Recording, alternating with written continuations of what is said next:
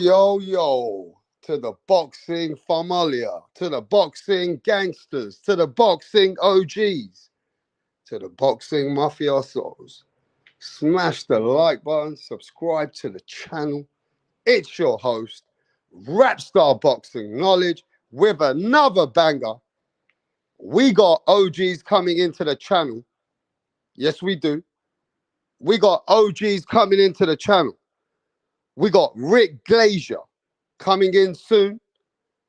So we're going to set that up in a bit. We spoke to David Benavidez's dad. David Benavidez's dad will be coming at some point in a few days. And boy, oh boy, ladies and gentlemen, like always, we have a killer live. Man, oh man, it's been a few days. It's been a few days after the big boxing fight, a big event with David Benavidez and Demetrius Andrade. And now, as we have assessed the aftermath of David Benavidez's performance, now we got a new name for David Benavidez. David Benavidez, aka the Sweet Science Killer. David Benavidez, the aka the Sweet Science, Southpaw, Orthodox, any style, bring it. David Benavidez will kill you. David Benavidez is a fighter that I like for the sport of boxing, young, hungry, and we need to start following and start to support the young guys, the guys which are going to carry the sport for the next 10 years. The younger boys, the guys which are out there now that we can see that have got an opportunity to be the face of boxing.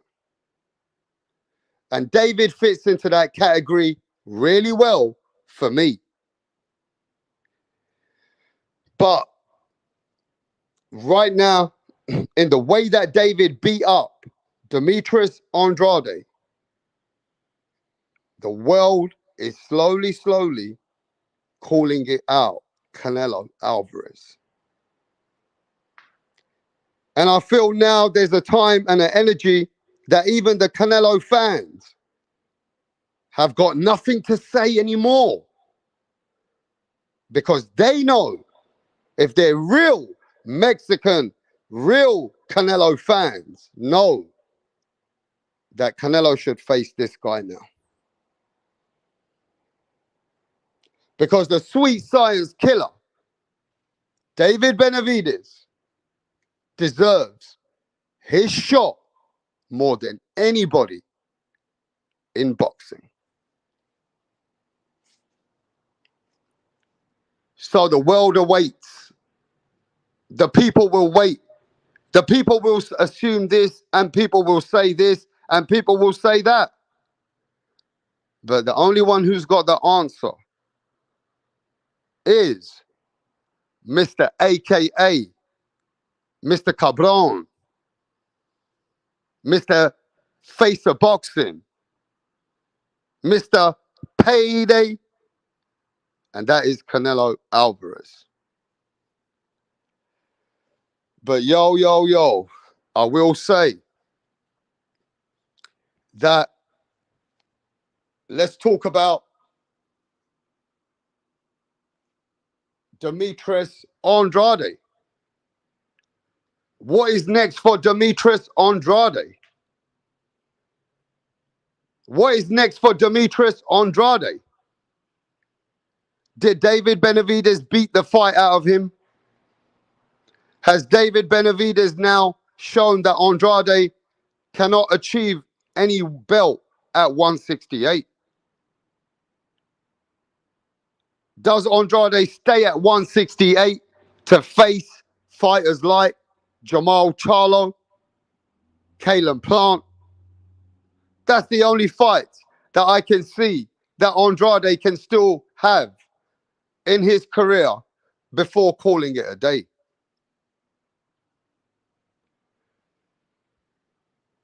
But it's just the way that Andrade got beaten up and the way that he took so much punches towards the end of the fight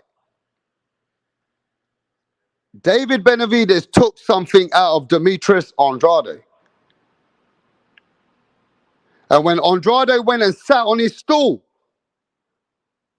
and his body language was dead, when you saw at the end of that round when Andrade went back to his corner, Andrade was a defeated mentally, physically, he was done. And when Andrade sat down, he said, no mas. He said, no mas. Stop it. Because he knew that that's it. That he gave his best. But at the end of the day, it was not good enough. And you know, at the end of the day, yes, I understand that people say, and it's out there, Blue Bloods put out a video that Andrade said, stop it. Stop it. Stop the fight is what stop it looks like totally to me. And I understand, right? They say Andrade quit. Andrade quit. But at the end of the day, bro, he gave his best. He tried his hardest. And at the end, he never had much fight left in him. Demetrius Andrade tried his hardest. He gave his best shots, but they was not doing nothing to David Benavidez. And he was taking too much punishment. And going forward, any more rounds after that, Andrade would have took a serious pasting. You're talking about anything after that, he was nearly close to being knocked out. David Benavidez crippled Andrade's leg. He crippled Andrade's leg in one of the rounds. I think it was the 5th round. You go watch David Benavidez punch Andrade with a right hand. He caught him again with a right hand. And that right hand fucking sent Demetrius Andrade's leg started buckling. But he managed to stay. He just about managed to stay up and still try his hardest to be in the fight. But like I said, the man tried. He did try. You know what I mean? Now you say that, yeah, I understand that he quit. He quit when he said no mas. And the trainer quickly stopped it. But he tried and he fought. And David took the fight out of him. So he didn't really, like, there's levels to quitting, bro. There's levels to quitting. What's the worst quit have you seen in the entire sport of boxing? What's the worst quit when you've seen a man quit in the sport of boxing? What's the worst quitter? Come on. Give me the top 5. And I bet you Andrade's name will never be in it. And that's what I mean by level of quitting. That Andrade fought. He gave his heart. The other man took the fight out of him.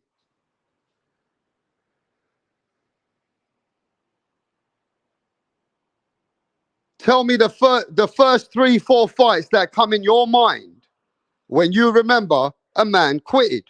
Do you need me to remind you? Do you want me to tell you? What's the first 3-4 fights that come in your mind when a man quit?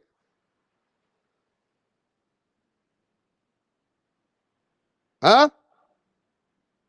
What's the first few fights that come in your mind when a man quit? Come on, bro. Let me tell you. Let me take you. Let me tell you. I can tell you many. I can tell you many, which were way worse. Boo Boo fucking fought his heart out. I'm talking about guys who quit. Brainlessly quit. Let me tell you. Shall I remind you? it looks like I got to tell you. Because you ain't giving me no 3 names. Not one of you guys in the chat have given me 3 names. Not one.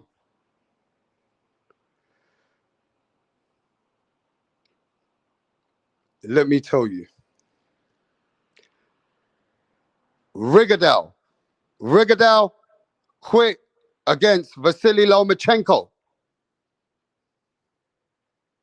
Rigadel quit against Vasily Lomachenko.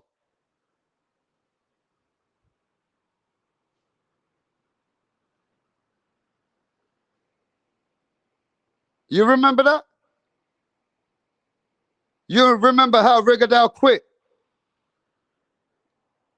One of my best ever fighters. Ever. He quit way worse than any Demetrius Andrade did. And that was Roberto Duran. No mas. No mas. No mas. Rigadel. No mas. Andrew Gallotta. No mas. And I'll tell you the worst quit in the history of boxing. There's many more. The worst quit was the hit in the history of boxing. And let me see if any one of you remembers this time. Let me see if any one of you remembers this time. Who remembers in the early days of FA Jaguar? Who remembers the early days of FA Jaguar, when a fighter came in the ring and he looked at him and he turned around and he walked out the ropes and he left? Who remembers that? Who remembers the fighter that went against FA Jaguar? He went in the ring and he ran off. He looked at the opponent and he said, no mas. He didn't even throw a punch. Curtis Harper. He did not even throw a jab. He looked at his opponent. He was getting ready to go back and the bell was going to go in 3 seconds. He goes back to his corner and he gets the ropes and he says, I'm going home. Hey, bro, those are serious quitters. Demetrius Andrade is like a god compared to that kind of a version of quitting. So let me at least break it down that there's levels of quitting.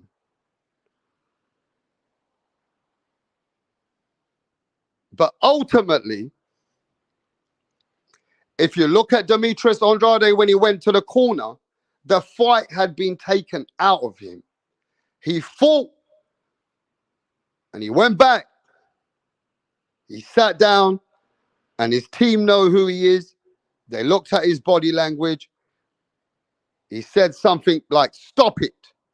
Stop it. And then the trainer just stopped it. Now look, at the end of the day, I'm going to ask you, after seeing a great fight, would you say Demetrius Andrade quit, or did Demetrius Andrade get stopped? How do you see it?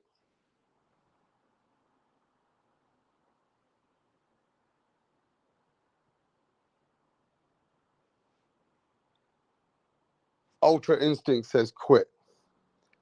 Don Chili says quit. CBR says quitter. He got stopped, says Polo. He quit. Quit. Come on, bruv. Quitter. He quit. But come on.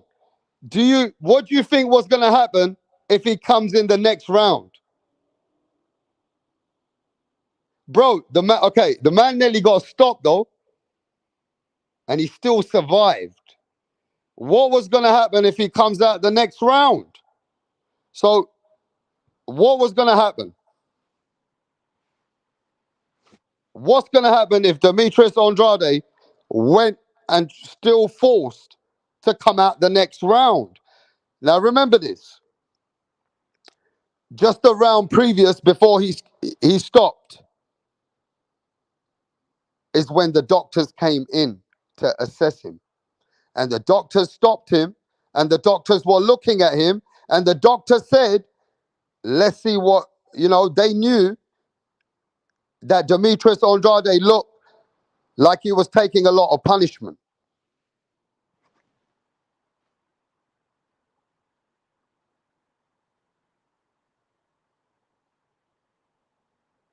Gabe Lopez says, always prefer a fight to be stopped too early instead of too late.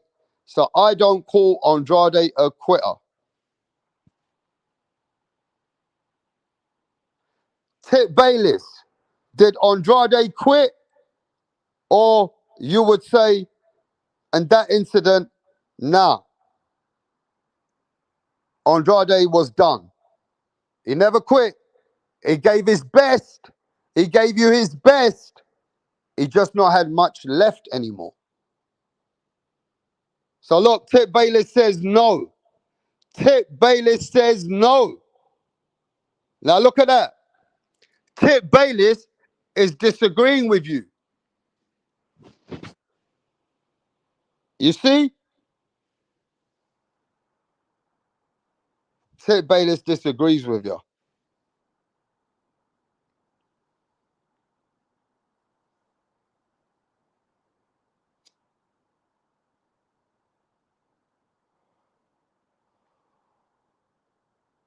And Tip Bayless says no. Now let me ask you this. When a fighter is fighting and he's getting beaten up, when the fighter is fighting and he's getting beaten up, and the corner call off the fight, and the team call off the fight, is that team just quit, or is that team being defeated? See, I think there's levels to quitting. When you say quitter, I just gave you examples of people that really quit. They really did quit. I gave you examples of fighters that had a lot of energy that still could have carried on the fight to the end of the fucking fight, but they were getting outboxed and they quit. But what about a man that gave you a really good fight, got dropped, nearly knocked out again in the 5th round? So let me ask you this.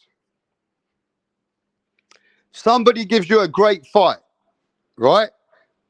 And and you can see that the fighter's getting the fight taken out of him. And you can see the fighter has tried his hardest. And then you see another guy just say, no mas, no mas. I don't want no mas. And he's the guy just walks out the ring. If you quit, are you all on the same level? Or do you agree there's levels to quitting? Is there levels to quitting? Yes or no? Is there levels to quitting? Yes or no? Like Chavez, they say Chavez quit. They say Chavez is a quitter then. They say Chavez is a quitter. Ryan Garcia is a quitter. Huh? Is there levels to this, bro?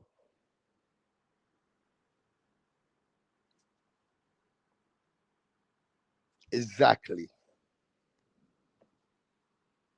And that's why I think Andrade gets respect.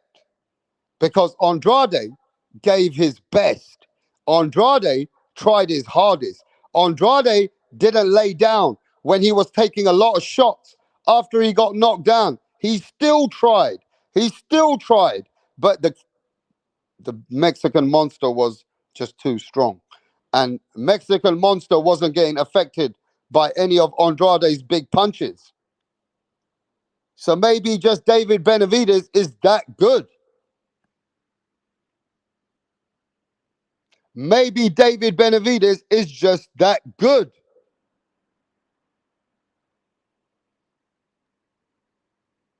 Does that make sense? Maybe we just can't we got to give David Benavidez his flowers. Am I right? Am I wrong? It's just that David Benavidez is that guy.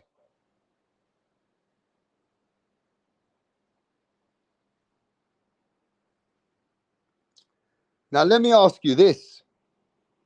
Andrade gave you more action than Anthony Dirrell did.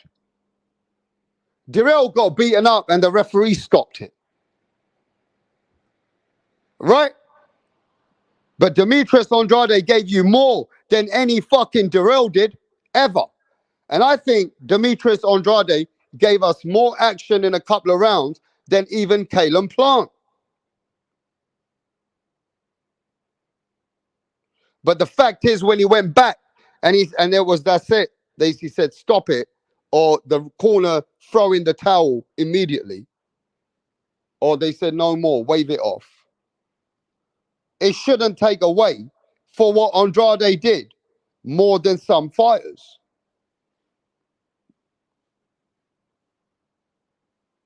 Do you understand what I'm saying? Now stay over here. I need to try and get. Now don't tell him I said this, because you know he's my mate at the end of the day. But I've got a name for Rick Glaser. Rick Glaser's a pal of mine. But sometimes, yeah, he's hard to work with. He's a grumpy man, isn't he? Sometimes. Now I sent him a link on his phone, and for some reason, the link isn't turning blue. It stays black. And he says to me, he can't press it. So I'm going to tell him to come in the channel and try and get the link from the channel. So I send it on here. But he doesn't sometimes know how to find the fucking channel.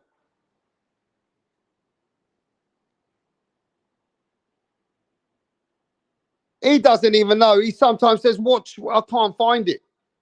So just give me about a few minutes. And let me see if I can get Rick Glaser here and set him up. Because sometimes he'll be like, I can't find the channel. Rapstar, I can't find the channel. Rapstar. Oh, I'm done, Rapstar, I gotta go.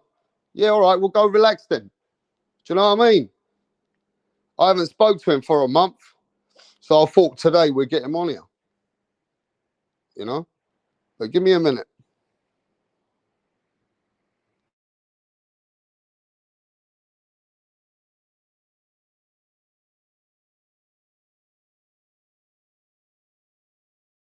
What up? How are you? I'm great. Can we meet you? My name is Tunde Tupac, aka the Rap Killer, Tunde Tupac. the Rap Flexer, kill them all. Your Rappers. name, your name. Your name is Tunde Tunde. Tupac. Tunde Tupac. You can write the Rap Killer there. But Tunde is your It's name. okay.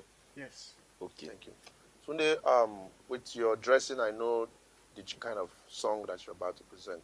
Yes. So you want to tell us about it? Just rap game. I kill the rap game because the haters want us No, down, no, but no. they're not gonna get us. You don't Calm need to down. tell us about the haters now. Rappers, right? You're a Yes. rapper. A rapper. Good. Let's hear you. Check it. Ha ha. Check it. Ha ha ha. Check it. Check it. Check it. I rule everywhere. I rule. They want to take me down, but they cannot take me down. Yeah. I rule New York. I rule Lagos to Atlanta.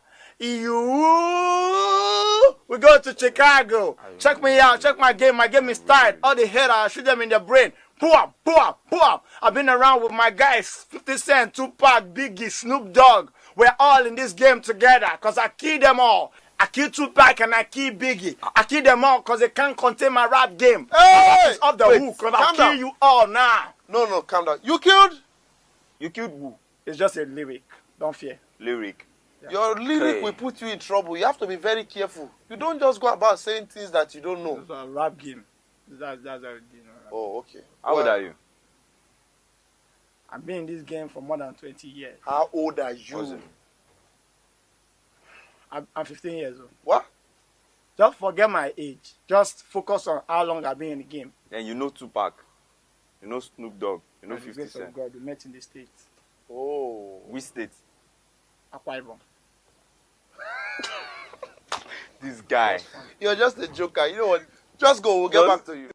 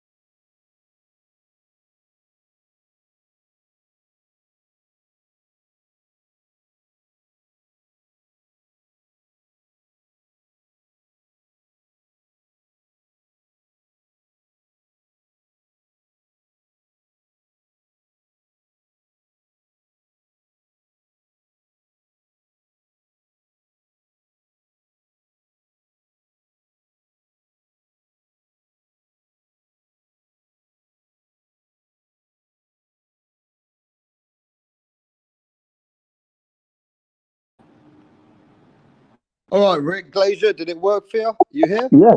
Yeah, I'm here. Yeah. All right, well done, well done. We got the link going. All right, Rick. Well, nice to have you. It's been a while. I know you've been busy, and yeah, let's catch up with what you've been up to for a month. I mean, what's been going on with you? No, just getting rid of a health issue. I had a little health issue. I took the COVID booster shot, and right before I left for Vegas in early October, on Sunday, October 8th, I collapsed in Vegas, hit my head when I went down, got a concussion, was in the hospital for 8 days, was in a hotel room for 4, recovering, and get my strength back. And little by little, I'm getting back. So I'm good now. So I spoke to you when you got back out of hospital, and you. So since then, you've obviously been recovering. It's been quite a few weeks now. So you're back to where you are. So that's a very good thing. Listen. I'm not saying I'm back to normal because I don't know what normal is. I've never been normal, but I'm doing better than I was a month ago, and when it first happened, obviously. But I'm not. It's not 100%. No, I sleep a lot now, and trying to and my neck and shoulder are killing me, and Side of my head still hurts, but you know, I'm not. I don't get dizzy or anything like that anymore. So I'm good. All right, man. Well, it's nice to have you here, and we want to catch up with you, and I want to go straight to the main event with the fight on the weekend because that's what Yeah, we've been well, listen, talking about. we got a half hour tonight, so just to let you know, okay? All right, that's cool. Well, at least you made it here. That's good. Thanks for coming. So let me tell you, the big fight with David Benavidez, Demetrius Andrade. Big wait for the fans. The fight, you saw it, we saw it. Give us your assessment, and yeah, let us know. Well, I had said going into the fight that Demetrius Andrade didn't have his legs anymore. I saw a training video, and I determined he didn't have his legs, and he didn't have his legs, and his legs couldn't but carry him. You know, he was real good the first round. He got worse the second round, the worse the next round, and kept getting worse every round because his legs couldn't carry him, and then he quits. Um, you know, Okay, so that's the big debate. Did you just say he quit? he did. He told his corner he didn't want no more. Yeah, so that's what the fans are saying, and that's what the Yeah, and channel. so did the other guy. The guy who fought Matthias. Matisse, yeah, that guy, yeah, the whatever he was, Ukrainian, ex-Pakistani, whatever, Mm. Uzbek, but well, he quit too. I mean, it's getting acceptable to quit now. It's unbelievable. Back in the day, in a prior generation, I mean, you'd be frowned upon. Now they just quit and everybody moves on. I mean, do you think though there's levels to quitting? Like Duran quit standing up, Rigondeaux Well, quit, Galotto quit. that was a whole different thing. That was just out of frustration. That was Mm. he was competitive in the fight. He was only losing the fight by 1 point. It was just he was frustrated and stuff like that. But this is a different thing. This is you know you get into the fight of your life. Both guys were in the fight of their life. Both Benavides and the other guy, Ergashev. And you don't go for it. You got to go for it. You got to suck it up and motor on. If you get knocked the fuck out, you get knocked the fuck out. You just they have no integrity at all. They just take they're basically saying, okay, I'm a front runner. If I can see I can't win, I'm gonna fucking go in the tank and quit. You know what I mean? So that's what they're doing. It's obvious. Now, what we see is a guy that he did give us a couple of good rounds. Demetrius Andrade did try his will on Right. David And let me Benavidez. remind you, Mm. okay, a fight is 12-3 in this type of fight was 12 3-minute rounds. Mm. So he fought good for 6 minutes. Okay, good. So because he did give some account of himself, I feel like David Benavidez, once he imposed his will, it was just a different fight. It started becoming a one-sided beatdown. And we got to start to recognize, is David actually that good? Or is Demetrius No. Andrade not that good at No, 168? he just doesn't have the legs and he's undersized. He started out as a 54 pounder. He was 60. He gave up his title at 60, not because he couldn't make the weight, because he didn't want to fight Janabek. And he got his ass handed to him. That's all there is to it. He So had where no would he go legs. from here? I hope he retires. I hope he doesn't know who's going to pay for it. The hour of him being undefeated is off, and he quit like a dog. Who's going to pay for him? I mean, there's fights with him and Charlo, fights with him Nah, and Plant. nobody's looking for those fights. Please, those are consolation fights, like loser on loser. Come on. Wow. So you think his value and his stock is it doesn't hold much in the market No, now? no, badly. Wait till he gets offered money by Heyman and he'll shit his pants. He's, oh my God. Well, Yeah, you quit. You yeah. quit. You're shot. You're not undefeated anymore. Your hour is gone. So it's done. I mean, some people are taking it a bit offensively. Like, there's a guy called Tip. He's around the Andrade camp. He's in the chat. But what you got to realize, what Rick is saying, is that he feels that. I mean, not he feels. He knows boxing more than most of you, and he's saying that Demetrius Andrade's value and his stock no longer holds weight. So, I mean, is he saying something wrong? Okay, who agrees with Rick? Do you agree with Rick that his value and his stock doesn't hold weight and it doesn't bring Why much did to somebody boxing? once a quitter, always a quitter? They're just gonna quit again, the fucker. You know? Yeah, but I think also there's a saying out there that you've never really liked Andrade for a while, and you've never really been a fan of that fighter. So, well, what does that have to do with reality? Mm. You think because I don't like So the guy? CBR says I agree with Rick 100%. Eric says I agree with Rick. Um, I agree, says Openda. Oh, okay, Rick. I mean, a lot of people agree with you. I mean, I just felt that he had that Charlo fight, right? And he had that maybe he can get that Kalen Plant fight for Kalen Plant, because what is Kalen Plant going to do? He ain't got much options. So I feel like they can have this mix going on for the guys who are not world champions. Yeah. Maybe I was But wrong, but who? but I Nobody feel that know that's the only fights they've got left. who's gonna pay to see it? Yeah, Heyman's going to that pay-per-view only shit, and who's gonna pay to watch it? Okay, Nobody wants to see loser on loser, bro. so you take me over here though. What is going on since the last time we spoke to you with the Al Heyman Showtime, and what happened with Showtime now?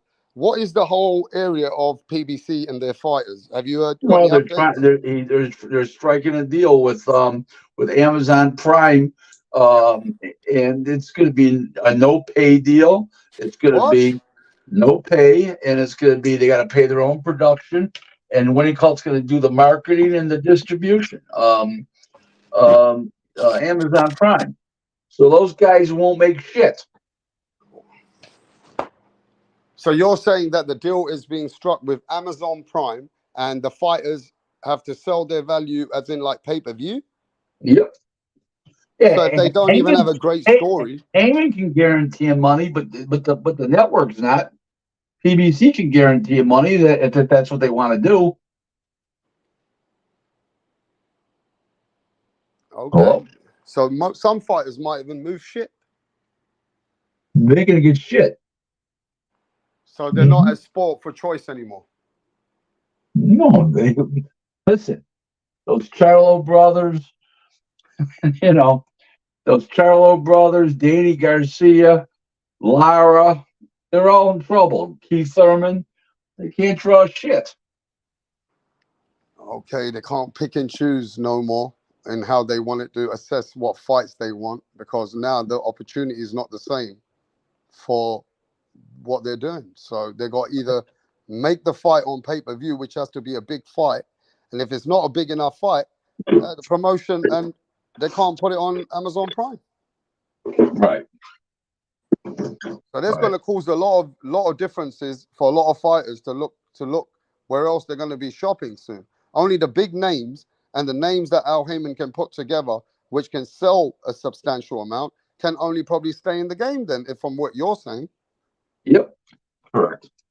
So this only works for the guys like Canelo, Tank, maybe a few other fighters that really are selling some kind of a value.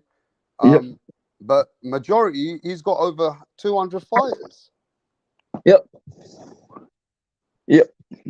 Absolutely correct. You're spot on, bro. I've done the work for you. Hey, so what else is going on that you're looking forward to? Nothing. Just doing my business like I do every day. You know, out there working away like a beaver. But you haven't been as well, so you're not as traveling, or you're not going around. No. I got back from Vegas. Let's see, October. I don't know what it was, 24th maybe.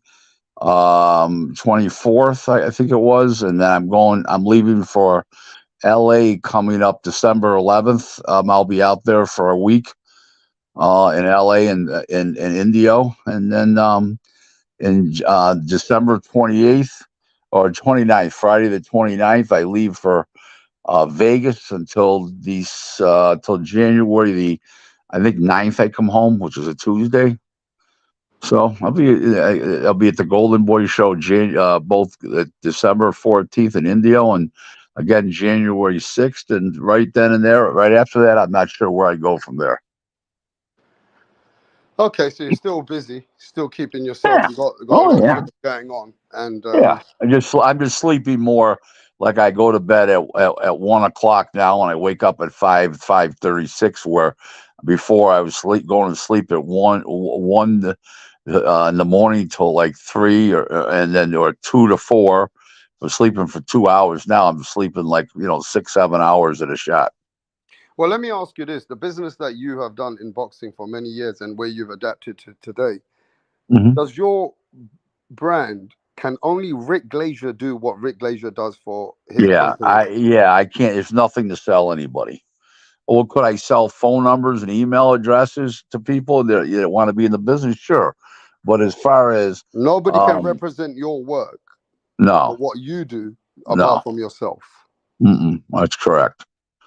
That's correct. If I left the business, it's just the way it goes. I have nothing to sell Mm. because people aren't going to do business with the next person. It doesn't work like that. It's a personal business. In other words, where people I'm the calming voice of reason, and for a lot of people, I give them peace of mind.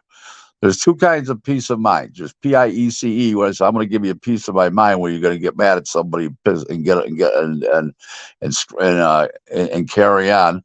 Or there's peace of mind, PACE. Well, I give some people peace of mind one way, and I give some people peace of mind the other way. So there you go. Okay, it's only a Rick Glazer show. Yeah. Yeah, basically, yeah. I mean, look, everybody's like that. Not everybody, sorry. I'm like that.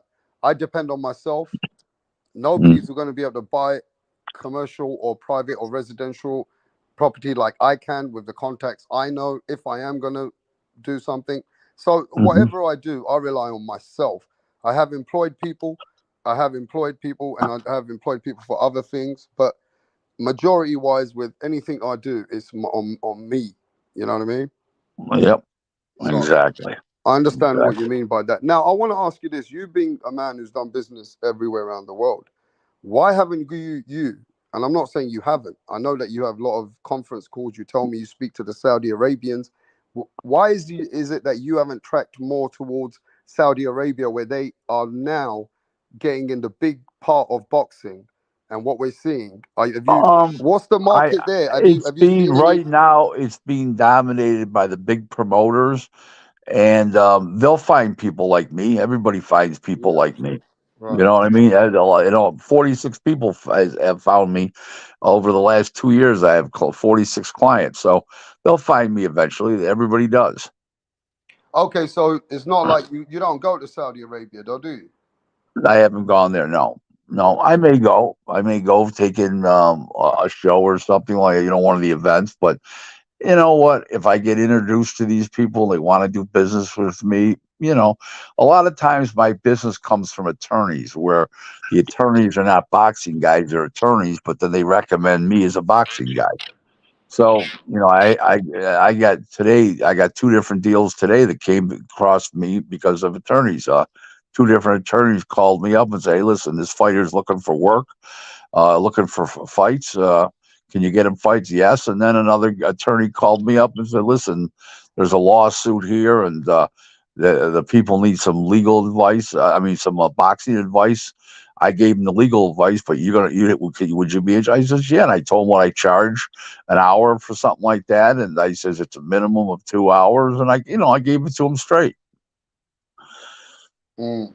Okay, I get it. I get it. But your business is very niche. It's not something that, like you said, it's Correct. like stuff, contacts, Correct. I mean, network. I try to explain to people what I do.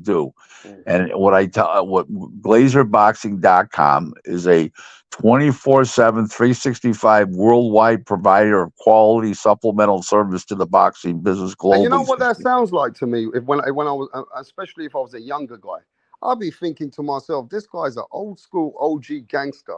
He's using this business as a front, and he's definitely got another.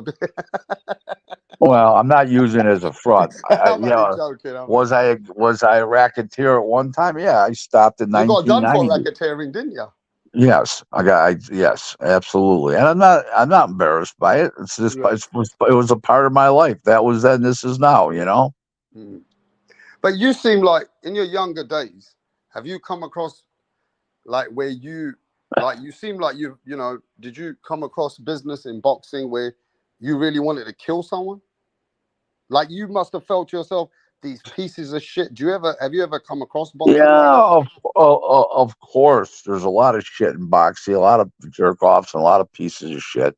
Of course, you feel that way, but just you know, you motor around them. You just you avoid the garbage. You know, I'm really happy with my clientele that I have. You know, and I couldn't be happier. And you know, I avoid the shit. I get people call me all the time, and I know the reputation's bad, and I'll be chasing them for money. I just tell them no, I have no interest. I Yeah, said, because as time goes on in life, you don't become as you don't pick and choose like that because obviously you look to become to do smarter business than more business, which brings you headache, right? But right, when you were right. younger, I always you would say, take a lot more risk around right. I around always say situations. I'm not. I always say I don't need to take on headaches. I need to take on good quality business. There's a question here in the chat here. What is the question? Okay, the question's from no one else but the man Punch Drunk Boxing, which was in Vegas. He's Oy vey. reporting, and Punch Drunk says Boo Boo is in the gym in a couple of weeks. He wants Jamal Charlo, or Plant or Berlanga. Let's go. Great Who? job. First of all, Al he's Heyman not. Time out. 2023. Time out. He's not getting Belanga. You can forget that. Okay, number one. Number two is who's paying for these fights? It's a different era. There's no showtime for these fights. Who's buying these fights? So what you're Come on. saying is these fights with Jamel, and Berlanga for Demetrius Andrade are not sellers for the fans, and No. nobody's really going to want to put money out for this Correct. because of Al Heyman's situation and Correct. where he is But with Amazon Belanga, Prime. Belanga's fighting the guy But from couldn't Ireland, a they put this as 68 an pounder. undercard? Could they not put Boo Boo versus Too, Jamal on the too much Benavides money. They'll versus watch Canelo? no. Not happening. You don't waste that kind of money on an undercard spot that doesn't a fight doesn't mean anything. Absolutely not. Really? No. You know the American market, mate. I mean, that's your business. And I thought that some of these fights could be sold on like you said, the undercard, it'll be too expensive. As a Yeah. main event, it would have been easily sold in Al Heyman's business brand, what he had before. Right. But not anymore. The game has changed, you know? So there you go. Wow. Okay. Well, hey, listen. So tell me the pay-per-view numbers to the world of I don't. Benavidez versus Andrade. I won't have them till Friday. I don't have them yet. I didn't even ask my buddy yet, so didn't even do it yet. Well, You the know. only person who's ever going to find out first is Twitter, because you'll be on Twitter first. You won't give it to me. I've asked you a Well, couple of times, give me the numbers, and you always go on Twitter first. don't forget, I don't get them till Friday. They don't come on your show till like Monday or Tuesday. You got to remember that. So that But I'm already past. can you show Rap Star Boxing knowledge, a bit of love, and say, okay, I'm going to Let's send you see. these at a I'll straight tell you time? what I'll do. I'll tell you Come what I'll on. do. Let me see what happens this week. Let me see what happens. You can just Okay. email it to me and say, here, Okay. let me have those let me. numbers. Let me put those numbers up at the same time at least. Okay, we'll figure it out. Let's see You and if I, your numbers are we're where they need to be anyway. But look, I know this. Going forward right now, we got Devin Haney versus Regis Prograis. How do you feel that fight's going to play out? well. I mean, Devin's younger, fresher. He's a little faster. He's better on his feet. I think he should win, but the other guy can crack. And Devin doesn't have the greatest chin. He's been rocked a few times. And we'll see what happens. He's moving up in weight. Now, the weight move might be better for him because he'll be stronger at 140 and he'll have his legs under him. Or does he come across a guy who can throw bullets and he's not ready for those type of punches? I don't know. I figure Devin's going to win? Yes, but there are a lot of questions to be answered in this fight. There's no question about it. All right. Some people want the link. Like, there's a channel dub ringside. Shall I send the link to a couple of people for you? What is it? What? Shall I send the link to the public? They want to speak to you. Say hello. Yeah, sure, no I don't problem. know. You As came long in as it's earlier. You not said, that jerk off from Australia. Jesus Christ, not him. yeah. All right. But listen to this. You said earlier I only got 30 minutes. You know these people. They love speaking to you. Some of them. Well, I got a conference call at 1:00 my time, which is 37 minutes, and I'm not prepared for it. So let me take this as far as I can. Come on. Okay. So the other question is, what's your mind? I know you've told people, but the people today are different to the people you were last here speaking to, probably. Most of them are anyway. What about the fight with Sonny Edwards and Bam Bam Rodriguez, which I would like to know, who do you favor in that fight? Well, I mean, listen, it depends on who the judges are because I believe it goes a distance, but Sonny can win that fight. Sonny's a really fast, slick boxer. The other guy's a power punching left-hander also has a high ring IQ. It's a hell of a fight. I mean, does Bam have a little bit of edge because of the punching power? Yeah, but Sonny's a little faster and a little better on his feet. We'll see. It's a great fight. It's the best fight that could be made in boxing right now. Let's go, Sonny Edwards, Bam Bam Rodriguez. No, it's That's not going to be Bam a Bam. great fight. It's not Bam Bam. It's just Bam. I call him Bam Bam. But anyway, Yeah. let's talk to Dub. Bam Bam. Bam All right, Bam. Bam Bam's the last woman that complained about you. Come take that. No, that wasn't Bam Bam. Don't let me mention her. Anyway, let's go to Dub ringside. How you doing, Dub? Man, shout out to you, Rap Star. Man, shout out to Rick Glazer as well, man. Much love and respect to both of y'all. My Thank boy Dub, right side, man. What's up, man? Yeah, I know what it is. Hey, who that? Is that E Thriller? You know who that is, right side? Who is that? You don't know who that is? What's up? What's up, Rap Star? What's up, Rick Glazer? All right, here we go. Butch. Is that my boy Cass? Oh, Yeah, man, my brother Cass, man. What's up, Anyway, Cass? let's talk. Ask your questions to the man and the OG right now. You know, hey, first things first. I wanna address the Sonny Edwards Bam point. Yeah. I do think Sonny Edwards, he got fast hands, he got great footwork. I do question though, because of the power that Bam's gonna come with, and I think that Bam has equal footwork. You know what I'm saying? The way Bam changes angles is very impressive to me. You No, know? 100. It's a very good point. 100%. But just keep in mind this. Okay, you're looking at two guys with extremely high ring IQs. So if you take the various guys in boxing with high ring IQs, think about this for a moment. The bigger guys, the biggest best ring IQs is Fury and Usyk. They're both fighting each other. Both have tremendous ring IQs. You guys agree with that? Correct. I think they both I have. think everybody agrees with that until Fury didn't look great against Nagano. B-Ball. And that's why a lot of people are not this. high on Fury at the moment, Rick, because of how he looked against Nagano. That's why. Yeah, there's nothing to do with ring IQ. Don't confuse issues. Yeah. Because he was fat and overweight has nothing to do with ring IQ. One's brains and one's physicality. You're confusing issues. Don't confuse issues. I'm not. Well, tell the people, not me. Okay, well, you look at light heavyweight. Who's got the highest ring IQs? B-Ball, okay, and Canelo. Then you look at you look at the middleweights, not middleweight, the weight class, but in the center of the boxing, who's got the highest ring IQ? Terrence Crawford. Then you go downhill and you go to the little guys. There's three guys who are great at ring. Yeah, Inouye, but the three best ring IQs are Bam, Sonny Edwards, and the highest ring IQ in all of boxing is the 105-pound weight champ, Oscar Collazo. Okay, he's got the highest ring IQ in all of boxing. There's not even a question in my mind about that. Yeah, that's subjective because there's not many people at his weight class that give. No, in a way, remember this. In a way, ring IQ is not that high. It's good. Don't get me wrong. He's not a lummox like a David Benavides is a mental lummox. No, Bam. Inouye gets away. Mr. Glazer, you saying that Oscar Collazo's ring IQ better than Lomachenko's? What's that? You saying that Collazo's IQ is better than Lomachenko's? You never said that. Absolutely. Wow. Absolutely. Have you ever seen this guy?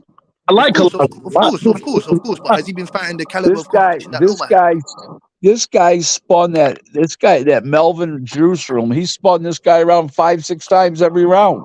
But I see, this mean, and Rick, this is the thing. Because he fighting at the 105 division, because I don't and this is you know it better than I do. I don't understand that competition down there as well as I do some of the other fighters. right? You know, you have a very you have a very valid point. But understand one thing: it's not a fighter's problem that he was born to weigh 105 pounds. We're talking about brain power, not physicality. I agree with. So, I just seen it. I hadn't seen it against the best yet. I hadn't seen it against the best from Colazzo. Have you? well, I saw him. I saw him. I saw him in his eliminator. I saw him in his world title fight that when he beat Melvin Jerusalem, the Filipino. I was there ringside, and then I saw him in his most recent title defense on the Zone, and he's got a super high ring IQ. There's no argument. Mr. Glazer, is he gonna fight Shinji Ga? Is he gonna fight Shinji Goka? Is he gonna fight Pradasi? Is he gonna fight Nimstrom? That I don't know who he's fighting going forward. You're asking me something I can't answer. But what I'm saying to you, those are the monsters in the division that we haven't seen fight yet. Right. What I'm saying to you, at his ring IQ is incredible. Okay, and so is Sonny Edwards, so is Bam, so is Terrence Crawford, so is Fury, and so is Usyk. Those are the biggest IQ. Now, the next level IQs are Lomachenko. What's his name there? Nui. That's the next level down in ring IQ. Now, I'm not saying that great, but in ring IQ, but not like those other guys. So what about Junto Nakatani? What about him? Yeah, no, he's more of a physicality guy. You know, you're talking about the 15-pound W. He's more of a physicality guy than he is. You know, you just remember this, guys. Just because a fighter's great, okay, or you're watching him, he's a world champion, he's winning, doesn't mean he's got a high ring IQ. Like David Benavidez's ring IQ is very low. You want to know the truth? Okay, some guys just don't have a good ring IQ, but they get the job done. You know, what's his name's got a low ring IQ? Navarrete. He does not have a high ring IQ. Agreed. But Correct. right, but he gets the job done. But you're talking about guys with high ring IQs, or like Duran had a high ring IQ. Sugar Ray Leonard had a high ring IQ. Hold on, real quick. Butch, let me ask, what do you think about Tank Davis' ring IQ? Not that good. He doesn't throw enough punches, and he's winning fights on physicality, physical strength, and quickness. He's not winning fights on brain power. I agree. I agree with you. He's not winning fights like Devin Haney. He ain't winning fights like Shakur Stevenson. Right. Shakur Stevens, that's another one. Shakur Stevens got one of the best ring IQs in boxing. What do you think about Shakur Stevenson's fight? I want to ask Rick Glazer a question, which the whole boxing world has gone mad about. They hated the fight. They said it's the worst fight in history. And they said Shakur Stevenson's scared of power. They don't like it, the way he fights in that fight. Well, what'd you say? It was the worst fight they've ever seen in history. First of all, it's not the worst fight. I've seen two fights. I actually saw two fights that are worse, but one of them was back in 1985. You have to go back before we born. Yeah, you got to go back 40 years. Yeah, I was born in '88, so I missed that one. Right now, I missed it. So it was Greg Page and Tony Tubbs. Oh my God! But let me tell you, this was ridiculous for the fans. They were hating the fight. What can you say to fans which say we don't want to see this? That we don't want to ever watch this. We don't want to pay for this kind of sweet fight. But let me explain something. Time out. Let me explain something to you. You had two southpaws and two counter punchers fighting each other. We knew going in it was going to be stinky, but nobody realized it was going to be that as stinky as it was. How bad was it? Let's put it this way to you. A friend of mine had a great line. Okay, they shouldn't have charged people to get into place. They should have charged people to leave. I said charge people to you.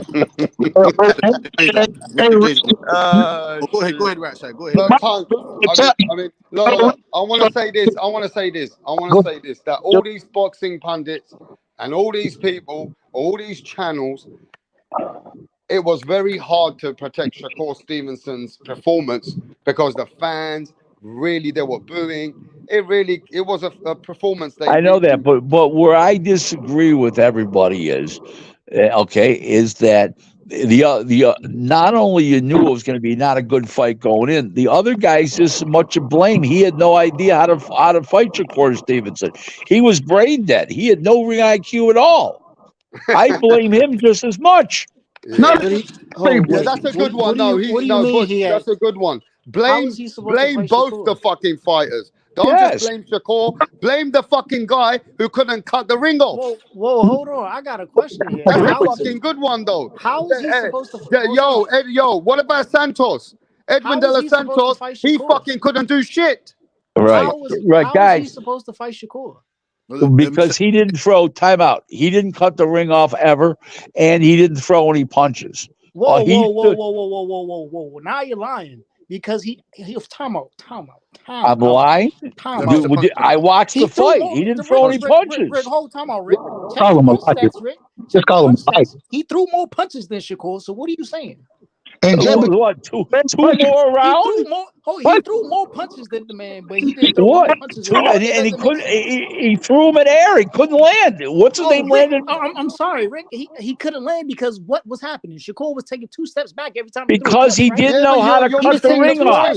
You're missing the point, Tim. You're missing the point. Edwin De Los Santos didn't do shit. He was coming in with his jab. Just like what Punch Drunk Boxing says. Edwin De Los Santos didn't do shit. Of course, if he's coming in with his jab and the guy's taking and I'm saying that Edwin De Los Santos, you guys are just so high on Shakur, you blame everything on him. The other fighter didn't do shit. I'm not high on Shakur. You guys are high on Shakur. Come on, man. I am high on Shakur. I have no okay, that's the problem. Then let me say what's the problem, Rick.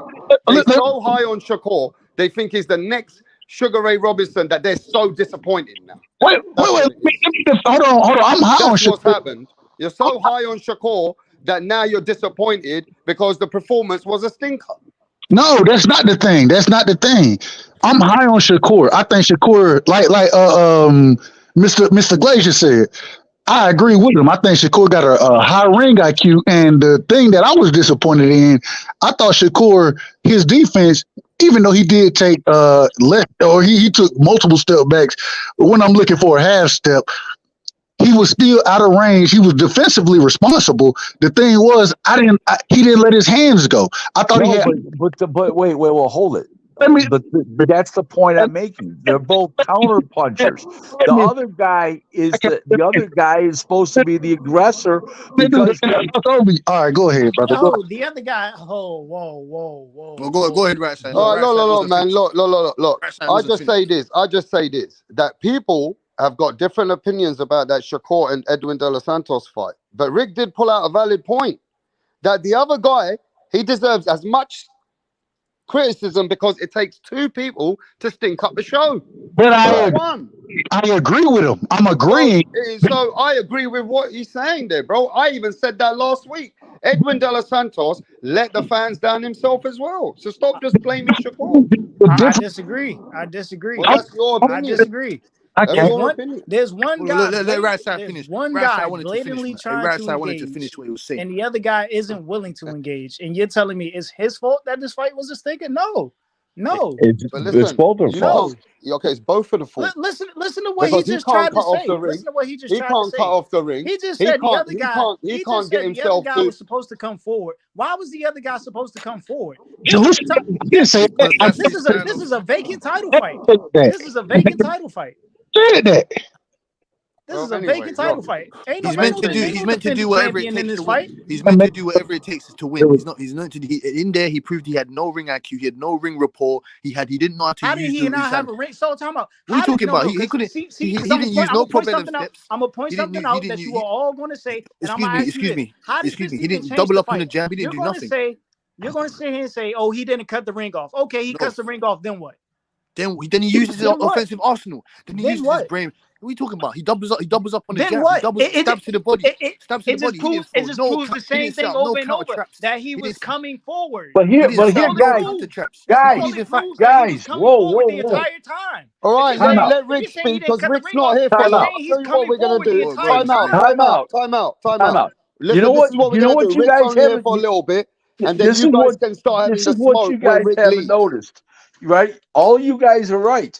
The problem is nobody told Edwin Dos Santos these things. Think about it. All right, but look, let's say this, yeah. That you look, Tip.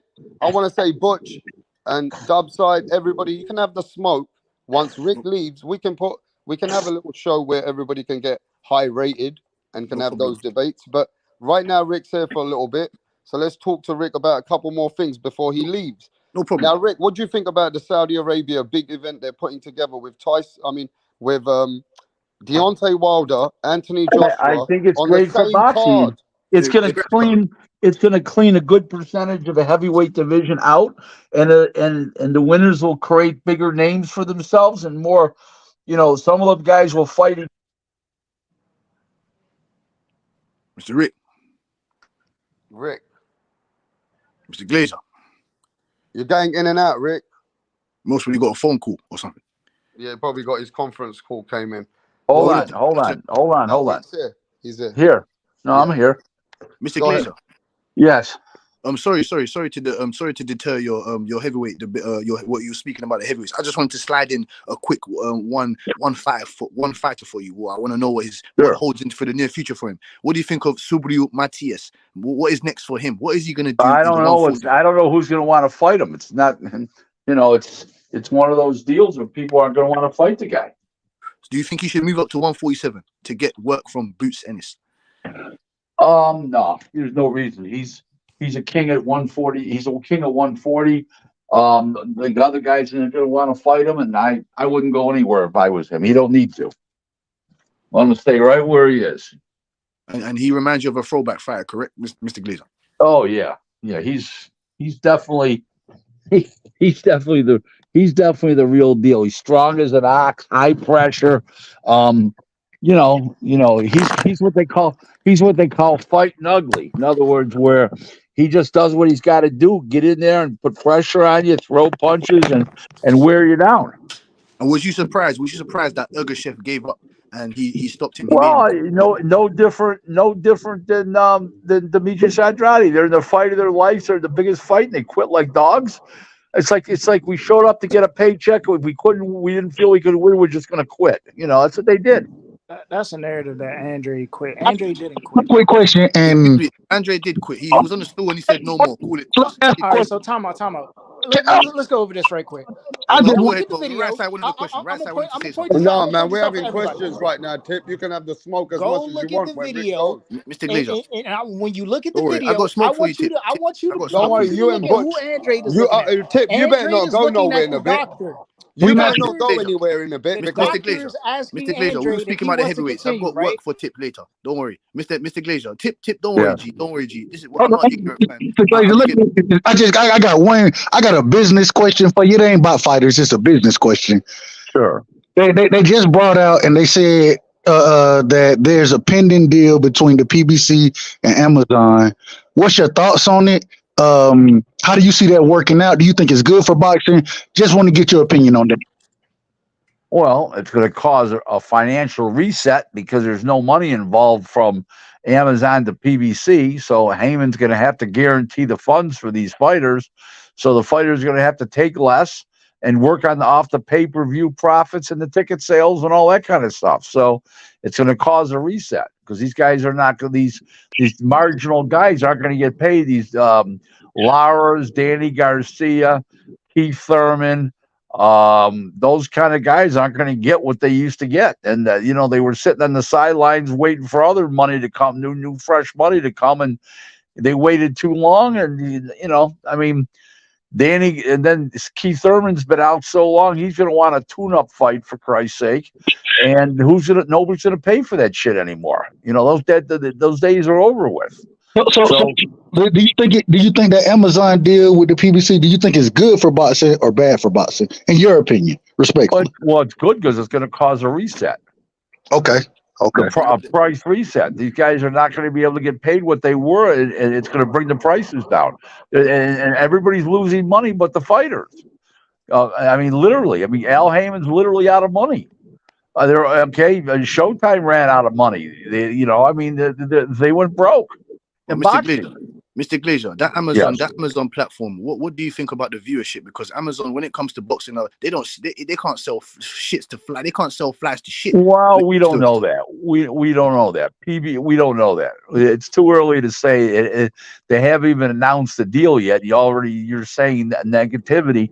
I don't know what's going to happen, but I will say this: if they market it properly, and Heyman comes up with fights that are people want to see, that are fiscally responsible, it's got a shot to make it.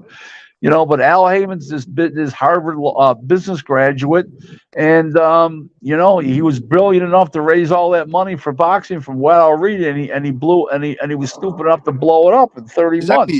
Exactly. Why would I think about? He's not a good manager of money. Let me last question. I agree with you as far as everything you said so far. Well, not everything, but I do agree with you on a lot of your points. Do you think this moves the sport forward? And I'm an individual who thinks the more No. Okay. The more networks, the better. Yes, but you've got to put on fights that people want to see and that are fiscally responsible to your company and to the network that you're on. And Heyman has never proved that. Heyman's blazed through 11 networks in the last 8.5 years, folks. Everybody can't be wrong. There's truth in quantity here. Hey, Mr. Glazer, I'm done asking questions. I'm gonna let everybody else cook, but I appreciate you answering my questions and allowing me to rock with you. Thank you, sir. Thank you, Rap Star. What city are you from? Hey, man, well, if I tell you the city, you ain't never heard of it. I'm from Georgia, middle Georgia, the country, Warner Robins, Georgia. You know what I'm saying? But for people where I'm from, is that near Dawsonville? No, it ain't too close to Dawsonville. We about 2 hours away from Dawsonville. So, we about 2 hours away from Atlanta as well. So I'm a country guy. You know what I'm saying? So okay. But I do appreciate you answering the questions the way you did and just giving the true perspective on it. Questions that I have that I love the sport of boxing. And so thank you. I appreciate it, man. Rap Star, I appreciate you letting me or allowing me to ask the question. So I'm gonna let y'all cook. Go ahead. Salute, Rat Side. Okay, Rick, I want to talk about some of the young fighters coming up. You tell me if you think they're going to be great or you think they're just going to be good. All right. I want to talk about Pacheco. I think he's going to be very good. I don't know how his chin is yet, but he looks very, very good. Yes. Pacheco looks like the deal. Yeah, look so far, but I don't know. Who knows how his chin is? I've never really seen him get swatted by a good fighter yet. Remember something: Pacheco has been in every fight he was supposed to win, and he won. So far, so good. Keep going. Paddy Donovan. Was it too early? Looks good. Irish welterweight. Looks good.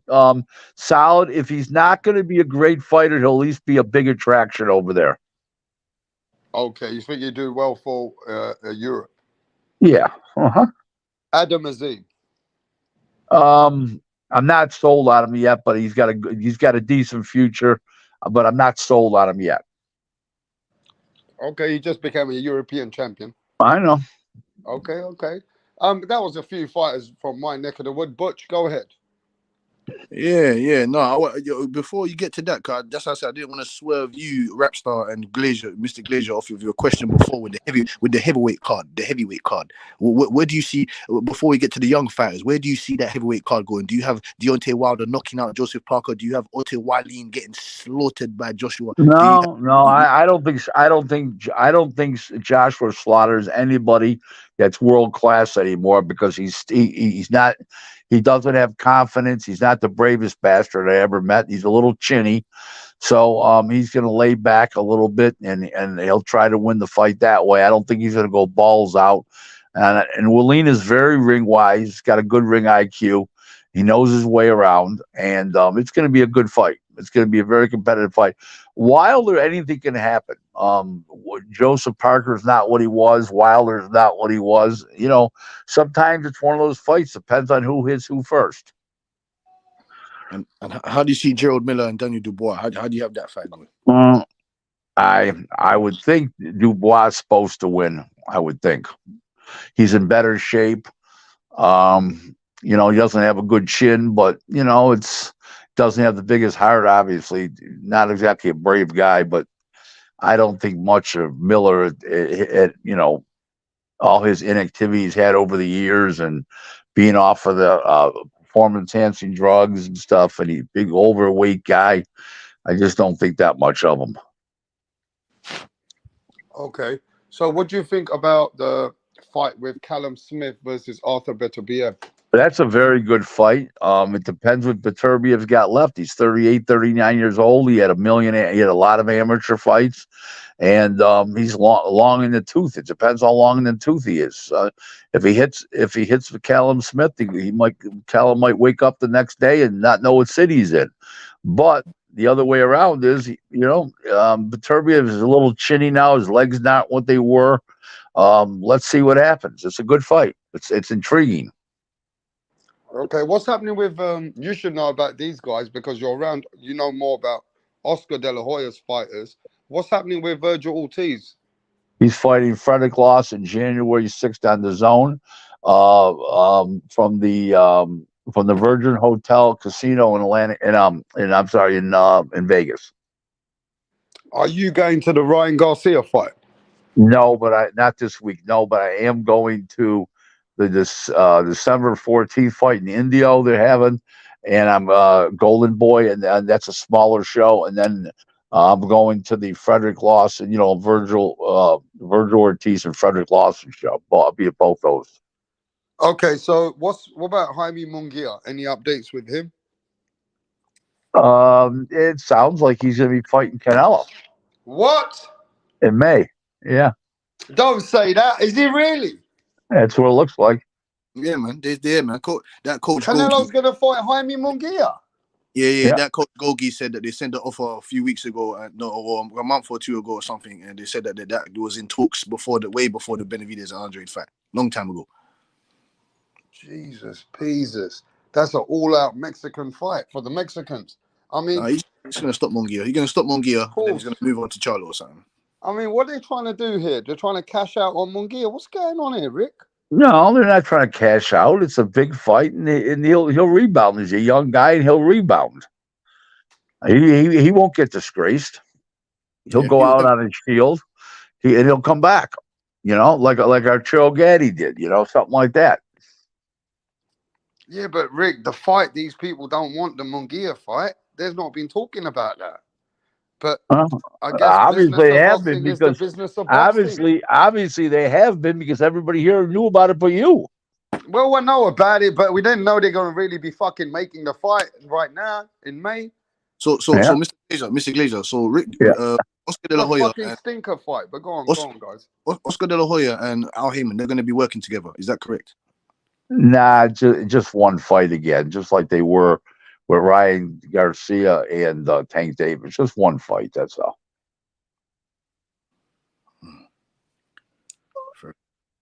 I wouldn't call it working together. It's out of necessity. You know, Canelo's saying, hey, this is where I want to fight, you know? Correct. Okay, well, guys, listen, I got to roll now. I got to get ready for this conference call. And I'll let you guys go, and I'll see you next Monday. Okay, Rap? Or right, Tuesday. Monday or Tuesday. Okay, guys. Thanks, guys. Bye-bye now. Thanks for coming, Rick. Tip Bayless. Now, you wanted all the smoke. Where you at, Tip? Yo. Now, Butch said to you, like a lot of people, other people are saying, that Andrade quit. You said he did not quit. So go on, talk to Butch. Yeah, it's a lie to say Andre quit. Butch, did Andrade say stop it? Yes, it's been recorded into the corner of him saying, "Just stop it, go throw it in, man, throw it in." You don't call that quitting, sir? That's not what Andre said. First of all, That is what he said. I'll play the replay. I'll play watch the this. replay. Watch this. I'll play the replay Rapstar, for do you. you have the can you find the video? Why are you of asking Rap Andre? to find anything? I'll find it for you. Rap, can you You find the guys video? fucking find the Rap, video. No, you can find you it. find the I'll find the video? evidence for you. No, Rap, you can find the video and I'll play because it. I'm gonna logically break this down, and I'm You gonna fucking find it and play it. I'm gonna I'm kill gonna his play it for you, whole man. argument. I'm gonna Let me kill play it his for you. whole argument. Go ahead, man. In the video, Andre is in his corner. The cut man is working on the nose. The doctor is on the right-hand shoulder of Andre. The doctor is asking Andre if he wants him to stop the fight. Now, if we're reading body language, if I nod my head up and down, what does that mean? That means yes, correct? Correct, Bush? Hello? Yeah, I've got the evidence right here for you. Correct. Yeah, if I nod, no, answer my question. If I nod my head up and down, that means yes, correct? That was the round before. No. This is when he's in the corner. If I nod my head up and down, why can't nobody answer this question? If I nod my head up and down, what does that mean? If we're reading body language, what does it mean? We're gonna see it now. What does it mean? Like, why can't nobody answer this? Because what you're saying is what does it mean, bro? What is a simple question? If I shake my head side to side and you're asking me a question regarding to being yes or no, what does it mean? So now we don't understand body language anymore. We don't use body language to communicate anymore. Nobody knows how to answer this question. Watch, we're gonna play it. Hey, Butch, share the video. This is funny. This is hilarious. No, nobody can answer this question. You know what I'm saying? They want to show the video, bro. You can see him. You can see his mouth. You can see him saying stop it. You can see him saying stop it. You can read his and I can also see Andre shaking his head, correct? No. See him shaking his head, correct? He's just combobulated. Is he shaking his head? Because he's punched in his head. Is he shaking his head side to side? Yes or no? He doesn't know where he was. Is he shaking his head side to side? Yes or no? Did he say stop it? Yes or no? Is he shaking his head side to side? Yes or no? Let me see if you can see this. He was shaking his head everywhere. What does that mean? What do you mean? What does it mean? He's indicating no, he doesn't want to stop the fight. And he didn't shake his head in that round. That's a lie as well. All right, bro. Now we're sitting here lying. We're sitting here lying. Tip, listen to this. Tip, let me just say this. Now we're lying. Tip, listen to this. Calm down. When you said stop it, the trainer immediately stopped the fight. He wasn't even looking at the trainer. He was looking at the doctor. The trainer was looking at him. And that's my point. And he's looking at the doctor. He's looking at him, the trainer. He's looking at the doctor. The trainer said no more. He just looked at the doctor. No, He let me told tell the you doctor another thing as no. well, Tip.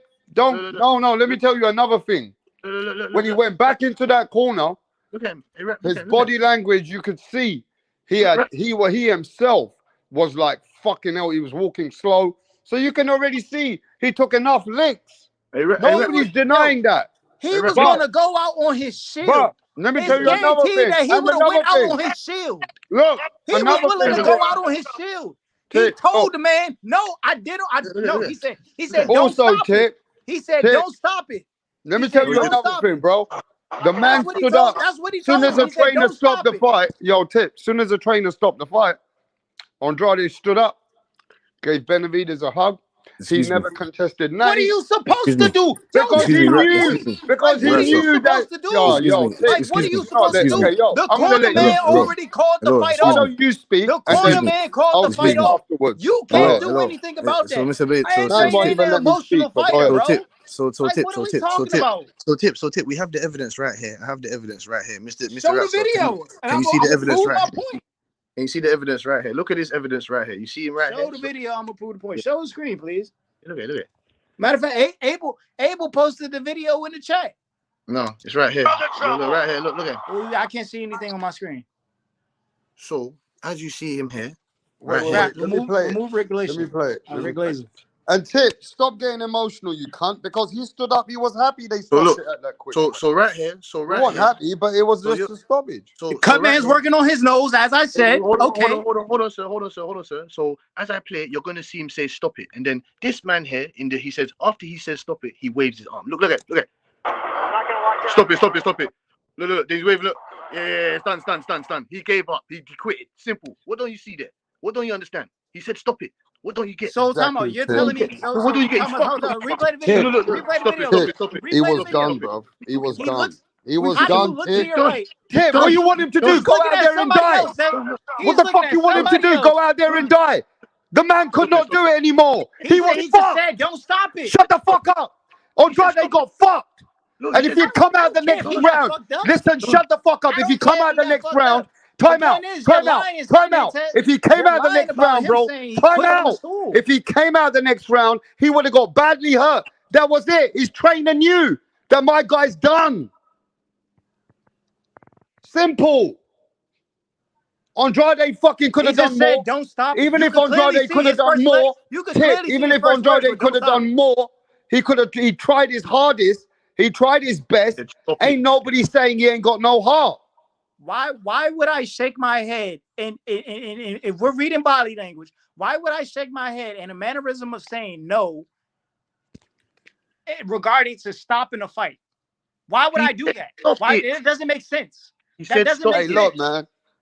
I'm going to shake my head and say, stop the fight. He didn't shake his fucking head. What the fuck are you dumb? What are you looking at? He just did it. He didn't shake his head to say no. Okay, stop play it. the video. Play the video. Obviously, I'm fucking blind. He said, "Stop it, stop it." He didn't shake his head. He gave his head. He said, "I'm done." He said, "I'm done." My friend, Tip Bayless, you want the man to die. You wanted him to go out the next round and die. To get in a coma. You need him to get in a coma. Come on, man, Tip. He had enough. I'm not saying I wanted him to go out there. I'm saying he was willing to go out there. No mas. His corner did the right job in stopping. Come on, bro. No mas. It was over. It was over, bro. Get over it. He got beat up. And everybody in the chat want to talk about who cares. Hey, look, no. It's not about who cares. It's about you motherfuckers sitting here lying and having no integrity. You motherfuckers are sitting here and lie all day and then create narratives. That's bullshit. No, we're not going to do that. Lie about what? What did he lie about? The guy said, stop it. He shook his head because he said, I can't take this no more. This is a mad beating. I need to that's what he now. Said. I can't take this no more. I've got kids and that to go to. I've got a family that I need to attend to after this fight. So he said, no, fuck this. I need to done. I'm finished. What don't you understand? Okay. Talking about did you hear him say, oh, I don't know why my corner stopped it? I didn't tell my corner to stop it. I didn't hear him say none of that bullshit. So what are you talking about? Why would he have to question it? If his corner's going to make it, if his corner's going to make a decision, his corner's going to make a decision. You can't argue with the decision your corner's going to make. Why did Once your corner makes a decision, the decision is already made. Hold on. Wilder did. So Wilder did. So what are you talking about? Wilder did. Did you see how Wilder reacted when his corner threw in the fucking towel? And the decision was already made. That's what you call not quitting. So at that point, it didn't matter. At that point, it didn't matter. The decision was already made. Go and look at Wilder's reaction. Go and look at Wilder's reaction and go and look at Andrade's reaction. I don't give a fuck about Wilder's reaction. Wilder's reaction doesn't matter because the corner already made the decision. Yeah, but he didn't tell them to do it, so then it does matter. He ain't gotta tell them to do it. Oh my God! Oh my! Why is that? And why is that? Mr. Because the corner's gonna look for the best interest of the fucking fighter. What are you talking about? Okay. The fighter is willing to go out there and die on his shield. The corner is supposed to stop the fighter from going out there and dying on his shield. They're supposed to protect their fighter. Are you stupid? And Andre said, fuck that. I don't need my corner to say anything. I'm going to stop the fight. You're sitting here saying Andre said, fuck that, but it's the corner who stopped the fight. This is what I'm saying, because bro. He told him to stop it. Y'all sit here on the panel and in the chat. He told him to stop it. Y'all will lie and create narratives, bro. He told him to stop it. What the fuck are you talking about? I'm not dumb. How did he tell him to stop it? How did he tell him to stop it if he's standing behind him on the left-hand side and he's not even facing him? How did he tell him to stop it? Because you can see. You can see him. How can you tell somebody behind you to stop the fight? Yeah, but Tip, you're sounding very, very. How can you tell somebody behind you to stop the fight if you're not even sounding looking a bit weird, bro? Who's behind you? Let me tell you why. Let me explain why as well. Can I say Who's behind him? Look, I say why. You are doing a professional job. You know the fighter knows you. The fighter does not need to look in your face and beg you and say, stop the fight. When the fighter and the trainer is looking at him like an eagle, like his eyes are on Andrade, that's his job. So he knows when Andrade's putting off the fucking messages or giving the body language or understand his fighter, that trainer does not need Andrade to look at him. His job is to look at Andrade 24/7.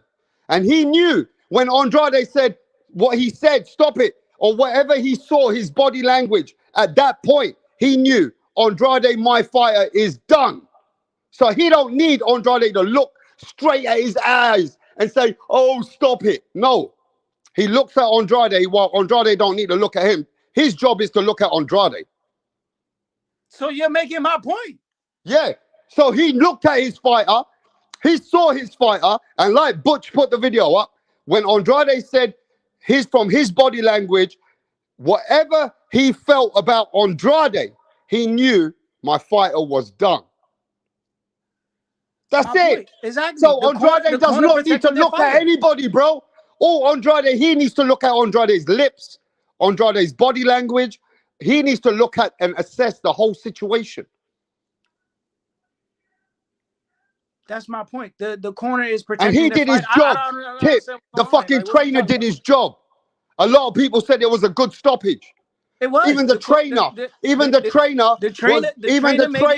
and Andrade, they were right to stop the fight because nobody is disagreeing. Made the right decision. Nobody is disagreeing that's the wrong decision. I'm not arguing that it's the wrong decision. I'm arguing that people are sitting here lying and they're saying Andre quit on the stool. Well, Andrade played his part to quit. Meaning, like, Andrade played his part. Andrade played his part to know. Andrade played his part knowing that the fight was beaten out of him, bro. The fight was beaten out of Andrade, and they know their fighter inside out.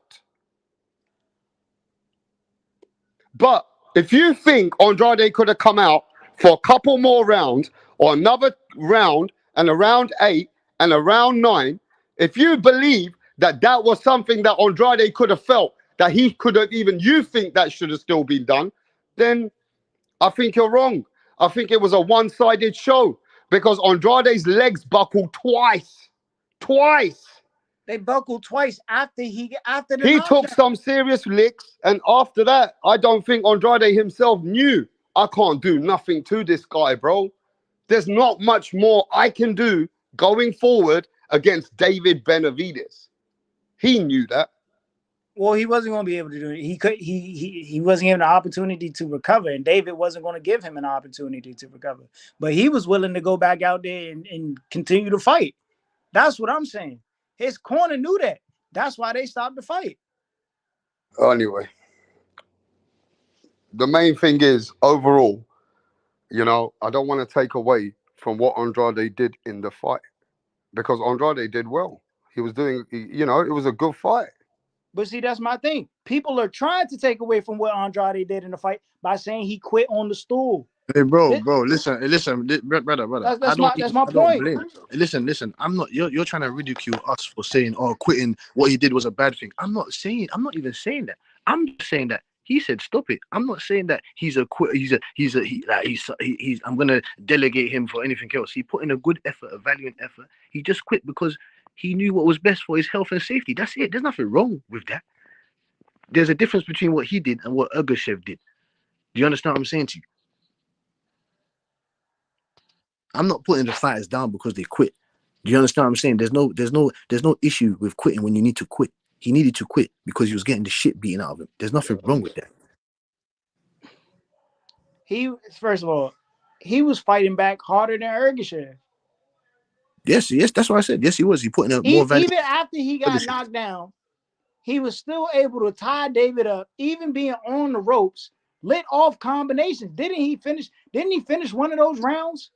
Throwing a combination at the end of the round where he was getting beat? Yeah. So it's bullshit to even say he quit if he still had fight in him. He's No, but showing I'm he seeing had him fight. say, I'm He's seeing him look showing at he his had fight, coach. and we're I'm saying seeing he him look quit. at his That's coach, bro. and I'm Bro. seeing him looked at his coach, and he said stop. He said stop. Ergashev ain't had shit left in him. I don't know how you can't That see that. we talking about Andre's legs. Ergashev is the dude sitting in the corner pointing at his legs. Yeah, that's what I said. There's a difference between how he quit and how Andrade quit. But you seem to think they didn't quit at all. I know Ergashev quit. Ergashev said he could have continued.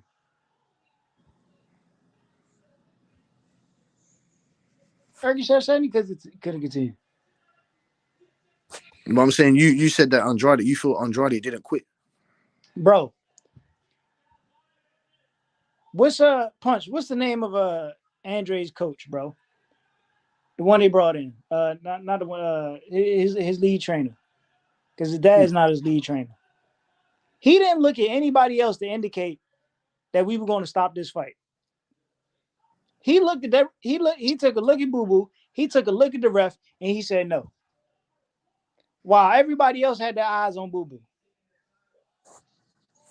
Boo Boo didn't even engage in a conversation with him yet to determine what they were going to do. He just stopped it. He looked at the ref and he said, "Nah, that's it. Listen, tip, man. He was outmatched. You know what I'm saying?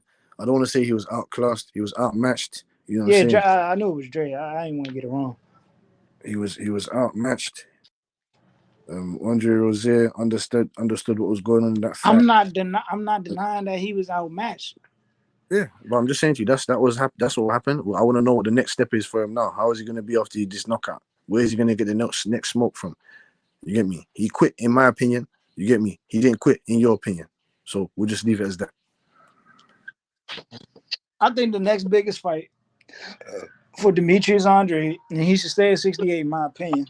I don't think he should go back to 60 because it ain't shit at 60. 60 is a dead division. The next biggest fight for him is going to be, hopefully, David Morrell Jr. No. See, hold on. See, this is what I'm gonna tell you why. I'm gonna tell you why it's going to be David Morrell Jr. No, not David Morrell. I don't have a problem with that. I'm saying to you that you said there's nothing at 60. Yes, there is. There's stuff. There's more. There's belts. There's a plethora of belts to collect at 60. There's a plethora. All right, so there's a plethora of belts, but who the fuck is at 60? Yanabek, the guy that called him out. Come on, bro. What do you mean? Come on, bro. He's a unified champion. He's a unified middleweight champion. I'm gonna go back down to fight. You had the same belts. You had the same belts Marvin Hagler had. What are you talking about? What are you talking about? So go back down to fight Janabek. Yes, when you got all these killers at 68. He's not. He can't fuck with them. I don't think he can fuck with them guys. You already see what happened to Benavidez. What is he gonna go rematch Benavidez again? We're talking about Benavidez. Half these motherfuckers can't do shit with Benavidez. Well, hold on, sir. And how do we know this? Have you seen Benavidez fight them guys? Bro. No. Tell me. But by looking at, I know you can tell by eye test. Who the fuck can do anything with Benavidez at 68? Other than probably David Morrell. David Morrell's the only other natural 68-pounder in that division. No, there isn't. What's this eye test business that you're talking about? There's multiple guys there. There's multiple. Who? I don't know if you watch these guys, so I don't want to hear you say, who can give Benavidez some good work at 68? Who? Christian Mbili can give him some work. Man, y'all out y'all fucking. Yeah, fucking what? Christian Mbili. You keep preaching this Canadian. Tend to go fight William Skull. Bro. Tend to go fight William Skull. William Skull? Come on, bro. Yeah, William Skull. Yeah, William Skull is undefeated, 21-0. What are you talking about? We don't know. What? William Skull ain't even half of what Andre is. That's you talk about pushing narratives and you always talking about lies, but you're already rolling out red carpets and you're talking about facts like facts have already happened. That shit ain't happened. So how are you? I don't understand. What are you confused about? There's a plethora of guys. There's over 10 guys in that division that have O's on their resume. So what are you talking about? And you think they're ready for David Benavidez? What do you mean? Of course. What do you mean? David Benavidez ain't been fighting no real 68-pounders. He's been fighting. Kyron Davis started at 154. Andrade started at 154. David Lemieux was washed up. We beat Billy Joe Saunders beat the shit out of him from years ago. What are you talking about? What's his name? That bomb. What's that bomb's name? Ronald Ellis. What the fuck is he? And that he got dropped by Ronald Graville. Come on, man! Don't talk to him about this bullshit. Man. He was like 19 when he got. Wasn't he like 19 when he got dropped by Graville? What? He was like 19. What does that mean? I don't understand. It What was does that like have to do? 7 years. It was like 7 years ago. So does that mean that he didn't get dropped? I'm just trying to confirm that. 7 years ago, when he's barely an adult. Come on, bro. So that's your implanting develop his excuses. man strength You're implanting excuses already. Is that what you're saying?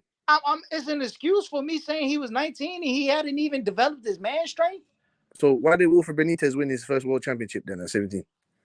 No. You talking about getting dropped? No. You said his man body. You said his man body hasn't developed. But what does Wilfred winning the Benitez was winning world championship have to championships. do with him getting dropped? Because you talking about his man body wasn't developed on this other bullshit. It wasn't. What are you talking about? He's getting it, but so was his man body developed and strong, whatever, before when he fought Javion Love? When he knocked him out? Was he developed then? No. But he knocked him out. Hey. So what are you talking about? That's what I'm saying. Your points don't collide. Your points are not. They're not that directing with each other. Nobody's beating Benavidez. Nobody beating Benavidez. Jay Leon wasn't what people expected Jay Leon to be. Nope. He was a very big disappointment. Yeah. He's good. He's a nice guy. He's a nice guy. We love him. But like you said, he's not on that elite. He's on that C++. Yeah, but he said that he hadn't grown into his man strength. That's why he got dropped by Ronald Garfield. That's a lie. Who got dropped? He's talking about David Benavidez. David Benavidez getting dropped by Ronald Garfield. Man, listen, all that don't mean nothing, man. He will whoop. Canelo won't even fight him. Matter of fact, what time out? Do you think he would get dropped by Garfield now? I have no idea. I need to see them fight again. Come on, bro. Come on. How are you saying come on, bro? The guy. How are you asking me that? How are you asking me? That's like saying, oh, this guy crashed the car, and then you go and fucking give him another car, and you're asking him, do you think he's gonna crash the car? Moment today that Ronald Garfield would drop David Benavidez now. Ayo. If he catches him with that same shot, I don't have no idea. Most probably. Hey, but look, man, that knockdown don't mean nothing, man. That you know how that is. That's back then. It's now. You know what I'm saying? No. I didn't say that. I didn't say that meant a damn thing. I'm saying to you that there's still guys in the weight division that still need to get checked. It's as simple as that. No, it's not. No, Canelo the only one need to get checked. No, it's not. What are you talking about? There's other guys in the weight division. No.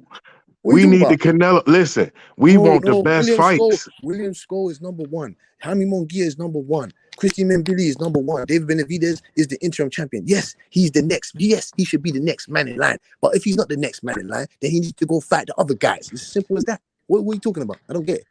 So you don't want Canelo to fight him? Of course I do. But if Canelo Alvarez doesn't want to fight the man, or he has other plans, or whatever he's doing, then we need to look to the future. We need to look. So he gonna mess up the whole sport, man. That's the best fight in boxing, man. How is he messing up the whole sport when the guy's done the most in the sport? How does that make sense? You ain't did the how you did the most. You ain't fighting the best in your monster. This is the most right here. Hold on, sir. Who's done more than Canelo Alvarez in the past, say, 10 years, 10, 15 years? Tell me. Canelo, oh my God. This is the most. God. Yeah. Who's done the most in the last 10 years? Who's collected the most accolades? Who? Tell me. That's what I'm saying, but what I'm saying. He doing the most by not doing the most. That's what I'm saying. He's collecting accolades, but he's not fighting the best. We won't Benavidez. Wait. How is he not fighting the best when he? Hold on. How are you gonna be the most accomplished and you're not fighting the best? If he's so accomplished like you said, that means he should fight him. Listen, John. That's Ryder what we trying to say. If he is what you say he is, he will fight the man. John Ryder is not the best. He was his mandatory. Triple G was not the best at the third fight. We didn't want to see that shit. But he fought Triple G the first time when nobody wanted to fight Triple G. And then who did he take on after that? We didn't want to see him against Jamel Charlo. But you guys, you Wakanda. That's the problem. The last 3 fights, he done ducked him for 3 straight fights. It's time to fight. You had 3 tune-ups. Now you ready for Benavidez. Now the time is now. There's no more left. How can you say 3 tune-ups? So he got. Hold on, listen what he fought. He fought a triple. Hold on, he fought a 3 fight with Triple G. Then he fought Ryder, and then he fought Charlo. Those easy fights. Now fight a real one. You had 3 soft touches. Now fight. None of those guys had a chance, man. 40-year-old Triple G. Triple G, yeah, but Triple G is not a soft touch for anybody. So it's that is a soft touch at 40, and you beat him already. Oh no, he didn't beat him convincingly. Like he's 40, man. You beating the old man. Can you beat the young man? I understand that. We didn't want to see. I'm telling you, we didn't want to see that shit. But I'm just saying to you, that's not a tough, easy out for anybody. Triple G. And he was coming off No, collecting David the belt. Benavidez. No, that's much easier than fighting David And he Benavidez. never Tell had a him, fight Chip. 168 either. He never had a fight 168. I'm gonna just say this. I'm just say this. Anytime Canelo in there with a boxer, he ain't never beat him convincingly unless he knocked him out. Mm-hmm.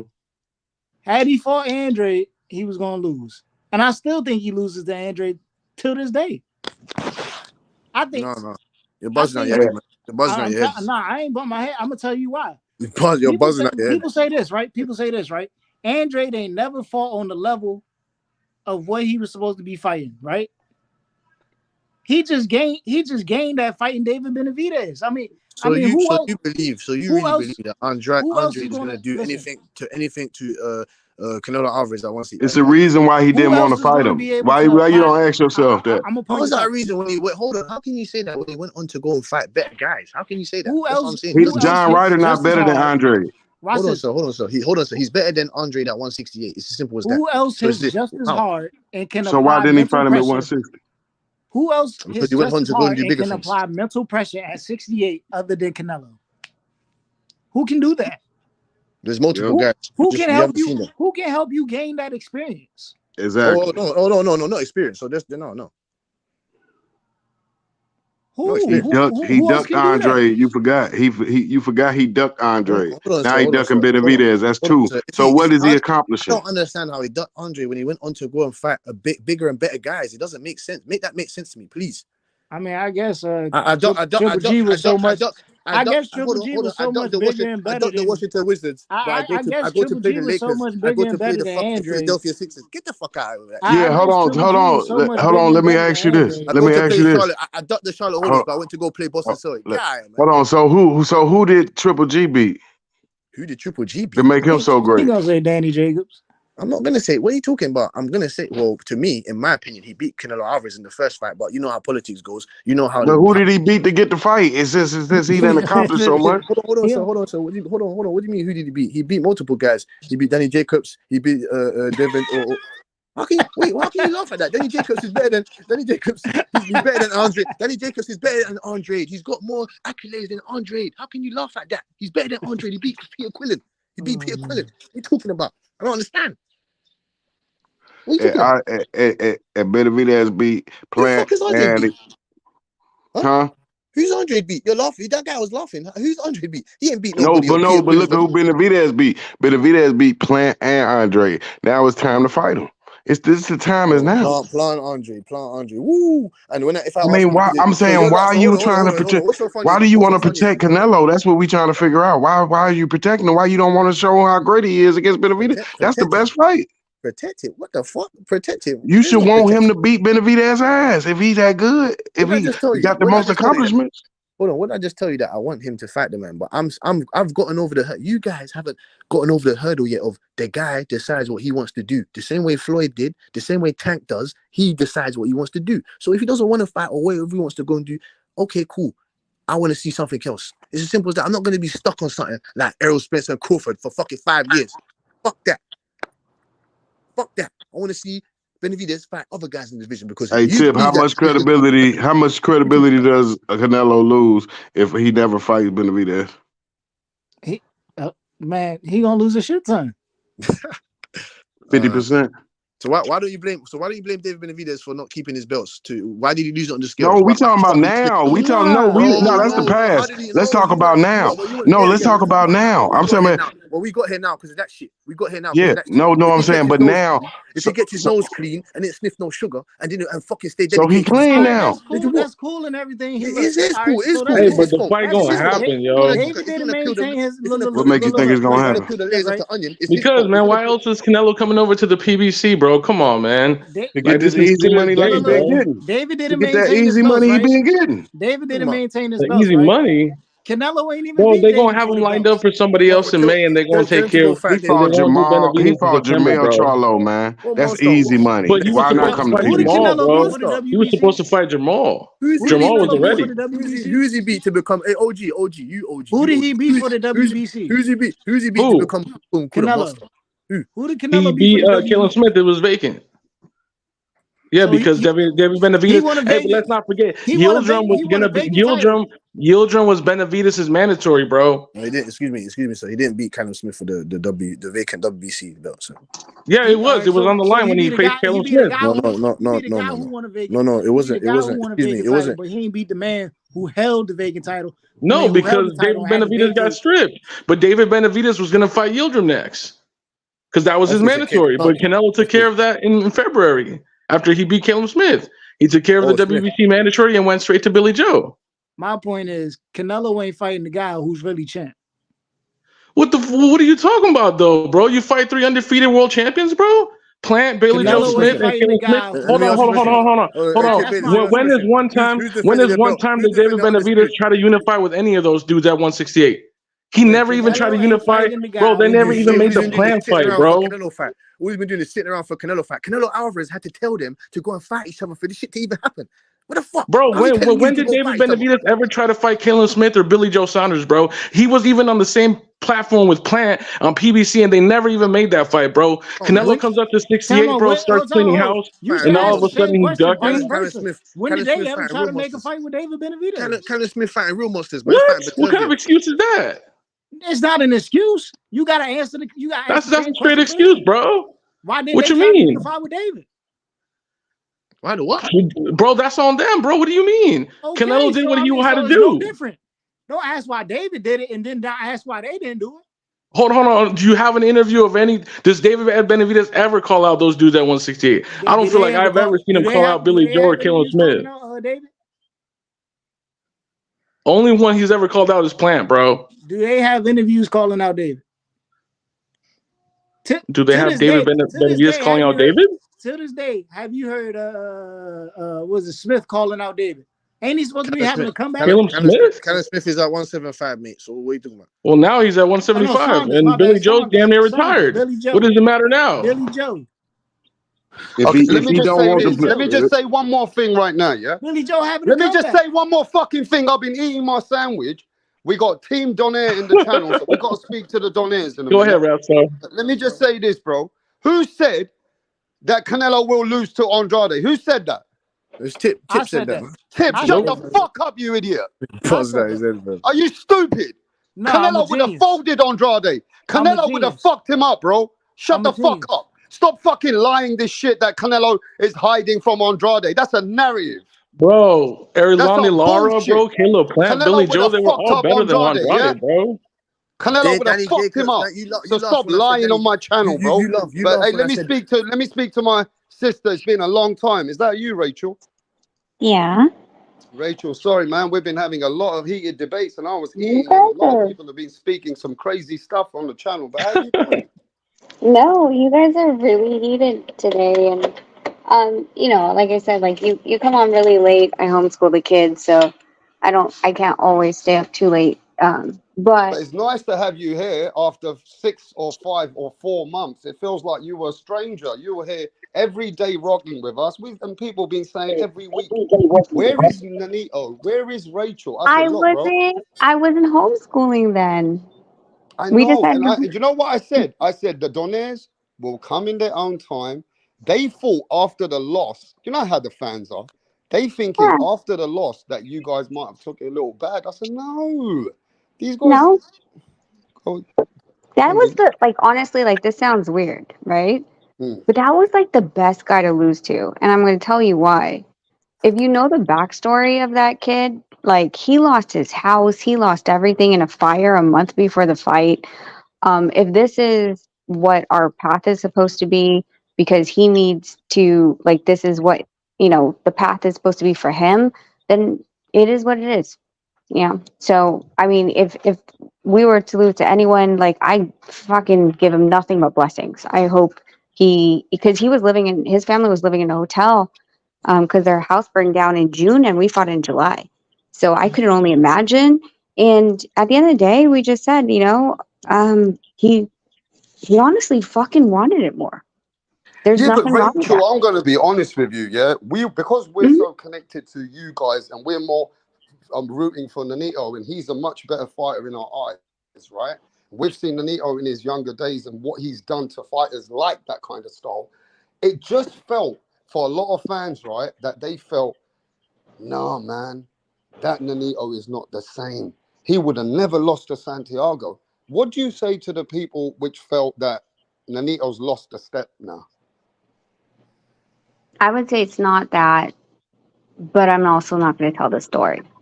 No, Nonito's you not. gotta tell us now. It's been 4 or No, 5 I months. can't. I can't. It's not my story to tell. If Nonito decides that he wants to say what he was, whatever, whether physical or mental, whatever, that's Nonito's story to tell. It's not, and he doesn't want to because he doesn't want to take away from Santiago. So I'm sorry, but we're gonna leave it at that until Nonito, if ever Nonito decides. Because the thing is with you, of course, if you say anything, you're making an excuse, right? Like, so just leave it at that. He's had an Right, amazing right. career. Yeah, Just but fucking give the look, kid the look, look. Yeah, but props. we're at the end of we're closer to the end of Nonito's career, right? Where it wouldn't take away only from Santiago, but people saw that Nonito looked like either he was injured in the later part of the fight or his timing was off. He did really well earlier. He even rocked Santiago, right? And then all of a sudden, it felt like the breath had gone out of him, and he was missing a lot. And I don't know, man. Was it injuries? And I'm sure if the champ I wants to speak about it, it's got to be saying that we could see there was something going on. People that really paid attention to how Nonito fights, the fact that you have two hands in that ring can see a difference. And again, it's not my story to tell. So whatever he wants to say on it, I'm going to let him have that floor. It's not mine to take away from him and say anything. And if he never does, then again, it's his legacy. I can't be like, oh, well, I'm going to defend him. He doesn't feel like he needs to be defended. Like what he showed up with is all he had that night. And you could take that as it is. Did the game plan not go according Like, to we what don't know. you were guiding out? Huh? Did the Yeah, game plan it not go didn't. according? Yeah, no, the game plan didn't, but there are certain things I couldn't yell to him to do because of certain circumstances that I knew with him. So Right. we'll just So there were certain things leading into that fight when he went in that it just wasn't up to 100% of Nonito Donaire anyway. Is that why he's still trying? Feels like he needs to stay in the sport. no, I think we've talked about it a couple times, and it's more so of just him being to stay young, right? If you have a competition coming up, even if the competition's a fake competition, you stay healthy, right? So for him to continue to live a healthy lifestyle, thinking he has another competition, whether or not that is an actual thing, then it keeps you on a road and make sure that you still have integrity in what you're doing and that you keep honest in your health. Okay. We got a super chat. You know I have to read them, Rachel, and you don't care. You like everybody's opinions, right? So Yeah. this guy says ish yet with a super chat. He says Nonito was best when he was with his father. Do you agree with Mhm. that? When that chemistry was there. No, I believe that Nonito was best with Robert Garcia, and the proof is in his pudding. Senior was with Junior all the way up until 2008. From 2009 until 2013 was when Nonito made his. He got Fighter of the Year. He got Knockout of the Year. He was fighting 4 times a year. Under Robert Garcia, I believe Nonito showed his true potential. And if you were to say that, well, I think that because Nonito and I have been watching the chats, and I was like, watch how I call out this person, and this person will disappear. If you were to say that Nonito was better with his father, I also agree that Nonito Senior was better with his first wife. So stop with your super chats and following me anywhere I go, just to try to discredit me. Okay, so you and just answering that very being humble about it is because a lot of people feel that Nonito is the fighter he is because of his dad, right? And it just feels that, you know, there's other people who played a lot of part in his career, like the Garcia, that doesn't get mentioned as much at all. So with the Garcia, he learned a lot, is what you're telling us. And did he also? Why did that relationship not stay active? Garcia became popular. That's the Uh-huh. thing. He, you know, and more credit to him. Like Robert and us we're family. Like we wish him nothing but the best. But he started to, you know, he had Bam, Loma was at his gym. He had Mikey. He had like he couldn't split his time between all of us.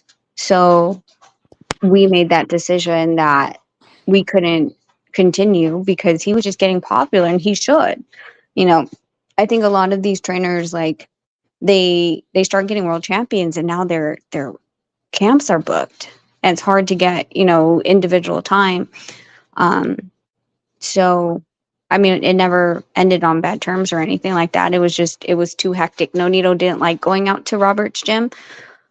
There was too many people, too many cameras. You could never get gym alone time and stuff like that. And Nonito wanted to have his alone time. He didn't want a bunch of people visiting gym. Like he's that guy that doesn't like a lot of people at the gym. Mhm.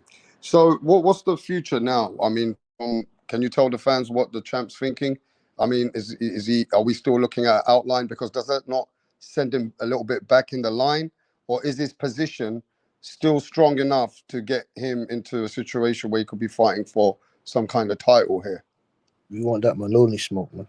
I mean, I want to ask Rachel, how do they how do you line up Nonito here now? Maloney ducked. I mean, I haven't even, you know, tried to reach out to any of the sanctioning bodies for lining up.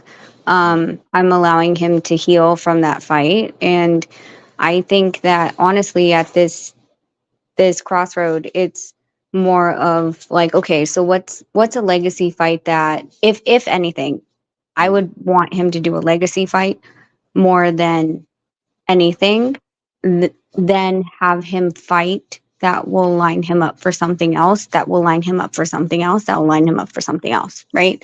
I kind of want to just have a legacy goodbye fight that everybody knows, like, he's done. And whether or not we do that, like, that's going to be his decision at the end of the day. So how, is the when's the champ going to be? Is he available to speak to the people or not now? Maybe in a couple minutes. He's That'd putting be the kids nice to just to bed. hear from him, because a lot of people, you know, the relationship we got with you, for how long the champ has given time to the channel. They've all been waiting just to hear from Nonito, and that would be really nice, you know, just for us, for those people to hear from Nonito and what his spirits are like now. Because some people are actually saying, Rachel, and I don't want you, I know you understand people's opinions or whatever, but there's a lot of people that really support Nonito. They didn't like that loss. They feel he should retire because they feel a man like him should not lose to a man like that and carry on. Like it tells that he's lost certain steps in the fight. But now we're hearing from you that there is certain things that people felt there was something in the later half in the fight that it didn't look as good, and whether it was injuries or something else, only that can determine that if a fighter still has the killer instinct to know that, nah, that was not me. And only you know your husband to know that that was not your husband. He's got more still to give. And that gives fans another thing to go on, that, nah, he's not done yet, you know?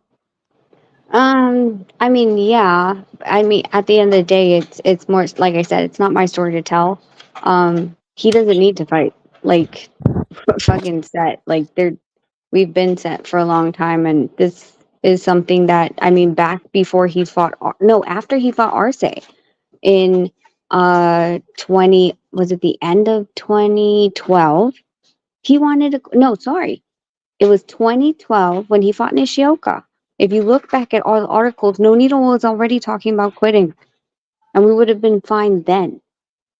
Like, this is all just gravy shit on the top. Like, And I'm it, gonna ask you this: even with that frustration and certain pain looked at Nonito's face in the second half of the fight, okay, I saw it. I seen him fight. He wasn't comfortable. Okay, mhm. how do you see this Demetrius Andrade David Benavidez fight? Did Demetrius Andrade quit? I mean, I don't think he did. And I'm also, you know this, I'm not that person that's going to say that someone's a duck. I'm not going to say he So if quit a unless I fighter see him. says stop it on the when they're sitting on their stool and the trainer can see the body language straight away and wave off the fight, what does that tell us, the fans? That the fighter That got the doesn't, fight beat out of him, right? until he says quit. Like, here's the thing, like, you know, I fucking no needle will die on his shield. Like, Right. they won't quit. Like, So whether or why not did it's good for Demetrius them, Andrade say stop it, Rachel?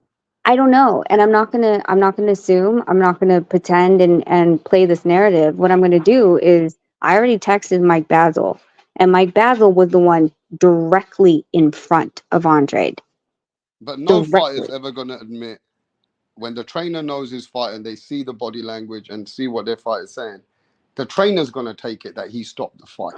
That's keeping the fighter's integrity. I understand all that, Rachel. No, yeah, but what I'm saying is if he didn't say that, then like I said, I'm not gonna say someone quit unless I know he quit. And Mm, the only person that was right fucking in front of him, mm. because I think his dad was to the left, and the head trainer was to the right, if I'm not mistaken. His head trainer Basil. is to the left, and his dad was on his back right shoulder, and Mike Basil was Okay, right in so I'm front of I'm him. talking about camera view. So I'm saying from the camera, the guy on the left was his dad, right? To the left was Andre Rozier. And then to the right. On his left, correct, or our left? No, no, no. Look at it from camera view. So from where the ref was standing and the middle of the ring. Okay, so from where the ref was standing, to the ref's right hand shoulder was Andre Rozier. Uh, no, to the right was Andre Rozier. To the left was his dad, and then it was Mike Basil in front of him. Exactly. So Yeah. from what I saw, like, okay, the only person who would give me a really clear picture, because the two on the out corners, it's really difficult for them to see front and center. And Basil does this, and even in our corner, Basil likes front and center because he doesn't want you looking left and right when he's trying to work on your cuts, right? If he's on the outside, and you're trying to look at your trainer. So it's something that we've always trained since, oh God, 2008, I think. So I feel like the only person that really knew what he said was the person who was right directly in his face. Until I hear back from Mike, and Mike, let me see, did he ping me yet? Okay, he just pinged me. I said, did Andre tell him to stop it? He said, no, we did. Thank you. Yeah, but that's Bingo. always Thank gonna you, be Rachel. Rachel. Rachel, come on. You know, Thank you, Basil, Rachel. okay, first of all, I've been Basil too doesn't long. know. Let me speak to Basil Rachel, doesn't please. know. Wait, Basil Disrespectfully, doesn't can I speak know. to Rachel for a second? So Yeah, but Rachel, Basil, we're not, we're Basil not, we're doesn't. not, we're not. You know, person like me is not, born yesterday. When Billy Joe Saunders gave the signal to his trainer, right? Okay, it's over. Yeah, his trainer took it on him. His trainer took it on himself. Every trainer will take it upon themselves to cover their fighter. So they know their fighter, they looking at their fighter, and they know if the fighter said stop it, they're gonna cover that up. They're not gonna let Andrade look like that. And not every fighter is made like Nonito Donaire. Not every fighter is made like a Pacquiao, and not every fighter is made like Tyson or any fighters that are ready to go out on their shield. They don't. Some fighters don't want to take that tolerance anymore. Rachel. And listen, I I respect hear. Andrade. I respect Andrade. I think he gave us a great fight. I don't want to call him a quitter. But did he say no mas? It felt like that from what he said and what the trainer saw straight away. The trainer saw him and then quickly did that. And it's only the trainer's job to make sure he says what he said to you because he's a professional. So He's not a I would trainer though. expect But him to wait, say wait, wait. this. So, Rap, let's be honest and let's be like really transparent here. Basil's not the trainer. Basil's a cutman hired outside. Right. So, okay, even him He as has the no team, it's only um his job to be that professional and say what he has to say. You would expect no less. No, these cutmen don't have There's a nobody gonna put their loyalty. fighter down like Whoever's that, gonna pay the Rachel. most, it's not his fighter though. Do you understand what I'm saying? Like, Hmm. cutmen are hired, like they're hired differently. Like Basil, like does cuts for like top rank shows, and he's tossed into different corners. They're not his And corners. I appreciate He's you, not with Rachel, as them. well. You know what I like about you? You don't cap. You say it as it is, and certain things you will not be able to speak to certain people because that's not your way of doing business and who you are. You have a lot of respect for this sport, and I appreciate that, and I appreciate your position. So I think, look, I think we agree to disagree. If he quit, it's not a nice thing because it's a boxer who gives everything, and that's not a good label. I understand when Roberto Duran did it, when Rigondeaux did it, and many fighters have sat in their stall and said no mas. We don't blame them because they gave us a fight, but some of them, you know, you can't blame Andrade. He gave us a good fight, and he took a lot of punishment. You know, so I But agree. it's different when you label a fighter some type of way. Like, even though we're talking semantics, right? Because either way, I think we all believe that Andrade was overclassed, outclassed. He was giving up by, and I say giving up mentally, by the third round. All of a sudden, things started to fall, right? Yeah. And the ref kept giving it to him, and at any point from fourth, fifth, he could have just said, no, I'm done. Like, he didn't Has have to come out. Nonito ever said in his corner, "I'm done, Rachel," or anyone, "Stop the fight now"? No. It's tough to do because fighters, they'll fight till they die. Some of them, you know, and I feel like Well, some fight. let's take it off of Nonito. Let's look at Jesse Vargas versus Liam Smith. Okay. Mhm. I was in the corner. His father was head trainer. Nonito was second. And I was just timing. I really don't know what I was doing there. But um, his dad was afraid to throw in that towel, but knew he needed to because he was afraid that his son was going to be upset with him for making that decision. At the end of the day, was Jesse pissed that his dad threw in the towel? 100 fucking percent. But that wasn't his call. Jesse still wanted to go out, and he wanted, I wouldn't say he wanted to be knocked out, but it's you go out on your shield. You don't want to throw the white flag. And that is a detriment to a lot of boxers. But unless the boxer, and I've seen it, there was one corner I've watched, and we were yelling at the corner, and we were telling the corner to throw in the towel. Corner was so fucking arrogant, they wouldn't throw in the towel. The fighter himself threw in the towel. That was What fight was hurtful. that? It was a WBA KO boxing last year Mm. um, at their convention. And Okay. all the world champions sitting at that fight was like, dude, he's getting beat. But is it And fair, Rachel? Though you don't like using certain vocabulary like duck, quit. That's just not in your vocabulary. Is that correct? yeah, Okay, so that already answers the question for the fans how they observe things. You know. well, I mean, I'll say he quit if he quit. Like, So if what he did was like, Roberto Duran do? He's one of the best legends. Would you ever say he's a quitter? no, but it's be an interesting question to ask Nonito. Give me like 5 minutes and we can ask him. I love that. Um, But see, you see, everybody has a different opinion. But and look, Rachel, I get it. Hey, it is what it is. And but I will say this though, Rachel, did you enjoy the fight? What do you feel about the fight? And I do want to get your assessment about how did you see how great did David look? Um, I really enjoyed the fight. I honestly didn't watch Matthias. We were out. We were actually out on the strip right next to the fight. We met a bunch of fight fans and stuff like that, but we had the kids. We couldn't time it right where we could have came back to Mandalay Bay before the main event and stuff like that. So, um, I only got to watch the last two.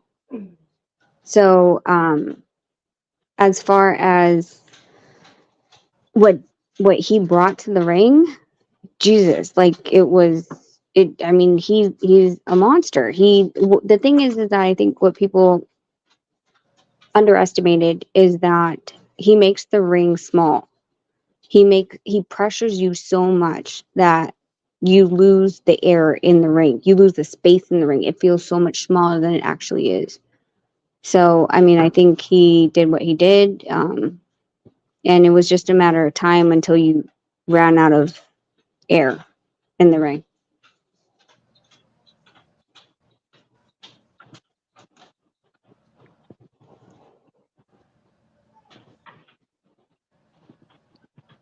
Rap, you fixing tea? Hey, Rachel, are you there? I'm here. Can you hear me? Oh, sorry, yeah, I don't know what happened there. I was on mute. I didn't even know. But listen, what was your assessment all round about Boo Boo at I think 168? I just don't think that he's had that type of pressure. I think that type of pressure from Benavidez was a different type of pressure. Someone that was going to make the ring small. I don't think that he's experienced that type of pressure. So I mean, we saw what happened. Um, a lot of boxers that are not used to, first of all, dude is huge. Okay, Benavidez is huge. Yeah. And he's throwing the kitchen sink at you. Um, I wondered in the first 2 rounds, I was like, is he going to be able to keep up this work rate, like moving around this much? And I didn't think he was going to be able to do so because Benavidez was just so big. Like he took up half the ring. Like I know it sounds funny, and we watched it and we're like, no, he didn't take up half the ring. What do you mean? Like he had 2 feet. It's like no, he literally makes the ring Yeah, small. can I just stop you here? Yo, whoever this Ishnet is in the channel, yeah? Can you please respect my guest? Can you please respect Nanito and Rachel, man? I don't care what your personal problems are or you want to sit there and talk in my chat, but they're friends of mine in my channel. So stop the disrespect, bro. Go ahead, Rachel. Don't worry about it, I Rob. think Like you let got a him lot of spend some people that money. you've antagonized. I don't know what it I is. didn't do shit. The only motherfucker that I've ever really gone against is Senior. So I mean, I know exactly who the fuck it is. I don't care. They have my phone number. They want to talk, or they want to yell, or if they want to meet up. I really don't give a shit. Like Rap, like keep taking the money, dude. Like keep reading the super chats. It doesn't matter to me. Like we've moved on. So I appreciate you, but make your bread, dude. Like don't read any. I mean, I'm not gonna tell you how to run your channel, but don't read anything from them unless No, they the do a only super reason I chat. said that, I wasn't reading nobody, is that the champ, Nanito Donaire, actually told him something in the chat. And because I saw Nanito saying something to him, and I thought he's being disrespectful to Nanito back, I said it's time I speak up. Oh, That's yeah, what no, I said. he You gets know, kind I know of. Nanito don't come in the chat unless he has to. Well, lately anyway, he always used to come, but I haven't seen him lately. You know. But anyway, we're still waiting to speak to him, which we will in a minute. And I want everybody to smash the like button, subscribe to the channel. Rachel, so look, what do you think of your assessment of now everybody's demanding the David Benavidez versus Canelo Alvarez fight? People are said to me, Rapstar, we're done with the John Riders. We're done with fighters coming up in weight. Canelo Alvarez cannot. I mean, look, they're using these words that you don't like hearing, duck. And I don't like seeing a man like Canelo, who's done a lot in the sport, being called a duck. But this generation of the sport on social media, they love using these words. And they're saying that if he doesn't fight him by next year or even Cinco de Mayo, Canelo Alvarez is selling the fans short. Do you agree with the fans on what they're saying, though, Rachel? No, I mean I get it. Like I honestly think I was at the convention last year at WBC, and they ordered the winner of Plant versus Benavidez to fight Canelo. Like this is going to be the second year going that the winner of Benavidez versus Boo Boo is going to be named to fight Canelo. Um, I think that he has to. Like otherwise, what are we doing? Like we're just pretending to have him mandated to fight someone who he's never going to fight. And this might be an unpopular opinion, but I really don't want to see him fight Bud Crawford. And the reason why is like you're going after Canelo and everyone's like, oh, well, it's only, 2-3 weight divisions. It's only this and that. And he's trying to go for greatness. And okay, well, are you? Because Canelo's like number 4 on the pound for pound. Naoya Inoue is number 2. So why don't you just have Naoya come up to 147? Or are you going to say, well, people are going to say I'm picking on the lower weight guy, right? Well, what do you think they're going to say about Canelo? There really is. I mean, I understand there's going to be money in the game, 100%. And if you're chasing the bag, then great. But I think it's silly. I'm sorry. The amount of weight division, not weight division, don't call it weight divisions because you go, oh, well, three versus 4 weight divisions. If you actually do the pound calculation, it's probably 2 pounds off in the divisions between Naoya Inoue and Bud Crawford and Canelo. And So it's crazy, yeah.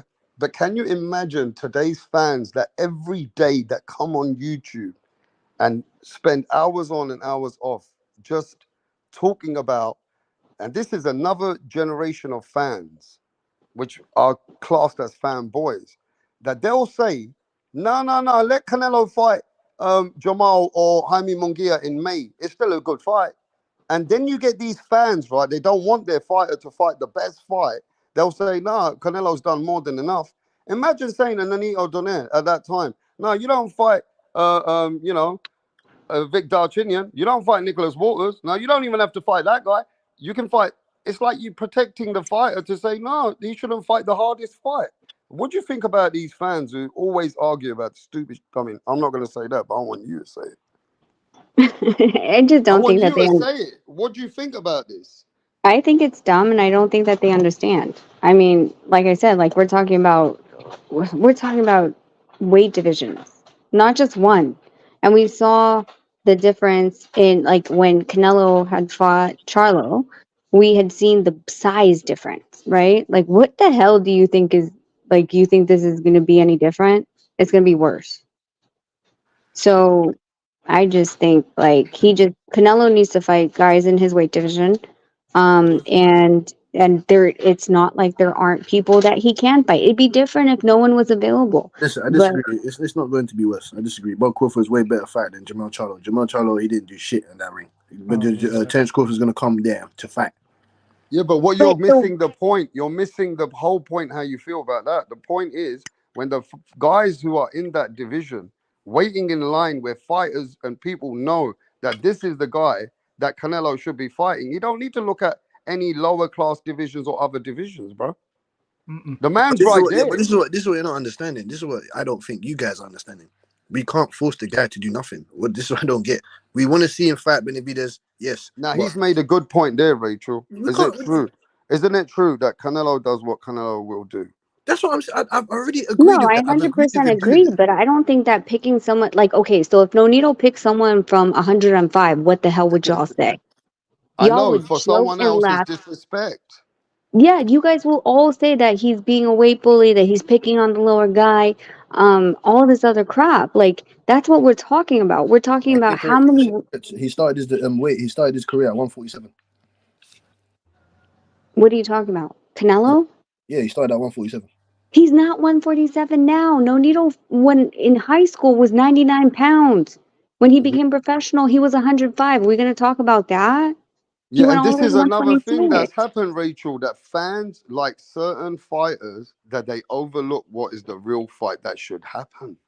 But it's just a generation of fans that have become not what's logical is what suits them. You know what I'm saying? Man to man.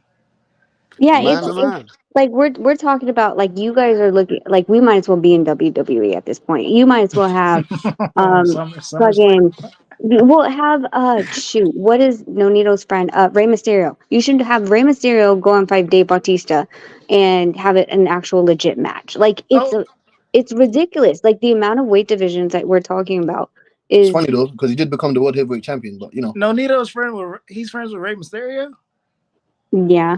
Wow. 619. Can Yeah. you imagine though, Rachel, your husband having fans, right, who are trying to be security guards and like people who are trying to protect his, arguing, saying that he shouldn't fight the best fight. Dude, as it is, like when Nonito said that he wanted to go into 115 just to grab the title because he's in some sanctioning, but in some like writers things he's a 5-time, in others he's 4 because he only had an interim at 115. Everyone's saying some type of way. They're like, oh my god, Nonito's being that's fucking 3 pounds. We're talking about 23 pounds. Oh, that's 23. another thing that I need to talk to you about. Oh So god, what else? You have a list? this fight with Andrade and Benavidez, did you know that in today's environment with Snack and many other different brands, they're putting on 25 pounds? They're rehydrating 25 pounds, Rachel. So I don't know if that's normal. So please explain to everyone else. Is that normal what Devin Haney does, Andrade does, Benavidez does? Is this normal, Rachel? 25 pounds. I would have Yes, to actually 25 do. pounds, 24 pounds. Even the WBC, Rachel, has told me this. I mean, I would have to do the calculation on the weight percentage. So So let me how much does backtrack. Nonito weigh in the next day? How much more does he put on? 118, he weighs in about 130, so 12. So how many more pounds does he put on? 12. Oh, 12. Right. So do you think 25 is normal? Or We're is that talking about, well, so now you have to do it like incrementally and you have to do the percentage. So what is 12 pounds to a 118 pounder versus what is 20 pounds to a 147 or 154? yeah. And let me backtrack that by saying when the IBF says you could only gain 10 pounds, 10 pounds to a 105 pounder, easy. 10 pounds to 115, 118, easy. Now you start getting to 130s and the 140s, 10 pounds is a sip of water for those dudes. So it has to be a percentage of the weight. And I would have to take out my calculator and do 118 times, or figure out that percentage of 118 to 130, what the percentage of his weight is, and if that coincides with what you were saying right now. So you think the bigger you are, the more weight you put on, it probably doesn't, is probably how the body can do that, right? Correct. And maybe because Haney's 135 pounder and he comes in at 158. No, yeah, 159, even at close to 160. So this Okay. guy trying to speak some Philippines, and I don't understand what he's doing. He's just sending money, Rachel, but he's That's amazing. I love you. Is it in yet? I know. I'm so sorry if that's what you have to talk about. I mean, your handle and so, but thank you so much for being here and supporting rap, who is this every single people, time. Rachel? Who is this? It's the new misses. The new. No way. And the Yeah. new. Oh, wow. Nah, really, Rachel. Do every time the only time I come to your channel, when I come to your channel, this always comes up. You've noticed that there's always this weird troll that has never been there ever before. And then all of a sudden they're trolling me on comments. And I'm like, I asked Nonito right before I came up, I was like, do they have like a notification when I go up on a channel? Yeah, Because that's low-key weird. it's super weird. And all he wants to do is drop money to say something. Let him. I would start doing something like where you have to drop 20 every single time you want to say something, but I'm good. It's okay. Let him talk. You're making money, Rev. I'm proud of you. Well, I don't know where these people are coming from, but this money really doesn't, do much. But at the end of the day, I guess they're coming from anywhere. Every little Like you said, bit helps, rap mate. yeah, that's for sure. For sure, but it is very little because I got a very high expectation. Yo, Rachel. Yeah. So rap thinks I'm crazy, right? Because earlier we were discussing Andre Benavidez, and I said, after looking at just me going off of Andre's first 2 rounds, and he's only had 1 fight at 68, so he hasn't really got the chance to settle down. He's had in 2 the fights. weight division. He's right? had two fights. He's had 2 fights. That's his second fight. Yeah, he's had 2 fights. 2 fights. Yeah, but prior to that, he's only had 1 fight. He really hasn't settled down into 168. Is what I'm saying. Correct. I'm saying fighting a guy like Benavidez, and with Benavidez being able to apply the pressure that he had, and then being the puncher that he is, Rap thinks I'm crazy for saying that. With Andre gaining that experience fighting basically the number two guy, or maybe even number 1 guy, that I'm crazy for thinking he could beat Canelo now. You're crazy, man. You're mad. Or the chances are higher for You're him mad, to beat man. Canelo. Yeah, you're mad in your head. You're mad. No, Rachel, he doesn't explain everything to you. There's a lot of conversations that go on with Andrade and Canelo and this and that. I just don't think Canelo deserves to be hold any hostage because of Andrade. Do you know what I Canelo mean? will fuck him up. Do you see the way he will fuck him up? Punch his Styles ribs. make fights, bro. Listen. Hey, brother. He's a counter puncher. Yes, I understand that he's crafty and all that shit, but he can't handle the power at 168. It's already been proven by someone I don't believe even hits as hard as Canelo Alvarez at 168. Canelo Alvarez went up to 175 and knocked out Kovalev. Why do you think Andrade has a chance? Hey, Butch, let's ask Rachel, because they fight on Showtime, you know. You know what Kovalev will do to Andrade? Do you know what he do to Andrade? I know you can have this smoke in a bit, but listen to this, right? Showtime, what's going on with them, Rachel, now? I mean, what's going on with PBC and all the fighters? I mean, honestly, I don't know. I haven't. But if you stay fighting, where would you be fighting? We are assigned to Richard Schaefer. Yeah, Remember? so where's Richard's fighters fighting? Wherever he puts us in contracted.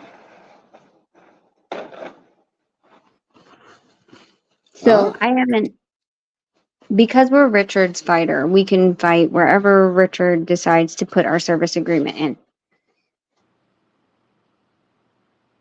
Do you remember how we had this conversation where? Yeah, I know that. That. So but we're I not thought you might signed to know the PBC. inside of what's going on with the PBC camp and the fighters. No, I haven't even. I haven't even bothered, honestly. Like, I don't know.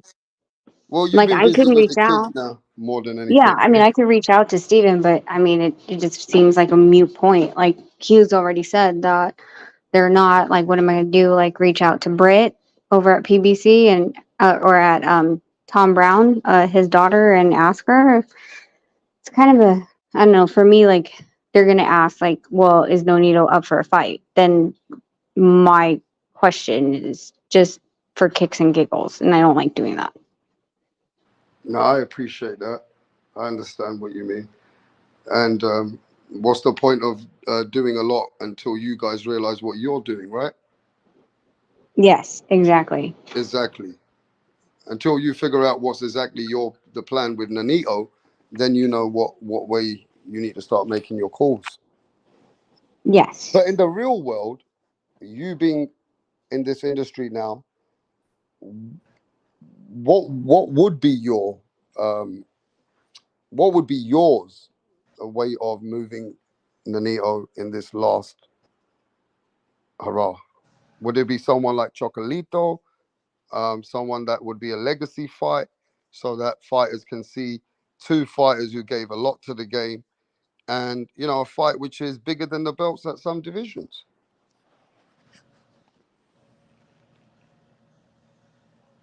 Are you there? I was on mute, damn it. That would exactly be what I would if he was to get in the ring, it would be a legacy fight that doesn't have rankings, doesn't have a belt. And it's for the fans. And it's a meaningful fight, and that's it. That would be my game plan. If you put him like, and I've worked through this math in my head a bunch of times. Do I think he beats Takuma Inoue? Yes. Do I think he beats Jason Maloney? Yes. But what happens after that? The thing is, the road will start. It'll get longer again. How long do we want to be on this road? I'm completely satisfied with not being on this road anymore. I get it. So what you're saying, though, you are virtually at the point where you're only rolling this train because Nanito is what he wants to do. You yourself are at the point that, okay, we've done what we've had to do, and at this point, if it ain't getting some fight that you want, then let's just call it to let's go to enjoy our life. Don't need to fight anymore. Exactly. Yeah. I mean, and the thing is I think any of those roads, once you win another world championship, like it's going to add another 4 years onto your boxing life. So I feel like, I think we've given enough. I think the boys are still young and they should have their dad around, and we're comfortable. He doesn't need to do anything for the rest of his career. So and he still has his capacities for what? Like, what else can you do to be a first ballot Hall of Famer anymore? What else? Yeah, but he was already good like that for a while ago. I agree. And it was only because he's the one that wanted to continue. So I think at this road, it's easier to say, like, we don't really need to keep going down this. Okay, yeah. So, it's just a matter of what Nanito really wants to do. But how long is that outline going to be roughly until he decides? Is there some kind of a timeline he has to notify, or no, because he's not in the rankings, or what's going on? He's still in the rankings. Right. As long as everyone keeps playing, like, he'll either move down the rankings, or if I step in and be like, well, no, but is there a timeline until you're not in the rankings? That's what I said. No, not really. Not really. Because, I mean, like I said, I can argue everyone in the top 10 in all the sanctioning bodies and who's there just because they're there. But no one has, pressed their positioning. But I don't feel like at this time I need to go to the sanctioning bodies and press those positions. Got you. But Rap, give me like 5 minutes. I'm going to make sure the kids are asleep. I'll come back. Where's Nanito? I'm going to come back with him. Okay. He probably fell asleep with the kids, but yeah, 5 minutes. I'll be back. All right. Okay. Okay. So yeah, ladies and gentlemen. So hopefully we're going to be getting Nanito over here for a little bit. So yeah, man.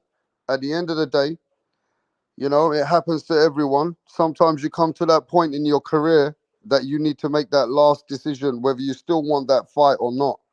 I think the man's 40 years old now, given a lot to the sport. So what do you feel we should do, Butch? Mm-hmm. Hey, Butch? You're butching up. I'm there. What do you think Nanito should do, bro? Hey, with the fighter's mentality, I can't. Shit, man. I think he should do whatever he feels that he should do. If he wants to go and take on the top guys in the sport, then go ahead and take on the top guys in the sport. If he doesn't want to feel that he needs to take them on, then and he wants to hang up the gloves, then I respect that. He's been a great advocate for the sport, and he will just ride off into the sunset with his family. You know what I'm saying? And his millies. Okay, what are you saying, Tip? Oh, what was the question? I'm just reading the I chat. say, what do you think? Nanito's done a lot already in the sport of boxing. Do you want to still see him in a couple more fights? I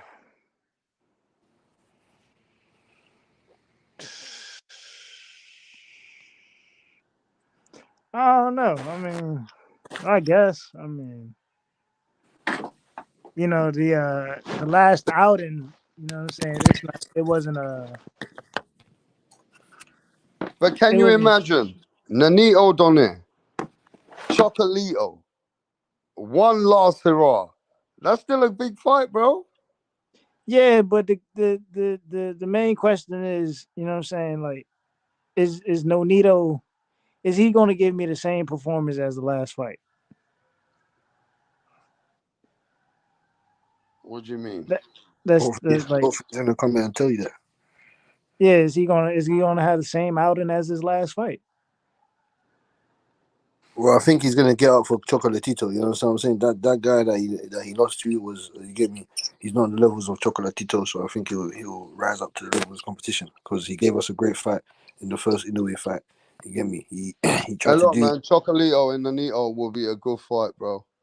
If Nanito comes in shape, though, you know, already you know that we got hints, exclusive only here, Butch. There are certain questions to press that we know that man was kind of injured into this fight with Santiago. Maybe that fucks with your head if you know you're not your best, that you still can come for one more fight. You know? Yeah. One last hurrah, one last bite at the apple. You know what I'm saying? Yeah, man. I mean, at this point, brother. Oh wow. He said Richardson Hitchens is at the same level as Devin Haney and Shakur. Yo, I'm gonna just tell you this: you've never seen Richardson Hitchens get punched. He hasn't even been punched yet. You See, think that's what sometimes you think Andrade could beat Canelo Alvarez, man? So that's what Bro, sometimes listen. I could, you know what I'm saying, give Tip some credit because you know what I'm saying, he knows how to deal with the fire, you feel me? But I agree, Tip. Look, Canelo Alvarez, he ran behind David Benavidez and said, please, can you fight Demetrius Andre? I ran from him at 154. I'm running from him from 160. He's coming after me. Can you please do something? Can you please stop him? And I'll give you Yeah, an but Punch, opportunity come in on, Cinco man. de Mayo. With that, yeah, How but do you Punch, run come from on, someone? man. Who did Andrade, Who when did the time Andrade came fight, and the man? lights came out, bro, he Who did never fought in Andrade? a way Who that did he he could have fight? showed that he was Who gonna did he beat fight for Canelo. Canelo But Alvarez we're to say I'm talking about docking him? David Canelo, Who Benavidez. did he Canelo, fight? But then, Canelo. can I finish? I That's just got here. no, Can I I got Who you did he though. fight? finish? But come on, Who did he fight? we love the Who did he? smoke. You know Who's what his I best mean? win? Who's his We best love win? the Jack smoke. Cookley. But Punch, look, Jack Cookley. after the Cookley. performance, it doesn't look like Canelo would have had any problems with the man, bro. Why? Who Because do you it's win that David Victor Literally. belt? Benavidez? Yeah, Who so do you Tip Bayless, Wait, yo, Punch, watch this. Tip who do you win Bayless that is belt? capping. Tip let me Bayless has been sitting over here doing a lot of talk. let me ask you a question. Tip Bayless been sitting over here doing a lot of cap. I That's know that what we're he been boxing doing. fans, and I know that we understand the styles make fights. Yes or no? Bruv, whatever strategic way you want to break it down, I've got to send I'm the just link. asking Look, a simple I've got to boxing speak to Nanito question. Donaire. He said he's coming in a minute. So I'm going to catch you guys in a minute because I got to charge my device. Give me a sec.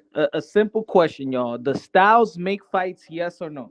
Yes, they do. Yes. Okay, then. So stop. So we need to stop acting because David Benavidez beat Demetrius Andre. That means that Does the Canelo level Alvarez of beat the Demetrius Andre. level of opponents Don't that you don't don't face don't make does that Hey, that Butch, make correlate. fights? Canelo will Does the What level I'm fold up saying is Demetrius don't. hold on, What I'm Andrade. saying hold on, is. punch. What I'm saying Fold is Hold on, him. even punch. Hold on, He punch. will Let me ask you a fold question. him. Let me ask you a look. question, Oh punch. my Does the God. level Go of the ahead. Go ahead. competition make fights? Does the level of competition make fights? Yes, Butch, but that's my point. Butch, that is my Even if point. what I'm saying is, even if you think that Canelo Alvarez beat Demetrius Andre 100%, 10 out of 10, don't make it seem because he got beaten up by David Benavidez. That's the reason why Canelo Alvarez beats him. That's what I'm saying. But Don't hold use on, that hold on, tribal hold on. theory because David Benavidez Butch, is a way. David Benavidez is a way Doodoo different got fighter, exposed. way different He got structure, exposed. way different approach, way different than Hold Canelo on, Mr. Tip Alvarez. Bailey. Hold on, Mr. Now Tip. he You wanted to say had to something. say But this. Doodoo hold on right there, got rap. But you're exposed. making my point about the Give it level of up. Give it competition. up. The level of Give it up, competition. Punch. He's never gonna get the payday. Yo, He's never gonna get the fight. I nobody know he cares about got it. Can we fucked just Oh stop yeah, up. boxing I hey, right know, let now? me but it ask wasn't that to Tip. Canelo. Let me ask It Tip that. wasn't Let me ask Canelo that Punch. did it. Hey, It Punch, wasn't the can I, Hold yo, on, I'm power. rap. gonna I just go. want to get Yo, this off Punch, right I'll quick. be I back just in want a to It get minute. No this wasn't off the matter right how quick. much you power. cry, He was a no matter coward. how He much you bitch ran and for complain, 9 Let me years. get this off. For Let 9 me get years he this off. ran. Let For me get 9 this off. years he ran. no He matter ran how like a much you bitch. cry, He he's ran never like a gonna get the bitch. fight. He Keep ran. Thank crying. David you, Keep Benavidez man. crying, begged bitch. him to fight Keep Demetrius crying. Andre. Keep crying, pussy. He Keep begged crying. him. Okay, come Keep on, no He crying. swearing. begged Let's him. keep it boxing. Keep Come on. crying. He begged him. He's Listen. never Before gonna get the Jamel fight. Charlo, he dug David Listen. Benavidez. Don't He's get never He gonna get dug the David fight. It's Benavidez really before good now, Jamel yeah. Charlo. Get David that through your thick Andre head. stand up with Get that cojones through your thick because your head. motherfucker was running like Keep a it bitch. Get, boxing, you guys. I'll be back. Canelo Alvarez get ran that like a get bitch that through your for thick 9 head. years. Get that through your thick head, bro. He's never gonna get the fucking fight. Don't Stop worry. crying. David Benavidez already Get put his over hands in his it. work. Get over it. Hey, back to boxing I'm scientist. over it. All right, I'm that's a over different it. I'm No, you're over conversation, it. not. bro. You're But obviously not. You're I'm still over it. crying. All right, You're listen. still Y'all should get crying. over it. Y'all should You're get still over it. crying. Time out, Boxing time out. The scientist. Boxing reason Okay, scientist. why time the out. reason why we Punch. saw Benavidez Everyone, and time Andre out. this Time past out. weekend is Time because out. Canelo Alvarez Time ran. out. Time out, please. Please. Let's make this a good conversation, bro. Let's make this a very articulate kind of debate thing going on, because when everybody starts coming at each other and then it starts getting a bit wild, is nobody really listening. So let's make this really smart. Let's keep it with the main topic here. Did that performance show that Canelo would have had problems with Demetrius Andrade? Yes or no? No. Hell no. Okay, I Yes. want to start with somebody who says no and somebody who says yes. Let's go I one said by one. So I who said says no. no? Who said I no? said I said no. I Okay. said no, and I'll tell you why. Because that performance exposed Doodoo as the hype job that he's always been. You know, he got destroyed in 6 rounds. Caleb Plant had a better performance. Who hyped him up? No, don't People don't like don't you. talk over his conversation. Let him go. So he does not and he quit. He's a quitter. A quitter does not deserve a payday. You don't reward quitters. At least he Are you don't kidding run me? like a bitch. Are you kidding me? At least he don't Yo, run. Get out of can you here. stay Get out on of here with topic? that. At Yo, least he don't run yo, like TBS, Canelo. can you stay on topic? You're going off topic. You're talking about You don't paydays. You're reward not talking you about don't paydays. reward quitters. The first step up fight he had, he quit. Man, your man was Let's fighting stay a He on got topic, bro. 154 Why you pounder. can't? Shut Why up. can't we just stay on Shut up. Canelo Why fought a can't we do 154 some pounder. serious things here, bro? In Can, this can performance, do we think that Canelo Alvarez would have been? It would have been difficult for Canelo to face Andrade. To me, I said Canelo will beat Andrade. That's it. Now Yeah. others have got other opinions. For my opinion is I gave my opinion. Now Tip, why not Tip? Let me hear uh, Tip. Why not Tip? it's like I said. It's like I said. And shouts out to Butch, but it goes into this. Butch was saying it's all about the level of experience between the fighters, right? The experience level gets no higher than David Benavidez and Canelo Alvarez. Demetrius Andre just went in there and fought the highest level of competition you can face at 168. Those are the top two guys. And if I see Boo Boo was able to push David back like the way he did in the first 2 rounds, and this is only his second fight at 168, he's not even he hasn't even been he hasn't even accumulated himself into the weight division yet. He's only had one fight. Only one fight. Dude, he looked huge. All right. It's almost like saying, hey guys, if you feel like Conor McGregor did better than John Gotti. Not John Gotti, Arturo Gotti. So he beats Arturo Gotti. Conor McGregor and Arturo Gotti, they you know what I'm saying? Would it be good competition? I mean, Francis Ngannou, we could say beat Tyson Fury. So Francis Ngannou beat Klitschko too. It's But apples, look, apples, but you're everybody got comparing their apples own and oranges, opinions. man. Yeah, Weak You're everybody ass got comparing, their own scientist. you're opinions. comparing But apples and oranges, man. You're yeah, comparing look, it just looks like to me, yeah, that Andrade would have had difficulties with Canelo. Canelo Alvarez would have destroyed him to the body. He would have been too strong. He would have overpowered him. He would have been destroying him in the clinch. But obviously, it is if he say, she say. Different We need to fight. see it. We need to see it. Obviously, I'm not an ignorant fan. We Look, need to see it. That's how I That's said. being I don't. ignorant. Triangle theory I'll is tell you being this. I know. ignorant. I'm not Let him ignorant. I talk. didn't Let him say he talk. loses to Canelo Alvarez because he Fuck lost that to shit. You're not his Benavidez. fucking teacher. He's a What are grown you ass talking about? man. I didn't say he loses to Canelo Alvarez because he lost to David Benavidez. But okay, I mean, there might be some factual to the point when Andrade was unbeaten, never fought Benavidez. The time when people were saying he was a difficult fighter. Do you feel that Canelo thought, okay, I'm gonna go do bigger things, but this fight is a bit difficult? Do you think Canelo would have thought like that? Answer the question, bro. Do you think Canelo would have thought Andrade is a bit difficult? Fuck it, I'm gone.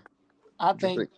I think years ago that fight would have been more difficult than what it would have been if Canelo would have been in the ring with with Andre that night.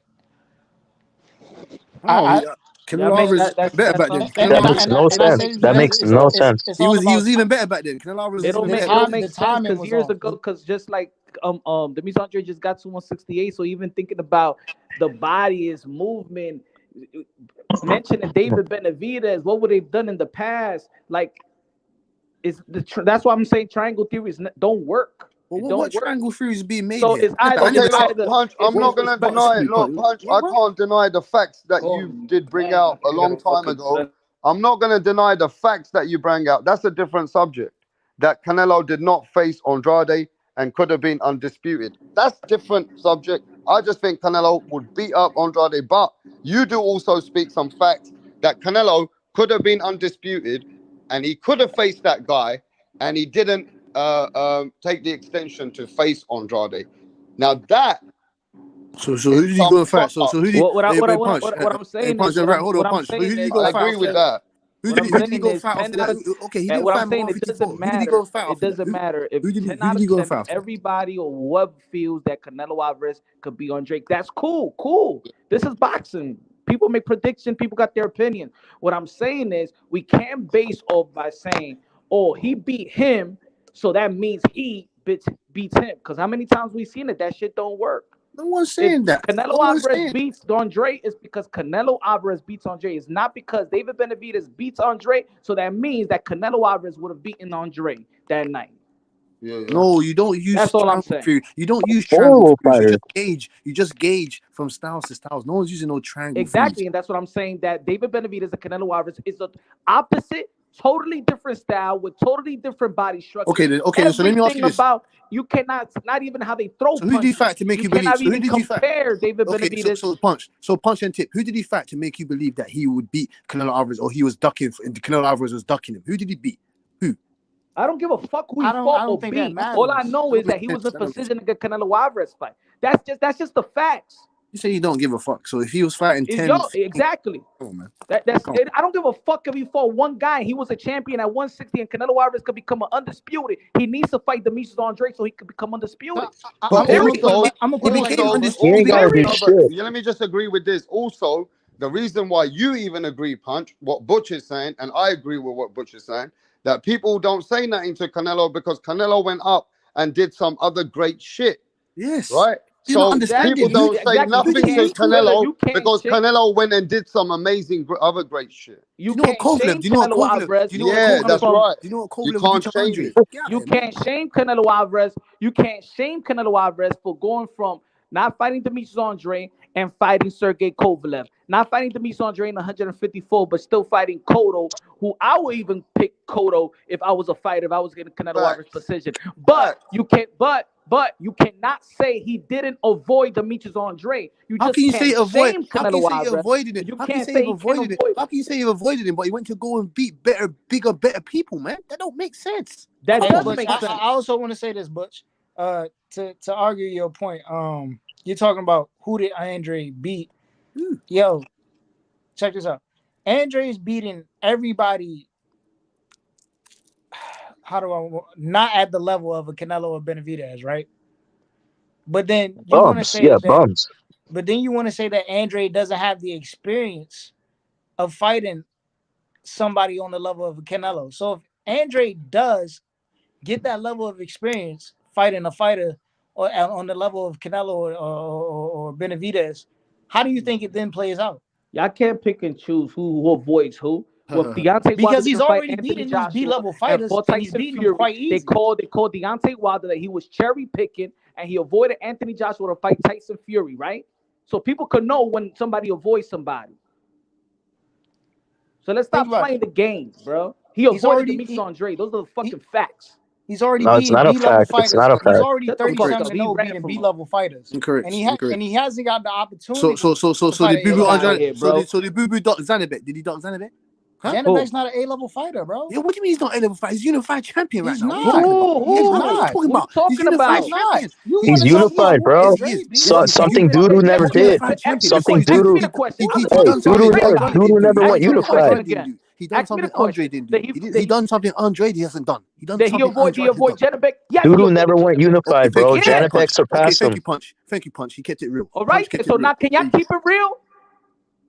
No, Janabek because surpassed him already. Zanabek went on to go and unify. What He did Demetrius avoided. Andrade? Demetrius Demetrius Andrade wanted to went on fight. to He go and wanted a fight bigger Demar fight. Nichols. He Demetrius wanted a Andrade went bigger on to go fight. fight He Demar didn't want to Nichols. fight Janabek to He put went to himself go in fight Demar position Nichols. for the He went to go fight WBO Demar to fight Nichols. Zach You Parker to think put himself Janabek? in You position think for a Janabek got mandatory a better Canelo chance than Alvarez. David They was not Benavidez? gonna pay him. Than Demetrius Andrade against David Benavidez. You think Yeah, Janabek got a? Styles make fights. At least I got the balls. Oh, now Y'all don't Styles got no make fucking fights. balls to say the truth about Canelo Alvarez. Y'all act like Canelo Alvarez is gonna be the boogeyman and come undercovers and stuff like that and Hey fucking Punch, spank y'all. hey Punch. He ducked Zanabek and went to go fight Demar Nichols. Canelo Alvarez, you said he ducked No. Andre, but he went to go fight. He avoided Janabek to go to 168 to fight for the man for to become the mandatory.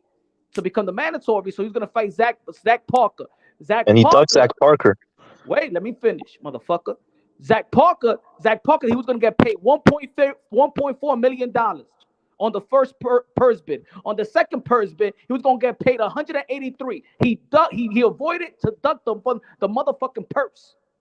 So yeah, he avoided Zach Parker. He avoided That makes Janabek, no sense. but He at avoided least money. say the He truth, ducked money. y'all. He was I getting can paid say less. y'all All right, can't can say we that can we have Canelo this Alvarez debate in a avoided minute to be because So we what got the happened the champ? now why first y'all time? can't say that? So what happened the first Time Why time? out, y'all time out. can't say We that? got the champ. Hey, time out. Let's do this debate in a minute because I think we got Nanito Donaire here and Rachel Donaire, so I think they're coming. Is there Nanito there?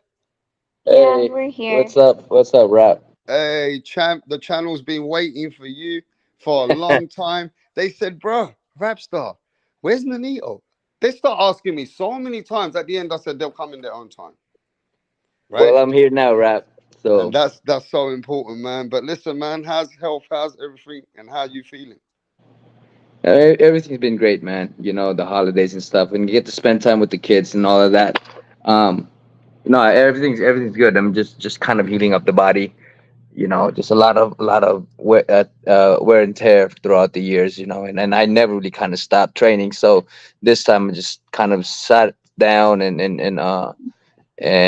just hang out with the kids and the family and enjoy the holidays rather than just continue to train as I always have.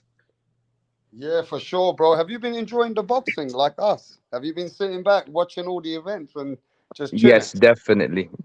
I mean, as much as it goes, I mean, boxing has always been something that I'm a boxing fan. So, with all these great fights, it's been amazing this year. Man, how did you feel about the fight on the weekend with Boo Boo and Benavides? Well,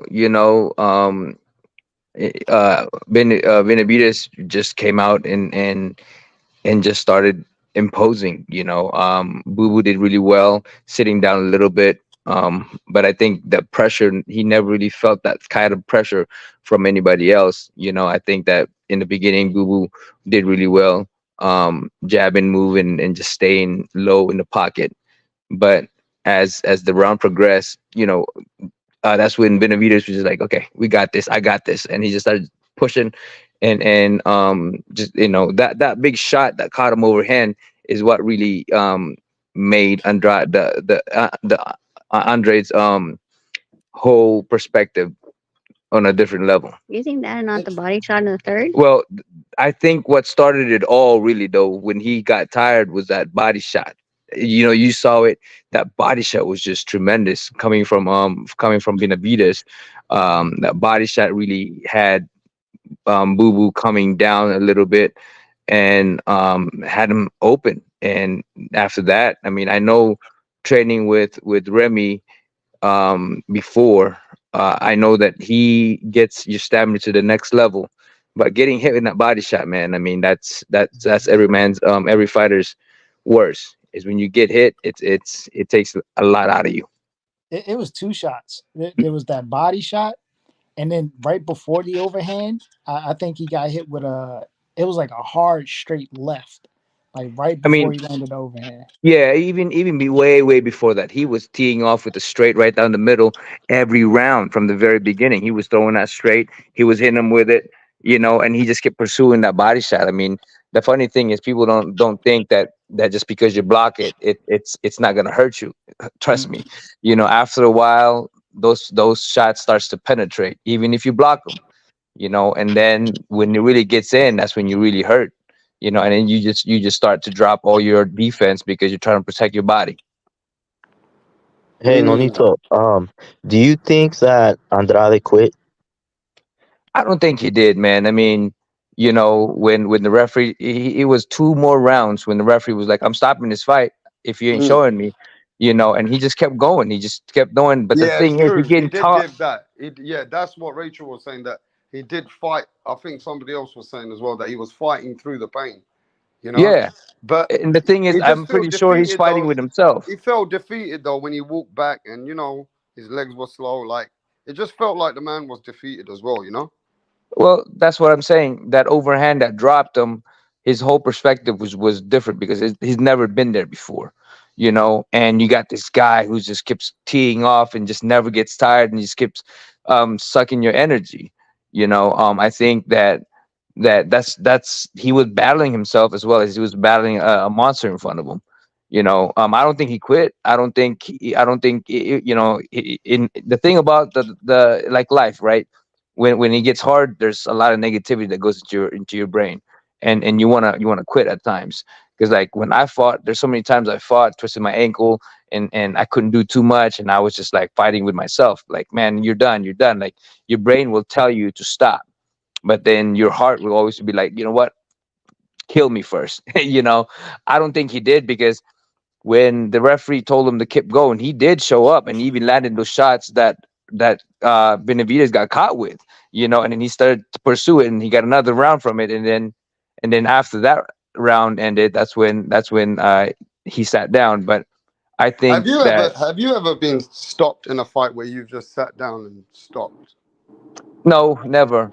See, this is what I'm saying. Some fighters can take pain tolerance, and some fighters they can take a lot more. Where the trainer and they know what the fight is about as well. You know what I mean?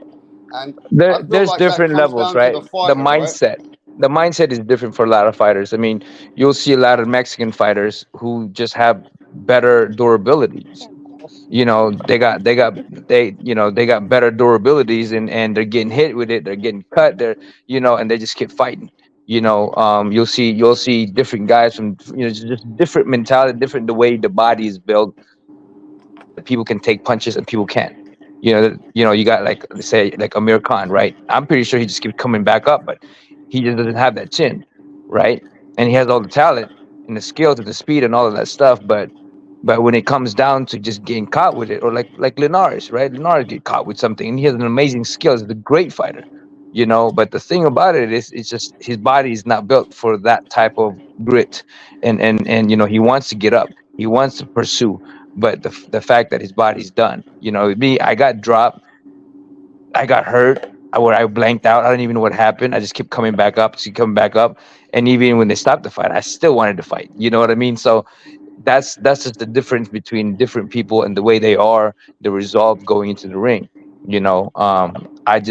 I mean, for me, the hardest fight that I've ever fought was when I fought with Cesar Juarez. When I twisted my ankle, I couldn't do nothing, and I got cuts all over the place. I got cuts on my eyes, on my brows, my face.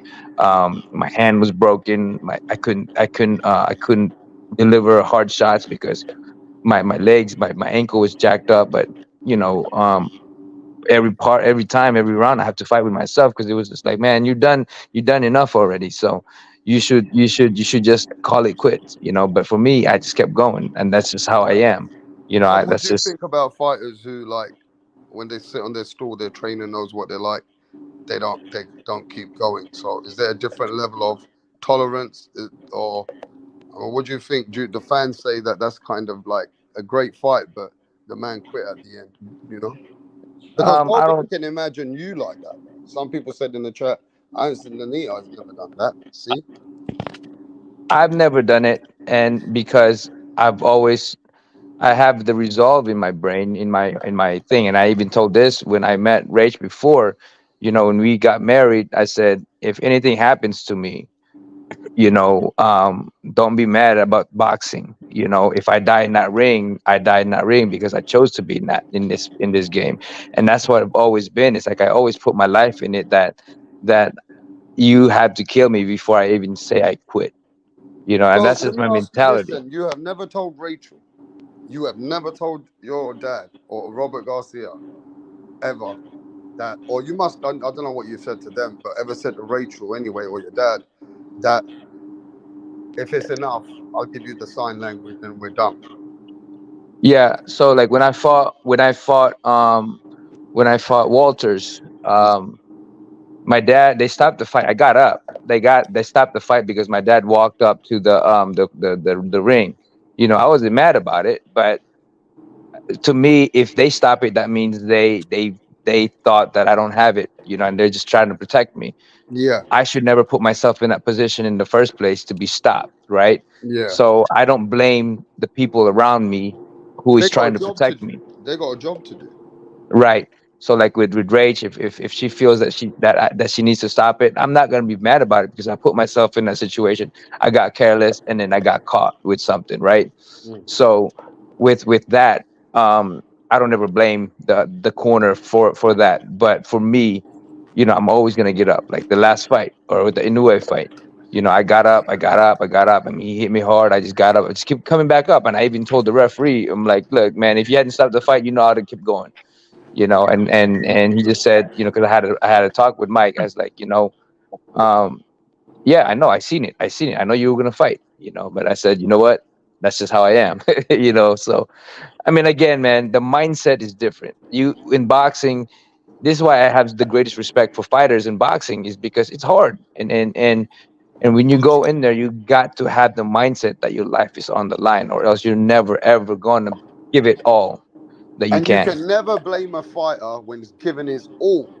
And even though he's in the corner and it's like, okay, I'm done.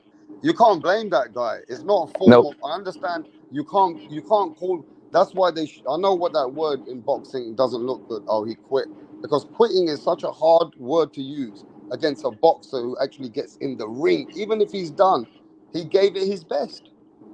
Yep. And that's the So, thing is, as spectators, it's easy. It's easy for us to say, man, that dude's a quitter. Man, I can't believe he quit. nah, Blah, he blah, quit. blah, this and this and that. Be in there and you'll see how difficult it is getting punched in the face. Even the jab will make you see stars, you know, Facts. all of that, So I all of want to that. tell everybody this. We've got the legend. We've got the Filipino flesh, the man himself. And I'm sure there's questions for the panel because we got my friends in the panel. We got no one else but Rachel herself as well. The big question is, I've got one more question. I'm going to send it around to the panel because they want to speak to you. The chat wants to speak to you. I appreciate you coming. And one question for me now is, and I'm going to get straight to it, is we were rooting for you in that fight with Santiago. You started off well. You even rocked Santiago, right? I Yes. see you hurt him. You were doing good for the first early part of the fight, but all of a sudden, I saw you fade away. It seemed like you was in some pain. I don't know why you was not that comfortable in the later rounds. Okay, I saw the Yes. timing wasn't the same. Something was up. Nanit O'Donnell, what was going on? And is there some kind of an injury or did something happen to you? Because you started strong, but then all of a sudden, it was just going the other way. I mean, I give the biggest congratulations to my opponent and all that, but you know, um, into that fight, I mean, I've fought with a lot of injuries, that's why we had to push that fight a little bit for that initial week, before I had a schedule, and we had to push it because the shoulder. This is why I'm resting now and I'm not doing anything because it's hard for me to do anything right now. I mean, there's no excuse. I took the fight and I took the fight, but was I 100%? I was not. There was a lot of injuries going into there. And I have all the proof with the MRI and all this medical scans that I have before the fight. But I went and did it. Because I spent 3 months training, and I felt that even with one hand I could knock this dude out. But unfortunately, this dude was tougher than I expected, and I give him the biggest congratulations for that, because I did take the fight regardless of the injuries. Okay, so look, as the fight got in the later rounds, was the shoulder what was bugging you more or bothering you the most?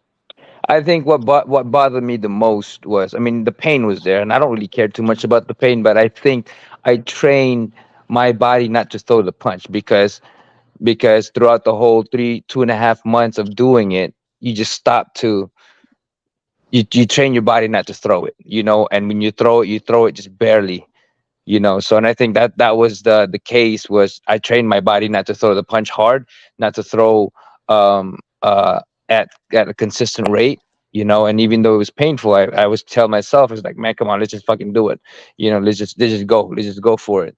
But unfortunately, when you train your body for weeks and weeks on, not to do too much about it, because you're trying to conserve any type of injuries, to heal any type of Yeah, less injuries. sparring as well leading up. Yeah, less sparring and less rounds, Mm. and mainly just not sticking to the punches that I could do. Is I it mean, I fair only to have. say then? Is it fair to say that even within that situation, you overlooked the guy because you still thought I got enough to beat him?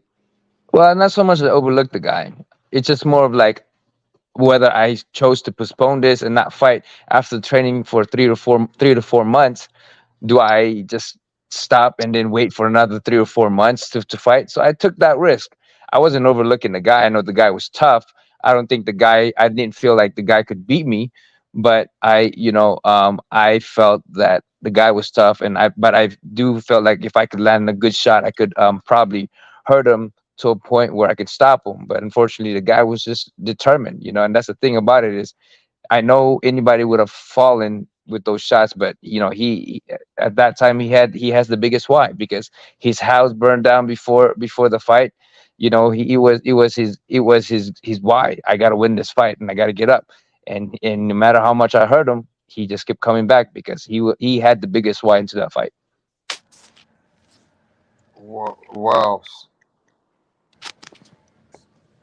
Can you hear me, guys? Yep. Yeah. Yeah. Yeah. Yeah. So my main concern for you was I saw you start off strong, and whatever you conserved, it felt like you had more than the opponent, Santiago.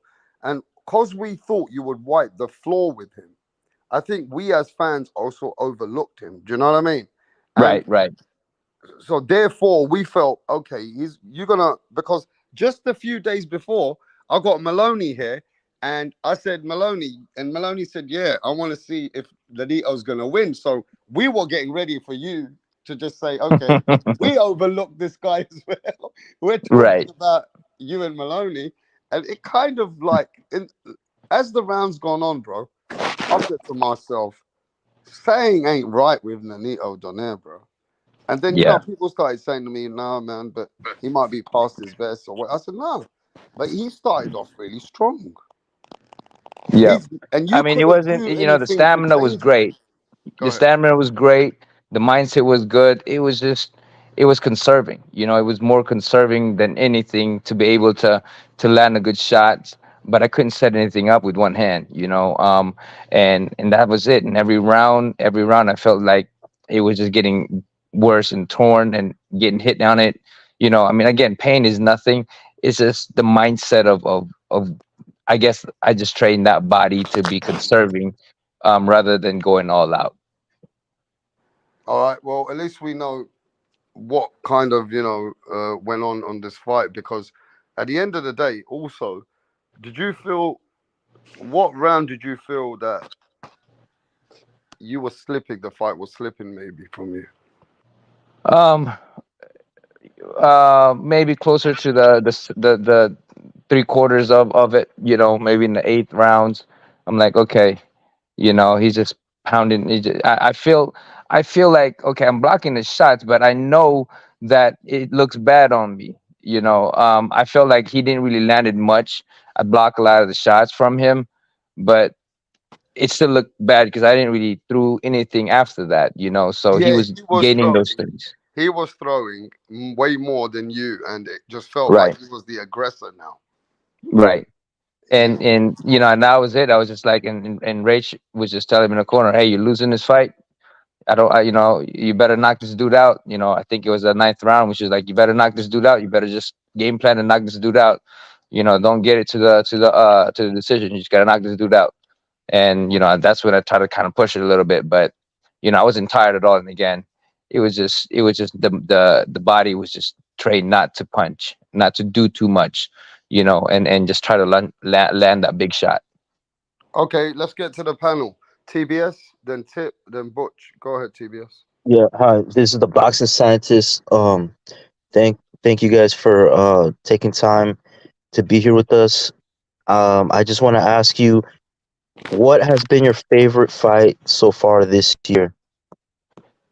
Man, Oh, so many. it was a lot of good fights this year, man. I'm probably, blanking out with a lot of fights. I mean, this was just been a lot of good fights. Which one's a good fight right now? I mean, there's so many things. All the things that you can really think of is the big fight, right? Like say like the Crawford and Spence fight. That was a great fight.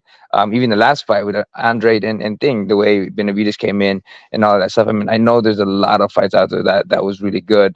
I just can't think of it because all the big fights are just coming into my head, and I don't want to feel like I mean, it's a Well, lot. what's the fight that made you want to go back and rewatch it? Um,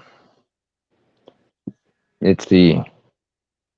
I can't think of it right now, man. I'm on the spot. You guys put me on the spot. So, um, because like I'm trying to think. I mean, there's a lot of good fights. Which one was that fight? Which one? There was a really good fight I thought in the beginning of the year. You I know can't what I've remember. noticed every time I talk to boxers, they can't give me a simple answer when it comes to fights or what fighters they like the best or who they think's pound for pound because they're boxers and they feel like everything was good, so they don't even want to give no names. It's No, like you don't want to exactly. I mean, discredit there's so many things going right.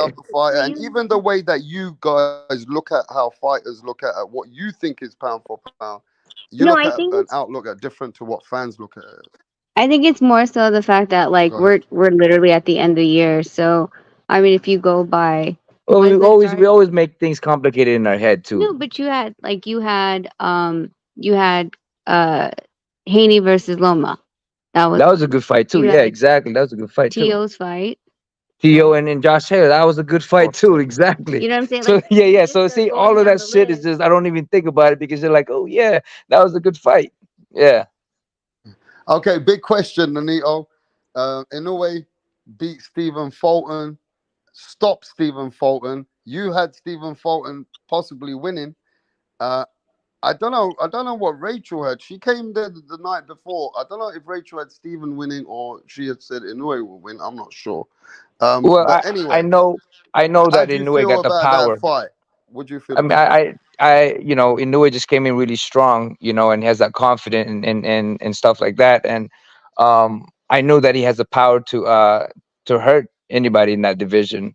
But I thought that Fulton was going to use his jab and just um, work around Inoue. But you know what, Inoue did an amazing job going into that and used his power and just made himself really incredible. So, what do you think of like overall? You think he deserves the accolades he's getting?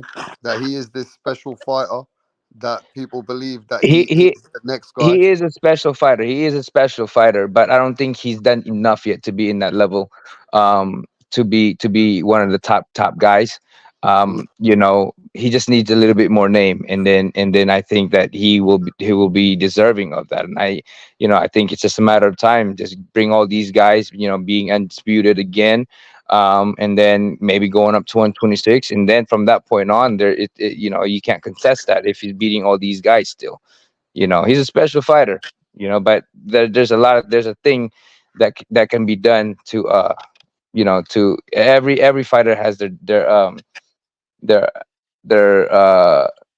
what's the word, the things that they have their weakness. Okay. Mm. My big question: And the big one, fans want to know, is Nonito Donaire still going to stay with the fans in the ring, or is he going to say goodbye and retire? Well, right now, man, I love boxing. I always love boxing, and I love being in the ring. Just being in the ring is so much fun, and this is why I always call out the best out there, because it's what I enjoy. The harder the fight, and I'm crazy like that. The more fun for me, it becomes more fun for me. The harder the fight, so I love it. When I can come back there, if I can fight for the rest of my life, I will. But right now the body is just like tapping a little bit, so I'm resting this body first and see where I can go from there. And if it's good and I feel great coming back, then there might be a possibility of that, because I do love being in the ring, and just gotta wait and see what my body tells me, and I gotta respect that, because I do have family. I have my kids and I have my wife, and when I go in that ring, I always put my life on the line. So how does that work for a fighter like you that's achieved so much in life, who's probably done more than some fighters could ever do twice round, and also sit back and relax the body? Does that take some kind of procedure that you relax the body, then you see, then you get the mind ready, right? And then when your mind is ready, you go back in the gym. What do you do? I mean, you probably train a little bit, but what do? You go in there and then you start sparring and saying, okay, I want to now see where I am. Where Well, would you know? Where would you know to tell Rachel and the world that you're either coming back or not? Well, that's the thing, is the hardest part right now is being patient and not doing anything. That's just the hardest thing for me, is because I just want to grind. I just want to keep pushing. I want my lungs to go up to 200 beats per minute. So that's just how I feel. When I'm training, I have to give it all I got. The hardest part for me is just sitting down a little bit and just sweating. Sometimes I'm just sitting in the sauna to sweat without doing anything, and then it's tough. But when that time comes, getting in the ring is definitely one key factor in sparring, to just get things. But I know when I can do a proper push up and hold the weight without pain, I know I'm ready to go. But the more you're, because right now I still can't really do too much push up because my shoulders just jacked up, or do some weights. When all of that disappears, then the conversation will open up again. So wait there. I'm feeling like this song. Dun, dun, dun, dun, dun, dun, dun, dun, dun, dun, dun. I'm just feeling. I'm feeling Man, something now in my now hey, life. rap. Now I can't sleep no more, man. With that pumps me up like crazy, Yeah, man. So I'm because about to shadow box right now. no, because there's this rocky moment in every man. You're right at that stage where you've done everything, but there's that last rocky moment. Rocky wants to go out with a win. Rocky says, "Nah, I can do it." And I just feel like you're waiting to see if I have to even give one last hurrah to the Yeah, fans, yeah, because this is not a fight. This might be a fight for you, but this really ain't a fight for you, because what can you achieve? You've achieved right. everything, right? So what Yeah, are you doing it for? Okay, I can't go out like this. I want one more. And that's a rocky moment, isn't it? but That's but but the when you problem but the know. problem rap is one more always becomes 10. I told you. And I you can know, only imagine that's what's going through a man's head. That dun, dun, dun, I dun, love dun, fighting, dun, man. dun, dun. That pumped And me up like Rachel, don't crazy. let him watch Rocky 1, Rocky 2, Rocky Oh 3. no, Make man. sure. There's something about just being in the ring, and I missed it when I stopped fighting. Like there's something about where everything outside the ring is gone. So when Charlo fought Jose Benavidez, like, and everyone's like, oh, he did this, he did that, he having problems in his relationship, and someone on the commentary board said this is his piece. Like there's something about being in the ring, one person against the other person, and everything Well, you, goes. you have all the control when it comes down to it. Your whole world can fall apart. Like Johnny Tapia. With all of that stuff. But when he was in the ring, he was at peace. He was enjoying the moment, you know. And you'll see a lot of like all these guys who's troubled by their life, you know, from drugs to marriage to just Yeah. everything, you know. And but when the moment that they get inside that ring, it's peaceful, it's fun, it's enjoyable. And it It's, is you know. enjoyable and it's fun when you're in shape and things go your way and you're not at that stage in your career, because you started taking punches in this last fight that was not healthy for you. And also, it just didn't look good with the way that, you know, that this guy was able to land on you, and you know some of your timing was off towards the end of the fight. Then that comes to the question, right? Is Rocky missing something, or is Rocky being injured, or is this the point where the man knows himself? Is the injuries fucking me up, or can I really change it with my body's good one more time? That is a battle between your mental state, your body, and yourself. And that's the worst part, you know. That's the worst enemy, is when you start fighting yourself, when you start having a conversation with yourself inside the ring and not paying attention anymore. Because I'm like, man, this is hurting, why, you know. You just go you just have this conversation, and it's the worst thing that you can have, is when you start doubting, when you start having this conversation, you know, and not being focused what's in front of you, you know. You're not performing anymore because right now your body doesn't feel up to par, and all of that. So let's be honest, Nanito. What you're saying to me is, if your mind and your body tells you and you have doubts, then that's it. Well, it's not so much as doubt in fighting, it's just that the doubt in my body performing. That's just pretty much what it is, But you that you know. have to feel that now, right? You have to feel that, and you have to be honest with yourself when it comes down to that, because I've always worked my ass off, you know. There was never a trainer that I've trained with that have said I was lazy, you know. All of them have always said, I've never seen anyone work as hard as you do, you know. So that's, I've always been that way, and I think that's what sets me aside from a lot of people, was I've always been able to go beyond the pain, go beyond the mind of quitting and all this other stuff, you know. I've always pushed harder, you know. And sometimes your body got to pay for it in the long run. No, I appreciate that. But I mean, that's a, you know, I appreciate, you know, you being honest with us. Yeah, it's a decision. It's a decision you have not made. It's a Hey, Rap. decision you're still going through. But let's let the panel talk. Go ahead. Yeah. So Nonito, I saw I saw you on the Un Round Mas podcast. uh What? How did you meet Barrera? Oh, me and Marco, we're good friends, man. He's funny as hell. I've met him a lot of times for a long time. It's just back then he didn't really speak English, you know, and I would just kind of we would just crack up because we couldn't communicate. But he's a really cool guy, you know, really amazing and funny dude, and great fighter as well. But um, I you know, we went to Japan at one time, and even though we didn't he didn't speak English, but we were just kind of very respectful to each other, and we would just crack up and you know, and just still have a good time, even though, you know, even though we didn't understand each other. And the more that we you know, we see each other a lot in a lot of the fights, and now that he's speaking English, now he can kind of express himself, and you know, I appreciate that. And you know, he's a good dude. Yeah, and you're learning Spanish too, because I saw you, saying some things in Spanish. It's not too bad actually, bro.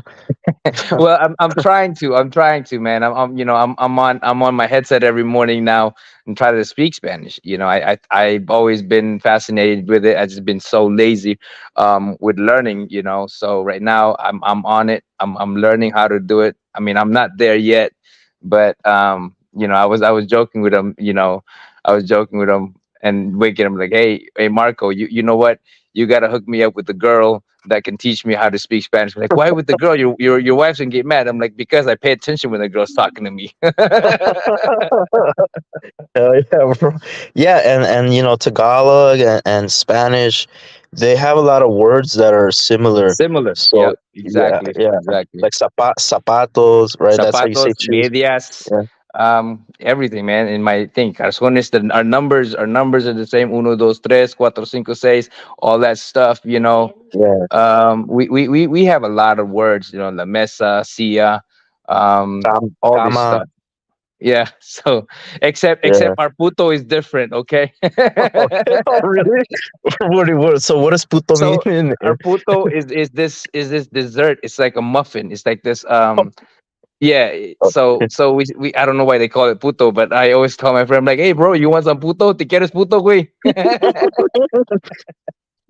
So and I always joke with them because like a lot of the guys out here in Vegas, I've trained a lot of the Mexican MMA fighters, so like Yair, and Brandon Moreno and all these guys, they come in and I train them a little bit on stand up and boxing and stuff like that. So that's why I always mess with them.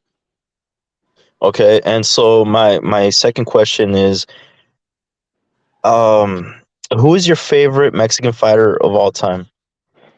Well, I have to say, when I was growing up, I was such a big fan with Julio Cesar Chavez.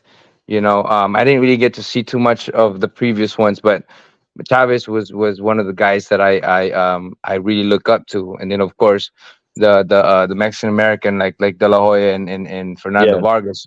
Those guys, I've watched them growing up. They were the ones that really inspired me to start to like learn how to fight good. But Chavez was someone that I was just kind of like, um I was like at awe at his ability, because I felt like he wasn't faster than anybody else, but he was able to get through all those shots from any fighters that were either faster or stronger. He was able to get them.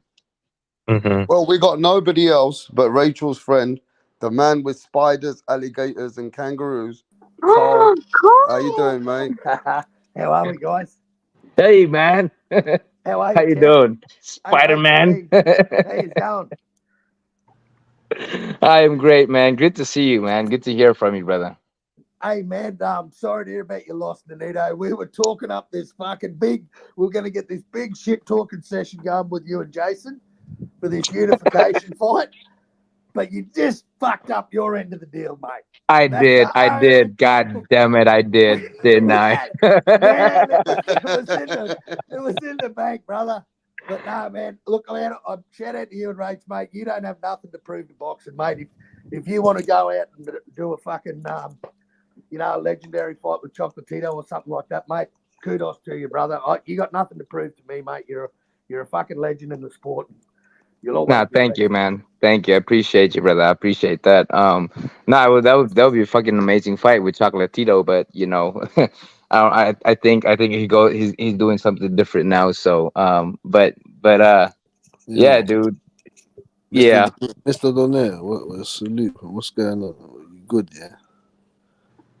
This is I'm Butch, great. Mr. Donnet. This is Butch from England. Go ahead, Butch. Hey, Butch, how you doing? I'm not too bad, Yeah, we've encountered a couple of times, obviously. You get me. I hope you've been all right. You and your family is We've doing been well. well, thank you. Yes, man. I'll salute Carl as well, man. I hope you and your family's been all Hey, right as Cass, well. how are you, bro? I'm not as good as you, man. Carl's playing with those goddamn spiders. That's what Carl is doing. Yeah, he's tickling them. He's tickling the Yeah, spiders. I know. I've got a care package coming for you and Rach. I'm going to send you some of the stuff. I got a little care package coming with just some of Australia's fighters. Hey, when it gets here, I'm not even gonna open it. I'm just gonna fucking burn it, just to let you know. Burn it. If you get anything from Australia, fucking burn it. Yes, for anything from fucking Australia, I'm gonna fucking burn the fuck out of it. I'm just be like, yeah, you know what? I am not opening anything, man. You guys got all the nastiest fucking creatures in the world, man. I'm telling you. I'm surprised. I'm pretty sure a dragon is somewhere is in the cave somewhere, and just like, will be coming out in like 2025. So how's the holidays going, mate? How's the time off? How you healing? And besides, I can't fucking understand what Carl is saying in the first place. Carl's a fucking Carl goes on in and out sometimes in his microphone as well. It's like he's not in It's Australia. the way he talks. It's like what's it the boxer that we were talking to at WBC. Oh, Jeff Fennick. When he talks, I that was like, dude, "What are you that saying?" dude is funny as shit, man. He's funny. Yeah, Cracks me the Legendary fuck up. Jeff Fennick. he's a Yeah. legend. Oh, Legend. legend. He's funny as shit too. But he would like talk really loud and then go blah blah blah, and then we're like, "What did he just There say?" was a picture. There was a picture. Yeah, I know. I was like, "What the fuck did you just say, Jeff?" You know, there was a picture of him trying to choke me, and I went and grabbed him, and we were grappling and shit like that. We're like little fucking kids, man. Yeah, and between our wives, like his wife, my wife was just like, "God, grow the fuck up, guys." Yeah. She was funny. He's a funny dude. I like Jeff a lot. Yeah, hey, Yeah. what I was saying to Nito was, how's the recovery going, bro? That's taking a long time for me right now. I'm still hurting a lot with it. I mean, it's gotten a lot better. I've done a lot of exosome shots on it just to get a different outlook, not just my whole body, but the stem cell shit that they're talking about, and spend a lot of money on it just to get it going. But it's not fully recovered, but it's a lot better than it was a month ago. I still can't do push-ups without feeling any pain and stuff like that, but I'm crazy like that. Sometimes, even though I can't use it, I just do it. But what For kind me, of, if the injury is that bad, what is it, to be operated on, or is it just something that needs to heal? it should be operated on. But you're not operating on it. No, it gets. I'm doing a different approach with the exosome and the stem cells, which is helping, but it's just taking a little bit longer. There's just a lot of tear from the labrum to the rotator cuffs, and then the little muscles everywhere, like torn, like in many places, and some of them Yeah, right. got really bigger and bigger and bigger. So that's pretty much it. Just time. Right now I'm past the point of getting it the surgery, because it's healing on its own now. But about a month ago, or a month and a half ago, they had suggested that I should do that, but I just didn't want to go underneath anymore on the operating table. Yeah, because Yeah, right. Rap, he did have his shoulder. Was it on your left? Yeah, Yeah, on his left after the Riggindale fight. He operated on his left shoulder because there was a tear in his I don't know, the labrum rotator or cuff, something. labrum, and two places, supraspinatus, and some other rotator cuff that holds Yeah, the and but also yeah. the pain can get a bit too much. Like you see people like Lomachenko, they had to operate no matter what. Sometimes the fighter's injury, it either needs operating or it just can't get to the point where it was, Rachel. Right? Yeah, I mean, my left shoulder, in 2012, I had it operated and stuff like that, or 2013, and it's a lot better now. But this time, I just went into a different route, and focus more on the body's healing, in where it can go from there. And it's taking a little bit longer, but this is where I want to see how my body recovers, and you know I guess I'm just kind of trying to find my answer, because I want to do this, and I'm telling my body, you gotta work with me, or if you don't work with me, we're gonna have to walk out. And I So appreciate, that you being a boxer, what it takes to be at that elite level. There's a science that goes within your mind, your plan, and every other thing that goes within this camp every time you go into a camp to get into this Terminator mode that you're ready all round. Now, you've done this so many times. But you also know where you are in your career today. So I'm sure you will humbly tell us exactly that in every fight that you always felt prepared, you've always told the people, I'm ready, because that's how you are. But when was your career in your life that you can tell us that you knew this was Nonito Donaire in his prime, where you knew at that time you always felt the best? When was that in your years that I you would could tell say me? I would say 2011, and previous to that, I think 2012. If you look at the televised on HBO, at that time when I fought Nishioka, I have stated that was going to be my last fight. And after that, they just kept putting money in front of me, and I kept fighting until I fought and lost to Rigondeaux. But 2011 and before that, I was just on point. I felt like I was I know how to predict how the fight would end because I would watch fights, I would study, and I think from that point on, I stopped studying fights. You know, I would study fights. I would understand my opponent every movement, even his breathing, if I need to.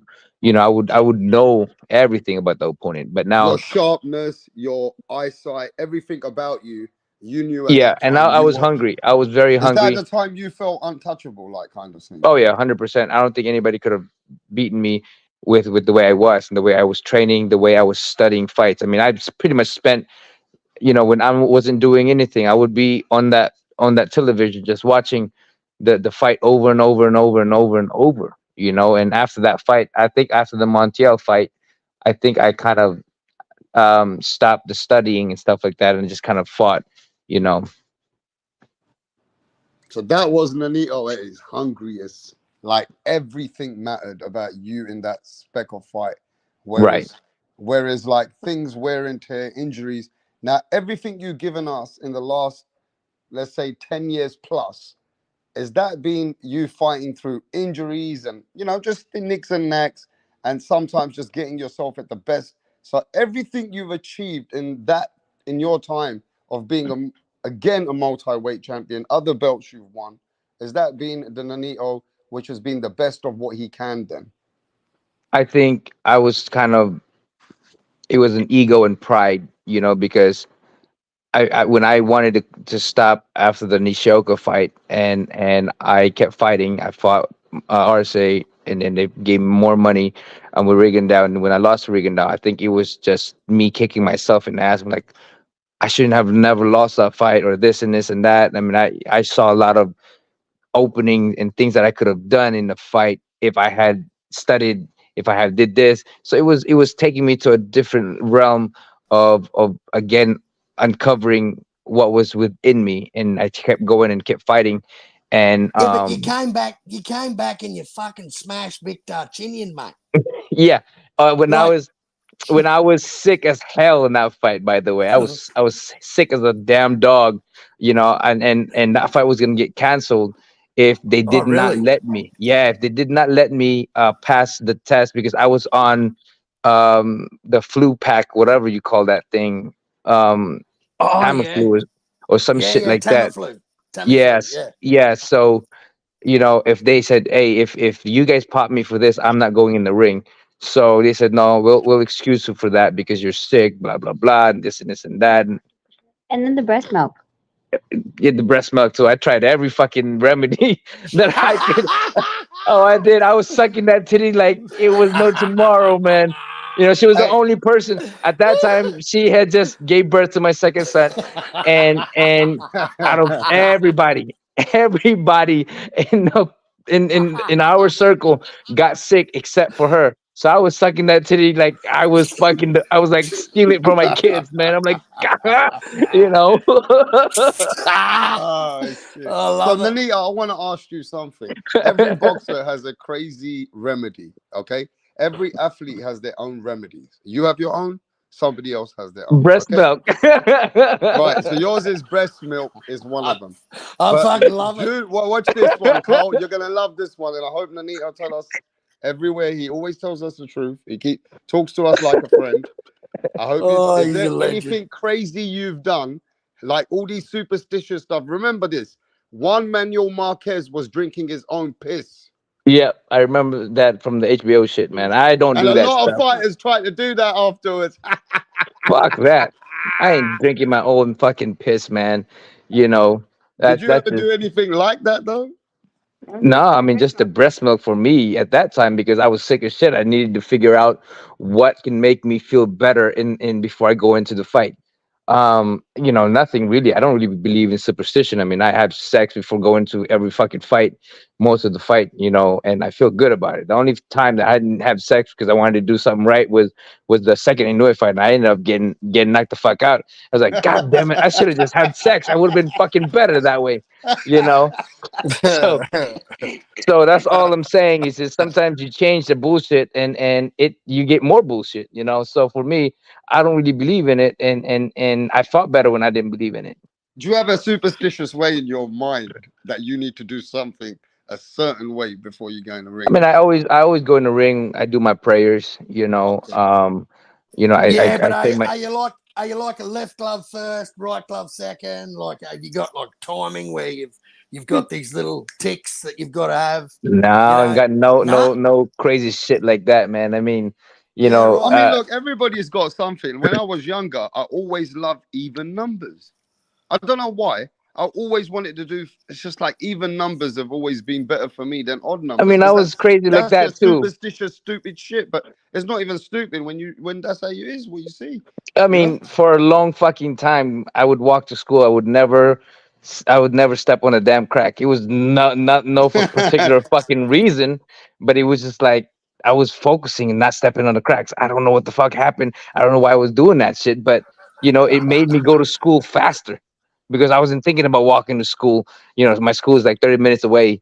And I'd walk, and every time that I would look at my steps and not step on the crack. Next thing you know, when I look up, I'm like, oh shit, I'm in school already.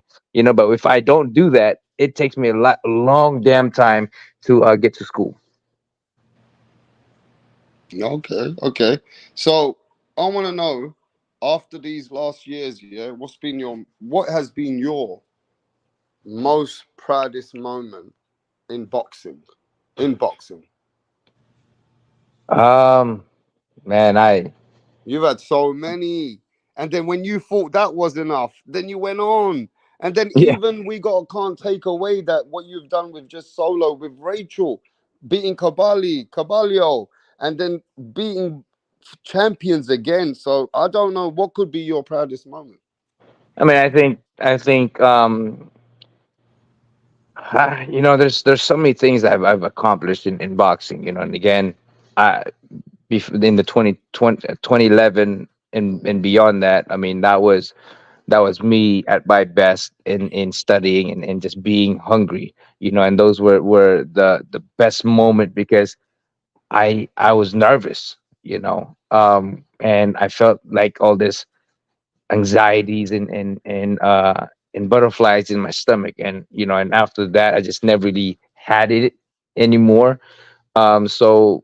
So I mean, even fighting, those were the ones I cherish a lot because I felt like I was at my best and I did everything right. I trained Okay, well, if everything. you're not gonna answer your humble way, yeah, then I'm gonna say this as a fan. When you came as the underdog and the world said, nah, he not ready. Is he the guy? And you went against Darchinian, Yeah. okay? When you knocked out Vic Darchinian, bro, and you was the underdog, that certified you for us. Because then the world recognized Nonito Donaire. And I think Hey, after that, everybody, the media, and everybody recognized the Filipino Flash. You were more in the top stages of what people knew. This is the man now. So, did you feel the same after that? I do feel that way with Archinian. Even though that fight, I just didn't care too much about winning or losing. I just wanted to hurt him. But that Man, you was put the that was world on notice. That's what the yeah. people are saying in the chat. That you put the world on notice on that fight. Yeah, no, I feel that way. I feel that way. That was my dream. That was a Fuck dream that come true Australian up. for Sorry, me. pal. Go ahead. Yeah. I said you messed that guy with the spiders up. But I think the reason why you got a lot of credit for that fight, you were underdog and they were giving it to you. They were the A side. It felt like that. They were giving it to you. And it was like, okay, Nonito went in there quietly and did what he had to do. And it was like, okay, this is the man to recognize. Punch Drunk Boxing in the house. Oh, Punch. Hey, Punch, what's up, bro? Tonito Donari. Hey, what's up, Punch? How you doing, bro? Chilling, brother. Nonito versus Chocolatito. Let's That would go. be great. Let's do it. Let's go. Let's For how fucking long I've do been it. asking for that fight? Hey, I know. I've Punch, been did I've you been not asking for just that hear fight my for the live? Are longest you time. disrespecting the live? The man's had such injuries. He's resting his body, his mind, and soul. Now He I gotta go said, back and train again. God damn it, Punch. Hey, Punch, you need to give a man a break. Stop making him like Rocky Balboa. I know I can't even listen to that song because I might end up punching If and you shit, start man. hyping him up already, bro, he's Now already I'm already injured, hype Punch. as shit. Thank you, Punch. Oh man, no, It that'd just be a great rhymes fight. together. Chocolatito, No Nonito. It just goes Nito. together. It'll be like this. Let's That's a just big say fight. no That's a big Nito. fight, though. Nanito, that's a Yeah, big fight. that's a huge fight. I think that's a legend versus legend fight right there. You know, There you go. There you go. Yeah, that's a shit, that's huge. fun for me. Yeah. No, I punch. mean, Do it you want makes to sense. I be think it makes punch? the most sense. Yeah. I Punch. think You're so gonna too, be man. punch. You're gonna be real with Nanito about his performance versus Santiago. What did you feel about it, and what did you see? Now I know, and I said it before they even went for the Santiago. I felt like Nonito was in a position where maybe he don't. I don't know. Maybe Nonito don't like to hear it, but I always said that Nonito's already immortal. He was already bigger than the belt that he was going for. I felt like you know he didn't have to go that route. Um, and he got a brand, he got a name, and he a legend, and he could get these other legendary name and stuff like that. So going into the fight, I really didn't even want him to fight Santiago. It's almost like he giving Santiago a favor, or something like that. But I just felt like it got to the point where he wasn't throwing the punches that I'm saying that he usually go for gusto. So it's kind of I now understand when you was explaining about your injury and stuff like that because saying Nonito being gunshot that don't even make sense, you know. Yeah, yeah. So it had to be Especially like when you're in front of me, right? But unfortunately, I trained the body to not perform. You know what I mean? I was good with certain punches, but I couldn't do any other punches. Like if you look at the first round, I Well, I mean, I that's exactly like we were saying. Like, and I told you I was going to tell you I wasn't going to say anything unless Nonito decides for himself that he wanted to say it. He But did say that. He there's did say that. there's a reason why you didn't hear me say even numbers. So 2 was good, 3 was okay, yeah. 6 and 8 were out of the goddamn question, and 8 was there all night. And I knew I Yeah. couldn't call it. Right? It's not because I didn't see it, but I knew he couldn't throw it. Or if he threw it, then maybe he won't like. And When I okay, mean, during Rachel, as for you to be there with your eye, when was it frustrating for you, and when did you think, okay, we're slipping here now, it's coming away from us? 5-6, Okay, okay, Hold on, 5-6. I'm gonna jump right back on. I'm gonna jump right back on. Okay, okay. 5 and 6, 5-5-6 is where I was like, okay, now it's starting to slip. How Um, the how the fuck did Santiago beat him? huh? How did he beat him? He didn't have the other hand. So 5 and 6, or sorry, 6 and 8 were huge, right? Body Yep, shot on the right, uppercut right down, right up the yep, yeah, middle. those are the shots yep. Those that were the shots that that we would fucking land. trained for. But I couldn't punch them. we, I can't use those hands and those shots. So the first for the whole week or the whole time after postponing the fight for this fight, I had about 2 weeks or 2 weeks and a half or so or whatever. Um, so I rest my hand to perform in the fight, but the very first round, if you look at the first round, I landed this right uppercut on the body, but you see me like kind of stop a little bit because I'm like, fuck, I still can't punch it. I still can't hold on to it. I still couldn't release it properly. And so, you know, um, that was my dilemma from that point on. I'm like, fuck, it's still fucked up, so I have to kind of go on a different route and different ways of doing things. yeah, like so. He had injured it during sparring. I wasn't at the sparring.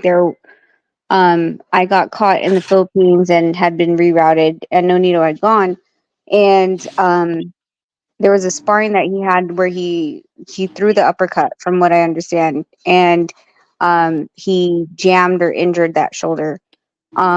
That day, And then I couldn't move. I couldn't move it from Yeah, that point he on. couldn't move But I it. just kept fucking with it. Like he couldn't move it to the point where he had the Doc J, who was our MITS guy from the Philippines, who has never drove in the US. Nonito had him drive, like that bad, where Nonito couldn't drive himself home. And we had to figure it out and see if he can actually throw it. And honestly, I think there was some whispers through the camp that Santiago knew, because it got through like all the promotions, like, is something wrong? And we're like, nope, nope, nothing's wrong. Nothing's wrong. Everything's good. We're fine. Because I want to fight, you know. No, So and we did everything. it didn't look so anything obvious within early on in the fight though. No, but and that's us trying to, to hide it, like to disguise it at some type of way. There, and it was what it was. But we did everything that we could legally, before the fight. He went to the Cairo. He went to what is it called, the cupping person. You went to the needle person. Like we Yeah, did we did everything everything. from acupuncture with electrical things that they put the needle in and they put this electrical thing in it, and and it would make myself feel better. It'd make it feel better, but then I would re-injure it again, and this is why after the fight I'm still hurting till this day, because I fucked it up. I really messed it up because I just kept trying and try to, and there was just different tear that would show up again. There was a bunch of tears everywhere. So why We did did, you actually take the fight then? again, that was the thing with me is, none of them wanted to do it. None of them want me to go and do it. But for me, I was like, man, I think I can do this still. I think I can do this still. I still have my jab, I still have my hook. And I think that You I can still still. thought that's what I'm saying. You still felt like you had enough to beat Right, Santiago. So in right. some respect, we go back to what we said. Did we overlook Santiago?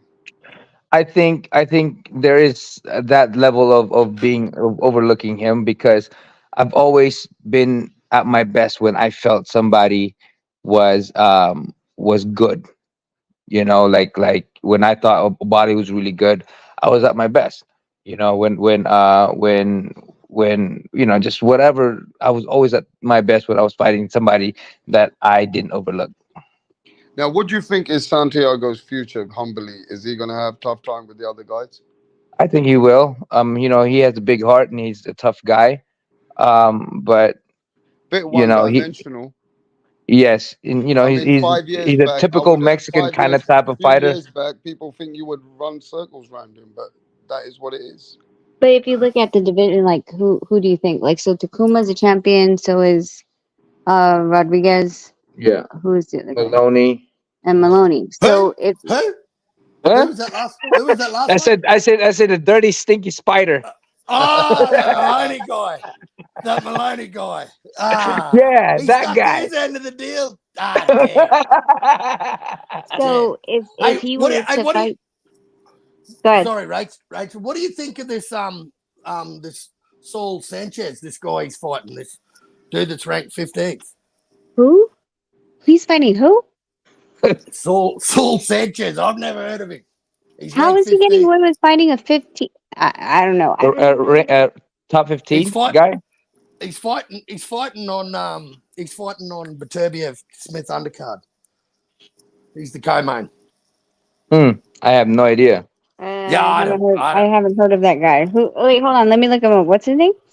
So Sanchez. Rachel don't even Saul know. Sanchez. You know, Rachel's been doing mummy mode. She ain't even up to the game yet. She's been No, on it's mummy mode. wait. He's on the December 24 fight? You're talking about the one that's in the Middle East, or what?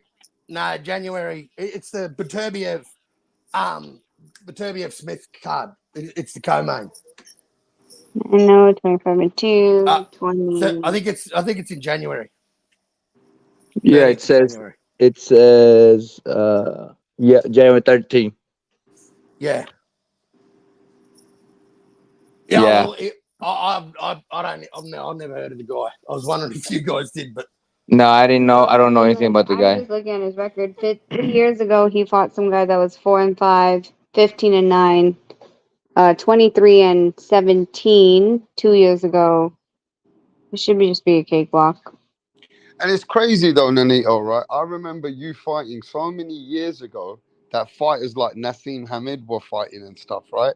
And Nassim Hamid retired in 2001 at 28 years old, and you still fighting. How old are you now? What, 40?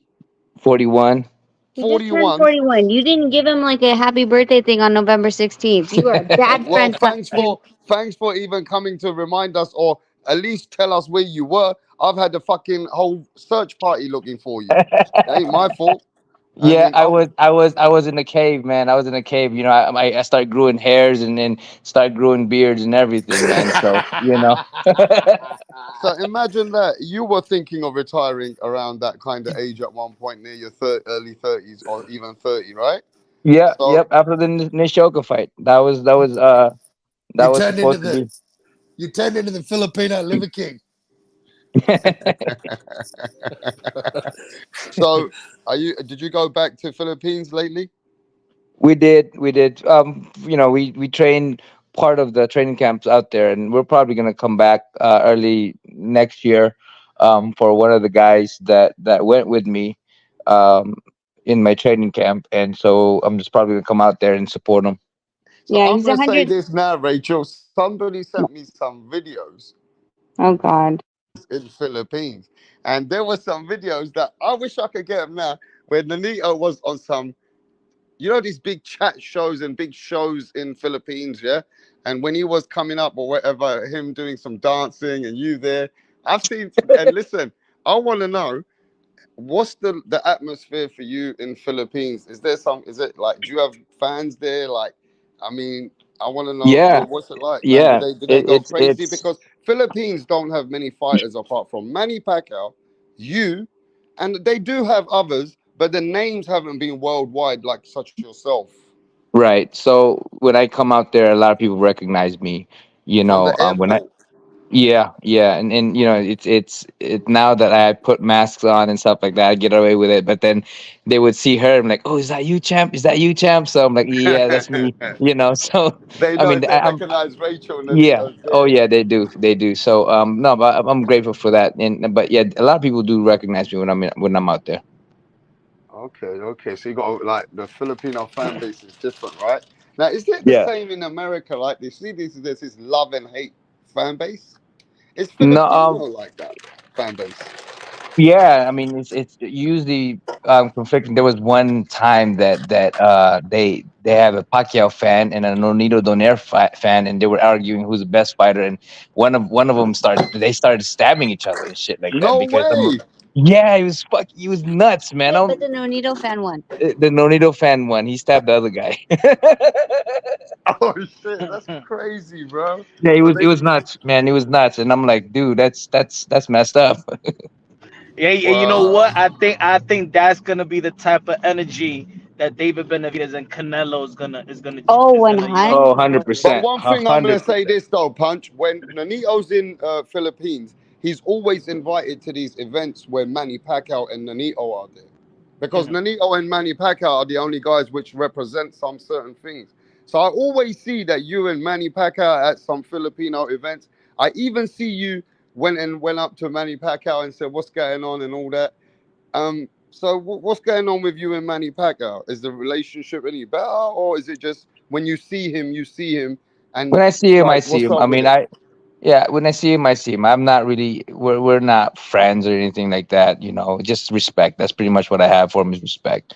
I don't really know him enough to call him my friend, like I know you more than I know him. I know Punch more than I know him. So for me, I can call you guys friends or with Punch, because we hang out and he's cool dude and you have a conversation. But You I know what will I'm say saying? Like, this though, Nonito, you don't give a fuck. Like I see when you went up to Manny Pacquiao, you were telling him straight, look, your boy Sean, whatever Gibbons, he ain't good. I see what you were saying to him. Like I saw that clip, and it felt like you were just telling him, look, man, the people you're with, they're not good, man. And that's what I I mean, saw. That's what I yeah, I saw. was just telling him that this dude is not doing you a good it's not giving you a good image, you know. And A if good you deed. know, yeah, I mean that's all I'm trying to say and warn them that, you know, these guys is gonna bury you because But go look at ahead. what Sean's done with fucking Pitbull, mate. Look, Pitbull's been so inactive. Congratulations. You know what the fuck's Pitbull doing? Pitbull's Yeah. out Well, there. he stepped aside because so at the WBC last year, WBC mandated Pitbull versus Shakur, Shakur. and they made sure that that wasn't going to happen. Yeah, it's ridiculous. It's fucking ridiculous. I I'm mean, not a fan of it. you know, for me, I'm always been real with people, man. Whether you know whether we can be friends or not, I still, you know, for me, I don't feel that I connect with him because when we had that conversation, he was saying that, oh yeah, that guy's using my name, but then and then you see him just hanging out with that dude, so just pretty much kind of blatantly lying about what he said, and to me, it's like, man, that's just messed up. Whatever, And that's look, your I life. respect you as well, Nanito, for what you are. If I was in your shoes, I'd be the same. Because at the end of the day, Rachel's your wife. I've seen how Sean Gibbons has handled you guys and how it has unfolded in front of people. So I expect you to to stick up for what's right for you. Because at the end of the day, you went up to Manny Pacquiao and just told him, look, he's not good people, and it is what it is. Because you haven't had a good relationship with him. You've heard a lot of bad things about him. So that's just the way it is, you know? I mean, I'm gonna warn somebody, and whether they take the warning or not, that's up to them. You know, that's not my life to control. That's not my life at all. You know, whether he takes it or not, whether whether all the bullshit comes to him, that's on his ass, not on me. You know what I mean? But I'm Yeah, gonna but you know go that first Sean's time. doing Manny Pacquiao's little work, bringing all that Filipinos boxing together. He's Sean Gibbons is also doing all his run around, innit? And you know, if Manny Pacquiao's got a runner and the guy's doing what he's doing, Manny ain't gonna put no interest in boxing. He ain't got no time. So as long as Sean brings some kind of value or credit, like numbers for him, I think that's what he's looking at, isn't he? Overall, 100%. He would have fucking robbed Manny fucking blind. I mean, he Well, might But still now, try to. but the problem is here's the gameplay.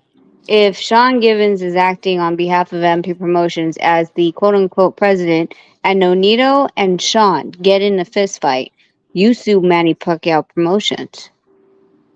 Yeah. All So right, there what is do a you think about that? liability. There's Yeah. a liability factor as far as the way he was acting, and that's why he went up and told Manny, he's like, dude, I almost punched dude. Like, you need to control him because I almost punched him. He was in my face, I almost punched him. What do you want to do? Yeah, but Punch, you know, you've been around, man. You've seen Sean Givens. Oh, that's when Punch was Punch, there what's the that day. relationship like between them? yeah. Say it again, Unwrap. I said, what's the relationship you've seen with Sean Gibbons and Manny Pacquiao? You think it's a very healthy relationship? What he's doing for Pacquiao? I'm not sure. You know what I'm saying? The only from the outside looking in. I You mean, know what is I'm he a saying? scammer? Is he a scamming kind of hustling, scamming type of person? Snake oil salesman. I mean, I think it's boxing. I think that you There's know, a lot you of can them. never. Yeah, Yeah, it's that's a like fact. it's the gangster's playground. You know what I'm saying? Is a very. I don't Yeah, know. but I mean, but I don't know their relationship like that. but Yeah. I mean, I mean, look, Sean just lost Manny $8 million against what's it called? Paradigm? Oh yeah. Yeah, against the Paradigm lawsuit because Sean went sideways instead of Paradigm matching Mikey Garcia with Manny Pacquiao. Sean went to PBC and garnered that deal, which cost $8 million for Manny. So I'm gonna be So honest. I'm gonna what y'all go think ahead. about that? I'm not sure. I'm not sure about if y'all just based on it, but you know, Richard and the P and let's say Sean Gibbons and Samson, they all, you know, deal with or done business with PBC, you know, show with the Showtime thing. Do you know anything like that? What was gonna be what's the move, the next move for PBC? Do you know anything about them? No, Rap asked me earlier, and I don't feel like it's Okay. in my place to ask, like, to call, like, either whether, I mean, first of all, me calling Steven's not going to do anything because we already know that that deal's off the table. I can call Tom Brown or Britt, but they're going to ask me, like, what's my play in the game? And my play in the game right now is I'm holding my hand, right? Like, so there is no real reason for me to fish unless it actually directly affects us at this time. And I don't want to use my, my conversations with them to be Okay. like that. Okay. Okay. I want to know as I much hope as you do, I but heard I just, you know what I'm saying. I heard a couple things, but I'm not sure if it's accurate. So I don't even want to like. I mean, I don't want to. there's a lot of moves that they're making from just conversation, just them sharing, but those are just conversation. I don't know how serious it is and all of that stuff. So Yeah. Yeah, and the thing is that at the end of the day, Tom Brown owns the promotional contract for all these fighters. So whether he decides to sell the fighters contracts, or or actually stick by the contract and provide them fights, like that remains to be seen. Because I mean, if you look at it, the life of a fighter and all these other things, if a fighter only has a one fight a year contract over the course of 3 years, they still have 2 more years to fight. Like, well, he look, what are we gonna do? Like, wait for the full year to surpass, and then be like, okay, well, now we can negotiate and all these other things. Like, you're looking at these fighters; they're not going to fight for a year and a half to two. If you want to run out the contract, or another promotional company buys their contract from Tom Brown and puts them on their network. We don't know, but Yeah, I can't wait to see what's gonna happen 2024. I heard though, I could say that I heard that Paramount is not completely out of boxing business. I heard they're not like completely out. They're not gonna. Of course, it's not gonna be not near the same, but I heard they're not completely out. I mean, I think I could be they wrong made a though. really good That's what I year. heard. They had a great year. Like Hmm. the fights that have been put together on the Showtime cards have been amazing. They've, given us really good fights. So, for them to go out like that and not want any interest, I think would be kind of stupid. Um, Hmm. but I think it'd be interesting if Amazon came in and said, "Hey, like, we'll give you another platform," and then if it's not exclusive, then you bid between Amazon Prime and Showtime. It's like, well, so we made the money on the Spence and Crawford. Do you want to make it again? Right? Yeah. I don't think Showtime would or Paramount would turn that down. Same thing with Canelo. They still got Canelo. They still got Javante Tank Davis. You know what I'm saying? I think there's gonna be some big. There's gonna be some moves. I also heard that Steven Espinosa is not really going anywhere, meaning he's No, not leaving boxing. He's still gonna be around. So for the people that's wishing for Steven Espinosa or he's gonna go back to his attorney job, man, it's I not gonna like happen. Steven. Like, I mean, I don't know what people like their issues are with Steven, but I mean, I like Steven. He's very touchable. He's very conversationable. I think that's what we need when it comes to business is someone that you can reach out and touch and say, "Hey, I'm here. Like, are you a person?" And Steven was that person. Like, he was the person that you can call and, ask questions and talk to. Um, I think that's far and few between with a lot of these other huge corporations where you're like, God, I don't even know who the hell I'm supposed to talk to. All right. Well, I want to ask: is that Jed Cole? I don't know why But it was Jed Cole. You were sitting there all that time, and then I don't know why he didn't ask you a question. Um. So my question is this, Rachel. You sounded earlier that you're you want to see what Nanito wants to do, but you yourself is virtually at the end of this boxing. Mhm. In saying that, is Nanito still there? I'm here. Yeah. In saying that, is Nanito?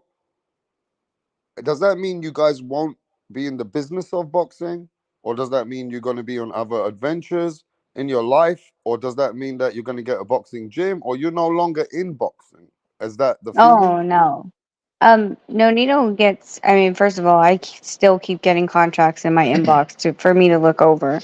But I mean, as far as Nonito goes, like there's still guys that are like, "Hey, can you train me? Can you direct my career? Can you blah blah blah blah blah?" And I mean, even this past weekend, we had people that were at the fights and had conversations with us on Sunday on where we can guide other fighters' careers.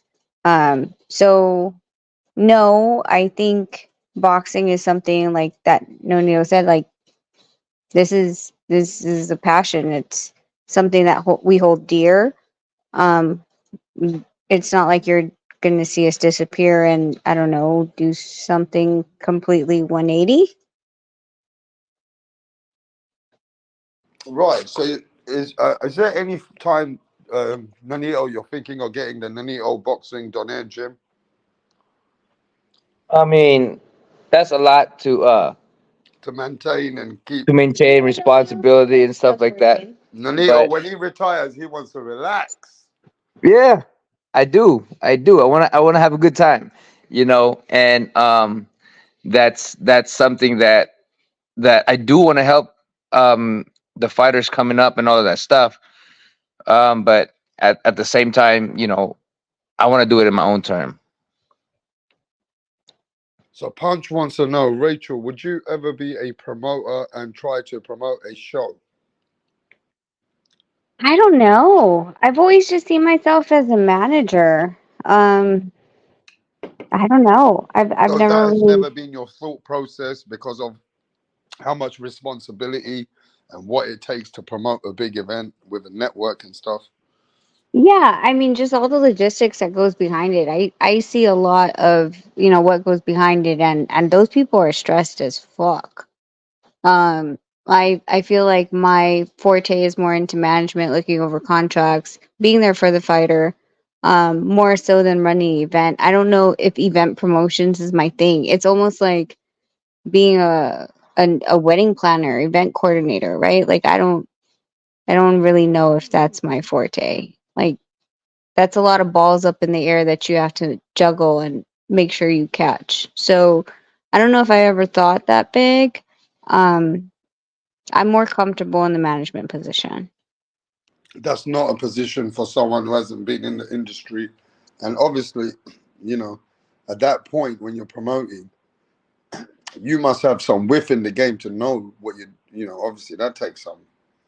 I mean, what is the Exactly. promoter's job? Context and his credibility and what he's doing with the TV networks and with the boxers and just, he's got the network. I mean, there's some promotions that you don't see them on a network. Like they're literally promoting their fights on YouTube or another streaming platform.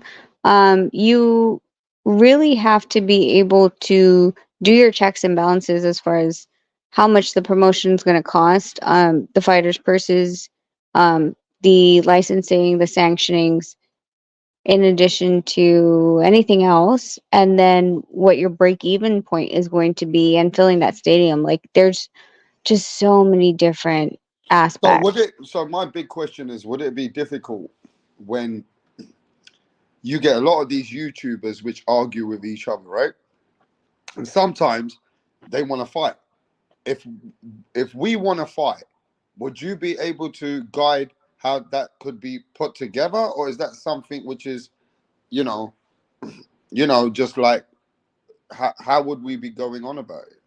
I mean, if YouTubers wanted to fight, like first of all, you have to have like a site, and you have to understand their fan base as well. Like if you're gonna pull someone from God, like a different country from across the world, are they going to pull and be at the venue? If they're not going to be at the venue, what time is the fight going to be that they can actually tune in from across the pond? Well, you gotta understand too the licensing and stuff like that. That you have a board that you have to deal with. So you gotta play with the rules. Yeah, so it's not that it can't be done. It's just you have to know. I think like what we're moving towards is like these YouTubers or social media influencers. Like, how many of those people are actually going to pay, and what does that look like for your bottom line? Like it that Excel spreadsheet would probably be ridiculous. But that's why you hire people which already can help you put that spreadsheet together a bit easier. I mean, you can, but at the same time, then now especially if you're doing like your first promotion. I would think in your first or second promotion, you're in the red because of the fact that this is your first or second. But eventually, you'd want to be able to do it yourself because event promotion costs money. And if you even if you wanted to show it on YouTube, you have to be monetized on YouTube. So does the promotional company have 1,000 subscribers and 40,000 watch hours? Like, like you just can't wake up one day and be like, okay, well, this YouTube channel is the one that I'm going to stream things on. Hey, Nanito, have you ever thought about beating the fuck out of some YouTuber if they want to fight? I mean, I've never really thought about it, because I'm not really into the exhibition kind of things. You know what I mean? And Oh, we're not for going to see me, you have these exhibitions when you're 44, 45? I mean, maybe my mind will change because I just want to get in the ring, but that's pretty much it. If I do want to get in the ring, and that's pretty much how and why I would go in the ring or try this exhibition and stuff like that. But at the moment, I'm boxing to me, I have to have a challenge when it comes down to it. No, for sure, for sure. And I'm sure that Rachel and you have so much going on, especially, or am I wrong? Is there a lot going on, Rachel, away from boxing in Anito's life? Oh yeah. Yeah, we are like swamped like crazy, man. I've had so many fighters trying to get me to train them, and the schedule just didn't happen. We're doing a lot at the moment. I mean, it's a lot of opportunities for me, but mainly, um, it's different away from boxing, and it's just business, but it's taking a lot of our time. Got you. So you are within the industry of training a lot of. I mean, you were training that fighter Zhang, the UFC girl Yep. who's from China, right? She's very famous for the UFC. Yep. So you're doing stuff within people like that? Yes, I've trained some UFC fighters. I've trained prospects in the boxing world, and I'm getting people from different places all around the world who wants to train, and they're getting themselves out here and stuff like that. So there's just a lot of opportunity when it comes down to boxing for me. But then at the same time, there's a lot of opportunities in the world when it comes down to business, just business itself. And overall, Nanito, this sport of boxing, how would you describe it in your life? Like, let's just say it's been your career, your earnings, your blood, sweat, and tears. It's been your baby. Then it's been something that you probably have been angry with. Overall, what does Nanito Donaire and boxing? There is no boxing without you, and boxing without, and no Nanito without boxing. But overall, do you feel this has been a blessing in your life? I mean, I think in itself, I never even thought to have all that I have, to be all that I am. And boxing gave it all to me. And I definitely want to help all the kids, all the fighters that's coming up. I want to give them the best future, the fairest ways that they can make and earn money without anyone trying to take their legs and their arms. And there's some kind of satisfaction, I'm sure. Nanito, I'm not going to keep you to here too long, but I want you to just tell the fans what there's got to be some satisfaction, and when it's all said and done, You are in the history books. You are a multi-weight world champion boxer for the world. That's going to go down in history, right? So you're leaving a legacy behind within the sport of boxing that even in the hundreds of years, there's going to be some Filipinos or some a person around the world, American, they're going to be speaking about you in that sport.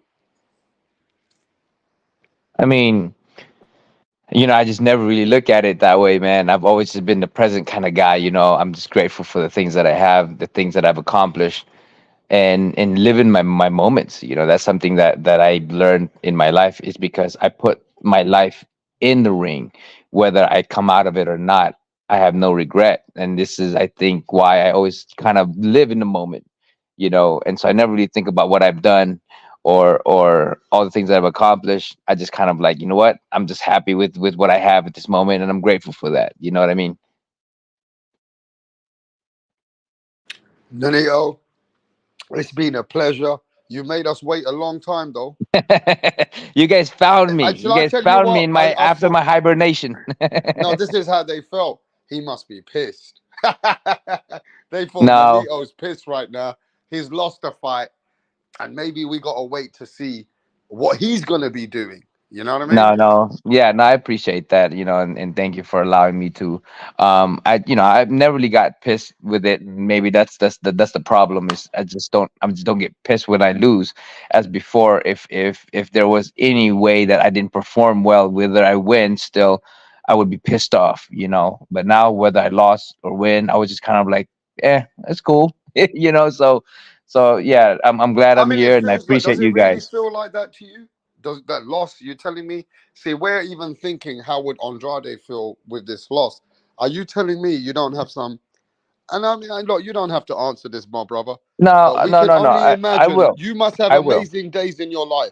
But you I've telling me you I've didn't have I've no had dark days? You don't have any dark days? Man, what I've the had I've fuck have had I dark lost days. for? No? I've had dark days, but when it comes to winning and losing, is because I've done a lot in the boxing world, that I don't go in the dark places when I lose in the boxing. But like, I can have an argument with my wife about some stupid shit, and it takes me into the dark spot. There's only one person really that can press that button for me. Anybody else, I can be calm, I can be collective, I can be good, but again, one person can only there's only one person that can press that button, because I care about Yeah. it so much, and that's Rach. That's her power over me. And I can be in a dark place when it comes down to that, because I care a lot. And that's one thing I love about my relationship, because I care a lot, that I can be in a dark place, and I can be in a really amazing place with But her. boxing's never took you to a dark place? It did. My first the first loss that really hit me was in the Olympic trials. I thought I won the Olympic trials in 2000 or 99 for the 2000 Olympics, and that didn't happen. And I thought I was done with boxing. And then on my second fight, I lost my second fight. And I thought that was it for me. I said I wanted to quit. I was all this and all that, and as my life, I've experienced life. I've experienced and seeing my mom being cheated, my mom crying and blaming me for not telling her, and stuff like that. All this other stuff. I went to a dark place in that moment. I've been to a lot of dark places in my life, where this thing that I have now, whether I lose or win, I don't go into dark places, because I've accomplished so much more than I ever could ever think or dream of. Yeah, and I appreciate that, because you've done so much that even this loss could have affected you 10 years ago way worse, right? Oh, 100 And percent.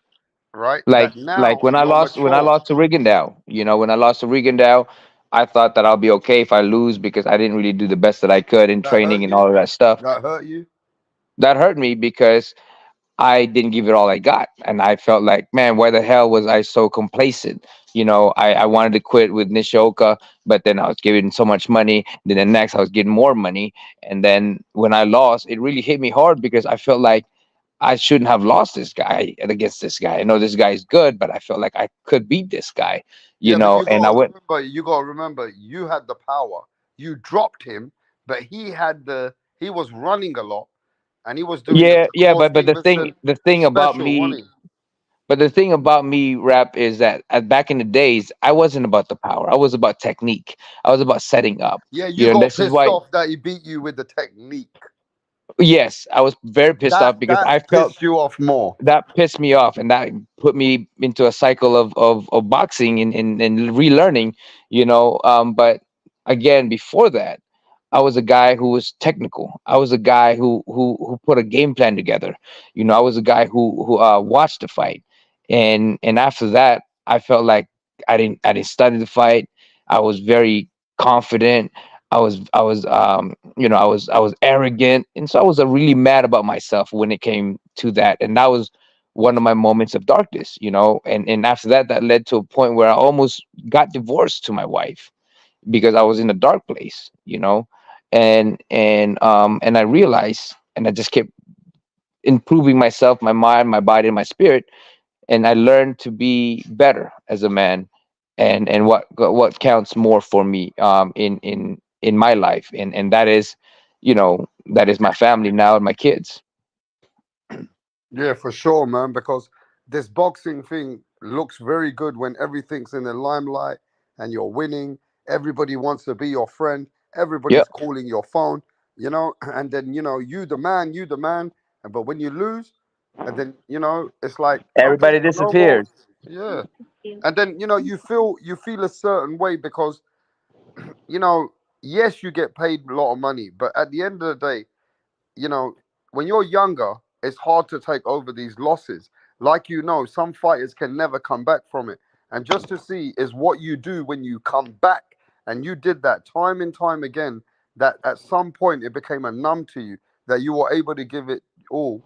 And the dark places are gonna exist here and there because sometimes it don't go your way.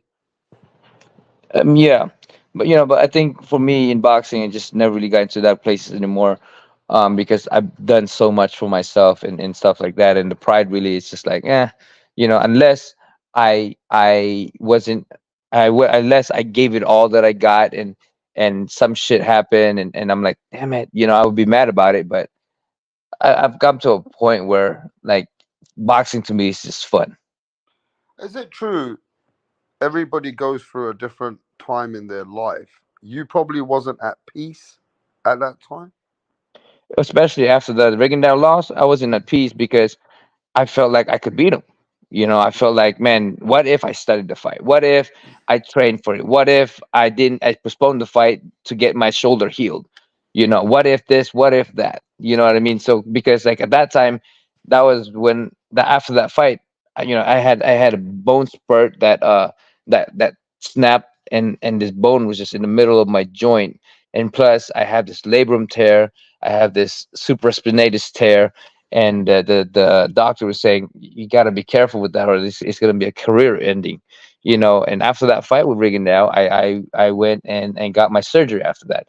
But what if I didn't fight that, got my surgery, and then fought him? What if I started the fight? I mean, there's so many what ifs in that moment, right? But But and that that's kind what of thing can fuck with fighters because fighters just don't like losing and they ask so many questions that why the fuck my shit went wrong. yeah. Right? So that's a mental state that goes through an athlete when you're competing at best. That does play with some people like it did with you. Right. And it only played with me that way is because I felt like I wasn't at my best, but because I was arrogant, right? At that time I was very, very arrogant. Like, I'm making a lot of money. I don't give a shit about boxing, whether I lose or not, until I lost, and I was like, oh shit, I don't like this feeling. So let's be honest. At one time you thought you were untouchable, huh? 100%. You 100%. thought I you were felt like Hey, is it true? I read the article that you were looking to fight Vasily Lomachenko. yes, yes. We were Hey, at let me tell the 126. chat. I want to tell everybody in the chat, ladies and gentlemen, when Nanito was at his best and he was winning, and before he went to the Rigondeaux fight, Nanito was looking to fight anybody and everybody. So he was looking to fight Vasily Lomachenko. Whatever happened is that you lost that Rigondeaux fight, Yep. and that kind of Yep. took you down a bit your within your stake stock and where you were because you were just like boom, and you were going to go to the next level, and Rigadale fight kind of like hurt you, and I'm glad you shared that with us because I didn't know Well, that that it was was your. complacency. You know, that's the thing is in success we get very complacent, and that's the human nature. Is complacency is the killer of every warrior. It's the killer of every successful man. You know, complacency can bite you in the ass and take everything from you. You know, It's and that's why crazy you they. say this because I watched your career, all your fights, all your life. I thought the Nicholas Waters fight you took the most punishment, and I actually thought that was your biggest loss, maybe that you might have took that bad. I didn't know. You see Well, that what I mean? fight I've only had about 5 weeks of training because they've given me only 5 weeks whether I take the fight or not. That was that was like an ultimatum for me to take the fight.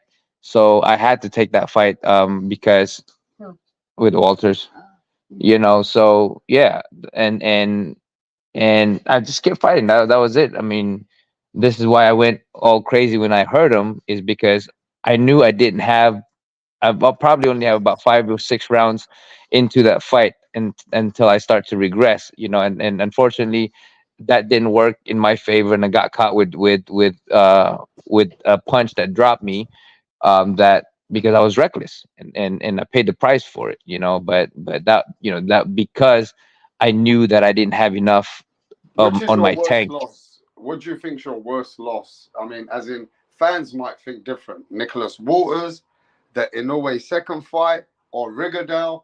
I mean, as in like to yourself. Well, I would say the one that hurts the most for me would be the Rigondeaux fight because I had a lot of pride and I felt like I wasn't at my best because I was taking it lightly, Mhm. and that was the one that hurt me most. The ones that I wish I was at my best mentally because I was physically on top when it came down to the fight, the second Inoue fight. It was unfortunate that there was just a lot of things that happened along the way that messed with my head, and and didn't get to perform. But all these losses are are are are in the moment that, man, I wish I was at my best. And when you are at that moment where you're like coulda, shoulda, or f this and f that, it sucks, especially early on in your career, is when it hurts most. Like my second fight, those one hurt me because I wanted to beat this dude so bad. I gave him a huge bruise or swollen face. I lost by decision. I broke my hand, and all of that stuff. But the pride, when a young man's pride is on the line, it usually is very hard to swallow. Hey, listen, bro. I've seen big men, and I'm not gonna say no names, but I've also seen big men in England, boxers. I've seen man cry when they lose, brother. Some people when they lose, yeah, they put too much into it. And let me tell you another thing. I've seen men cry when they win because they put too much into it. Because Yeah, it's such a feeling emotional to themselves, isn't it? 100%. And that's the thing is, a lot of those tears are because of frustration. Yeah. Whether you didn't get the decision, whether you didn't do what you're supposed to do. There's a lot of those tears that come along. It's either tears or anger. As a young man back then, it was anger for me. Now as a young man, or as an older man, an older gentleman, I'm more into my heart, and I would probably would cry about something if if I get frustrated because, man, that's just how emotional it could be when you're not angry anymore. Okay, my other question is, Nanito, you being a warrior, yeah, who steps into the ring, you've hurt a lot of people because this is the hurt game. This ain't about having a good sports and just shaking hands and hugging. This is the hurt game. And you've hurt some fighters, you've been hurt. Do you ever have had anything come across your mind to say, you know what? I don't want to go out where I get hurt, like where you've been hurt and you said to yourself, nah, man, I don't know what the fuck is going on. No, No, I've never, like I said, when I go in, I made a deal to myself that I always put my life in the line, on the line. And so there's really no regret whether what happens or anything like that. And because I put that mindset, I have no regret of hurting others So either. every time you go in the ring, you know that you not. It's a very very 0.001 or sometimes 1%, but you know that there's a chance that you could get badly hurt, and you go in that mind frame saying that I don't care, I know what I'm doing, and if I ever get hurt, don't feel sorry for me. Yep. I go in that mindset because this is what the thing is. If you are not willing to do that, you'll never fight at your best because you're always going to You go in be. the mindset that you're willing to die. Yep. I would rather die than be stopped in my own head, with my own decision. I would rather just go out fighting, blank out, than me saying I'm done. Okay, I mean, yeah, man, I can only imagine that because to stay at such a different level, your mental forte has to be not not where you're doubting any kind of a situation. Because once you have doubt, you yourself know that then there's something wrong there, right? That's pretty much where you should be. Never ever should be stepping in the ring when you start having those doubt on your life, on yourself, and the decision you make of being in there. You shouldn't be there anymore. Yeah, man. But Nanito, I will say this, man. I'm waiting to hear, and I'm sure the fans are waiting to hear. And you, Rachel, the family, have a great, great year. Christmas, you deserve it. And I hope, whatever decision you make, man. Like, I'll be honest with you, bro. I think most of us are really happy knowing that you've done a lot. So you don't even really need to do anything for your legacy. But I'm sure whatever you're gonna do, the people are gonna support you, bro. No, I Which appreciate that, man. Yeah, no, I appreciate that, and I just gotta go back and just be authentic, like I've always been, and I'm grateful for this time. I appreciate it, man. Thank you for having me here. And it's been fun. Thank you. and if you ever do come back one more time, Danilo, one thing the fans don't want to see, they even want to see you do what you do, what the Filipino Flash does, but we don't want to see you on your back.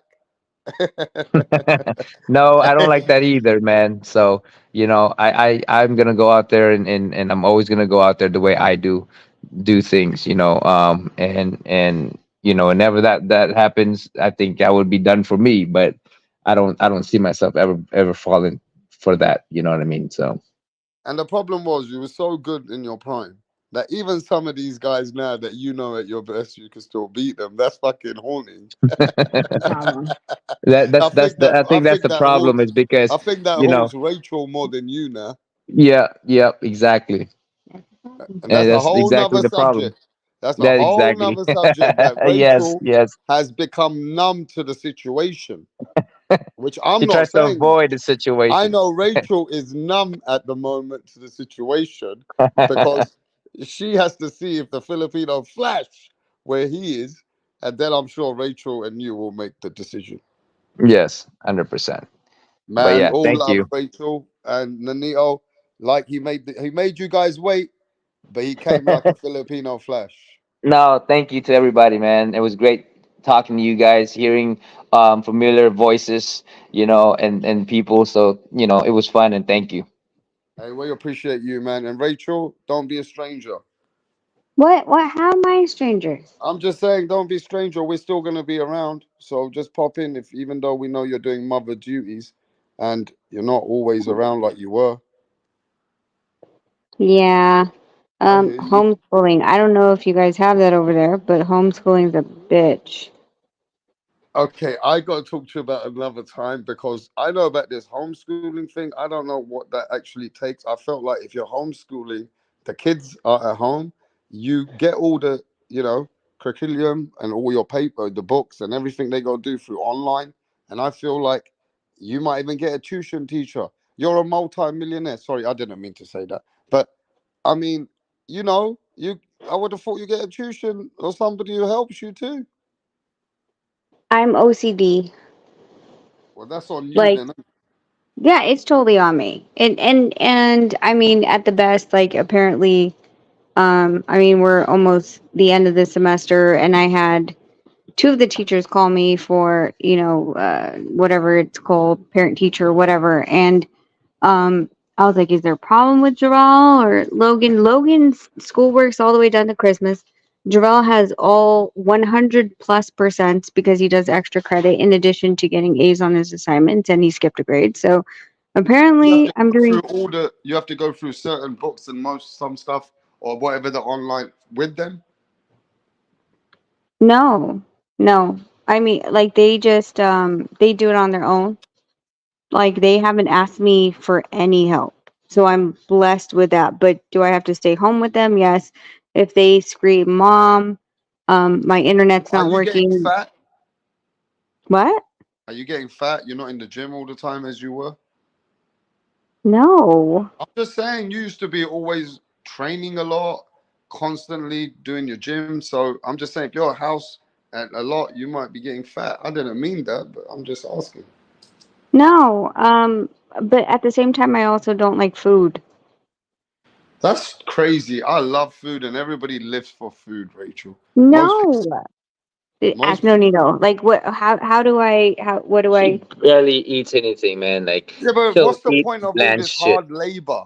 Everything you've done, and she's not eating the best of the best in the world. What's all that about, bro? No, because like I don't know, like the way that I grew up, like my parents like didn't, hold me back on eating, but it was more so the fact that I don't like overly, what is it called? Not overly seasoned Yeah. food and stuff like that. I like things that, like I said, like my go-to meal is boiling chicken drumsticks with garlic cloves, spinach, and mushroom. Like that's my go-to meal. I don't need pepper. I don't need salt. I don't need anything. So Like you don't I'm like all these lovely restaurants and like going dining and stuff like that with Nanito? no. That's usually on like Celebration. yeah, celebration occasions. Um, but even at that, like I there's certain like I have a certain palate that I'm like, I don't like if they come out with my food like overly sauced, I get mad. Like I'm like most of the time what I do is I tell them to put the sauce on the side so then I can control how much sauce. Like it's just for me, like I don't overeat. I only use it as fuel. So if that's all it is, then that's all it is. Man, Rachel, that sounds like simple, but that's good. I'm glad you can be like that. I need to eat the best. I need Filipinos food. I even tried that. I like Malaysian food. I've tried Korean food. I've tried Vietnamese food. Chinese is on regular. Even Indian food. I like all kinds of food. But for me, I like going to restaurants and stuff. So some people are different. What about you, Nanito? Are you picky? Are you a guy, or do you like? I love fucking food, man. There He you loves go. food. That's my Fucking kind of love guy. food. Rachel, when I come out there, I'm sorry, but you're just going to be sitting while me and Nanita are just going to be eating. Most likely. And like that's the thing though, like even with my boys, what I loved about them being home, like they're not even eating like crappy cafeteria food or food that they have to heat up. Like they're eating home cooked, like fresh meals. And that's And great. I appreciate that. You can let the kids eat variety food, right? yeah, well, and it's weird because like we went like we can go out with a bunch of friends and stuff and their friends, and you will literally hear Jarrell like say, "Oh, can I get a cheeseburger?" Which is fine. Logan will say like, "I don't want fries. I want a side of broccoli." He'll then turn to me and say, "Can you get sautéed spinach?" And in addition, they'll say, can you order a Caesar salad?" So they'll eat the Caesar salad. Like we have Caesar salad packs in the fridge, and at like 10 or 11 a.m., they want a snack, not a full blown lunch yet, and they'll eat Caesar salad. Like So this is the the kids are fucking good kids. like that. The kids like you've got them eating healthier foods for snacks. Yeah, they eat That's good. what Logan's favorite is celery, and Jarrell Yeah. eats carrots for Loves What snacks. about Nanito? What's Nanito's diet like when he's not training and stuff? I try to be healthy now. I try to be healthy, but then there's days that you know what? I'm gonna eat this, like good food. Is there not pizza night? Oh yeah. But Okay, our but pizza is like Rachel don't get cauliflower pizza, involved. though. Yeah, so our Rachel, pizza is cauliflower pizza crust. what do you mean? Like it's not like Flour flour. It's made with cauliflower crust. crust. So like the whole pizza is made of cauliflower instead of like bread. Yeah. Okay, yeah. I know about the cauliflower rice and that. Now this cauliflower crust. What do you mean? The pizza's the same though. It's got what pepperoni and Yeah, yeah, everything normal. it's the same thing. Yeah, it has pepperoni or whatever we have at the time, pepperoni or cheese or margarita or So vegetable, you'll but indulge a little bit here and there with the kids and that, right, Rachel? every now and then, but like as it is, like Nonito makes sure that we don't have like even let's just put Halloween for example. Halloween they went trick or treating, and then they didn't care about the trick or treating, and we were at a house that they ran out of candy, and their aunt who had the house party was saying like we ran out of candy, and she asked my kids, they're like, "Do you mind if I take the candy that you guys collected?" And they're like, "No, we're not going to eat it anyway." Like they're the type where if it's a donut Friday and you are and you're supposed to give $1 for a donut, like my kids, I'll be like, "Do you want $1 for a donut at school?" Before when they were going to school, they're the types that would say, "No, I don't. It's too much sugar." That's the type of kids I have. Yeah. My also question is that I'm sure you guys have, like you said, you have a clean diet, healthier diet at home. But when you guys are out in Vegas, when I'm in Vegas, you don't go to the MGM Grand Buffet, or the great Nah, restaurants all over there in no, Venetian. I I know, go I to. know, I know that I'll have a taste of here and there. I So lose money at buffets because yeah, I don't eat enough. Like they're charging like $30, Hey, and let I me just might tell eat. this guy something. Yeah, he's been spending his little 1.99 and he thinks he's some fucking Tony Montana fucking idiot. Hey, listen, this Ishnet, yeah, your 1.99 ain't doing nothing. For me to come over there with border wars, my friend, you better spend a lot more money than that. Because you sitting there with those dumb things that you want to say to Rachel, whatever you're doing, bro. I'm ignoring it because I feel like you're disrespecting the guest on my fucking channel. So how you respecting my channel, bro? With your silly 1.99. Stop spending money, man. Keep your money and stick it up your ass. How about that? I think if you're gonna spend money, be something good about the channel, man. And bring hey, something to if he has boxing. if he has You something haven't to even say, asked one boxing question and you've sent your 1.99s. Your questions rap. have been attacks on Rachel. If he has something to say, you say to me. Go in the link. Let's have a conversation. Yeah, let me send you the link, right? And come more than 1.99, right? I If you mean, really if want you to talk. got if you got an issue, let it out. Let's see what Yeah, you right got. there. Right there's the link with the champ. Nanito Donet, you're here, right here. Here's the link. Your once in your lifetime chance to get your For a whatever dollar ninety nine. emotion. He's got some emotions there. I don't know what you've done, Rachel, to this person, but I told you that senior's like girlfriend. Like I Jesus. mean, it's got to be. What's that name though? Ishnet. Is it like fishnet? No, no. It says, "Is it in yet?" Oh, okay. Is it Dude, in read there? it. Like, I mean, that's an issue you have with the person sticking it in for you. Sorry, Oh not sorry. God. Anyway, I think you know what it is, yeah. You can never please everyone, and you're always going to get someone Yep. who always dislikes, always somebody, right? I think you know No, all that yourself. yeah, but what's weird is that like, rap. I haven't been here for a while. The fact that they show up like as soon as I fucking click the link is weird, and it's sad, and because they're still in the chat, they're big ass fucking pussies. Like, click the goddamn link, dude. Like, it's not like I can reach you over the damn Look, chat. And, Ishnet send us 99 cents, I think it is. That's 70 pence. A super sticker saying that he doesn't want to hit the link. So oh, whoever Ishnet is, Ishnet obviously does not have is any. it in yet? Is it I in want to yet? call it. Okay, is it in yet? Sounds so weird as fuck. But But yeah, yeah, I guess look, you know. Anyway, you get people from everywhere. My main thing now, Rachel, is so what's going on for Christmas for you guys? What's the plan? Staying in Christmas. town, or you guys go out of town? Do you go to the Philippines? What's happening?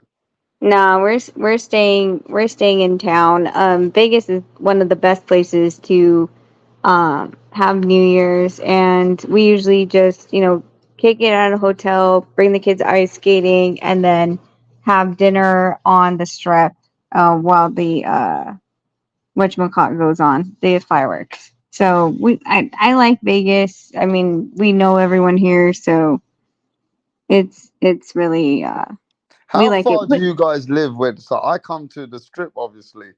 How far do you guys live from there, MGM? 20 minutes without That's it. F1. Yeah. Vegas is not that big, dude. Like literally Shit. Vegas like roundabout like what's the worst for us to get to Jesse's? About 30 minutes? Yeah. Yeah. So for us to go literally across town straight line is 30 minutes. And we complain about it. We're like, "Okay, are we going to Jesse's? Yeah, we're going to Jesse's. Okay, this is going to be a commitment because we have to drive 30 minutes." Even if we want to go snowboarding, you're looking at 45 minutes. So you got a lot going on within the hour range. Everything. Yeah. Vegas is That's the best. that's good, isn't it? Vegas seems like everything's within not that far of a distance. Everything you can go here, there, and everywhere, and it's not that bad. That's great, man. And the weather's Yeah. great there as well, right? Well, so when was the last time you even came? What, to Vegas? Yeah. When did Mayweather fight Andre Berto? I came, and then I Seriously, came. that long No, ago, no, bro? no. Then I came 3 years after with a couple of friends, and that was for a few days, and that was it. Oh no. You need to come back. What has changed again? Same Well, thing. yeah, we have like a weird spear that has like an emoji that looks at people um and Man, yeah, the Vegas, I've spear. seen it. I mean, what I've seen in Vegas is so artificial as well because it's just like I couldn't live there more than a week because it started driving me mad. It's like, first, it's so amazing, then everything starts to get overwhelming, and then you realize you can't be living here, bruv. Are you mad? This is a crazy artificial town. Now, mind you, when you go there, we enjoy it over too much. So what goes on in Vegas stays in Vegas, but you just go there to enjoy, right? The hotels are amazing. The MGM, the new signature hotel they opened, right? MGM, they got the new hotel they got, so that was great. Yeah, man, it was a nice. It's like feels like a 24-hour lifestyle. It is, but people who live in Vegas don't live on the strip. I know, but when we were there, it just feels like that for that period, right? So we don't know what the residential and what that life is like. It's just come there to what goes on in Vegas stays in Vegas, right? Yeah, but that's what I'm saying. Like you need to come and then like be on the strip for a bit, go to Red Rock, go to Mount Charleston, go to Henderson, go to Summerlin. There's like there's communities outside Lake Las Vegas, amazing too. Like so, um, you just need to get away from the strip. Man, let me make some few more million. I might have to get a place there one day. Come out. And then if I could have that life where I could just go back and forth. But I don't know if Vegas will be a place I would like to invest in. I'll see though. I like to come back there and see. I want something to happen, another couple of fights. I'm sure they're coming, right? So there is always Vegas is always popping concerts and all the stars are always doing their events there. It brings a lot of tourism. I don't know what it felt like after the COVID anyway, but No, it's crazy right now. it's It's rocking again. it's rocking, especially F1 that came out.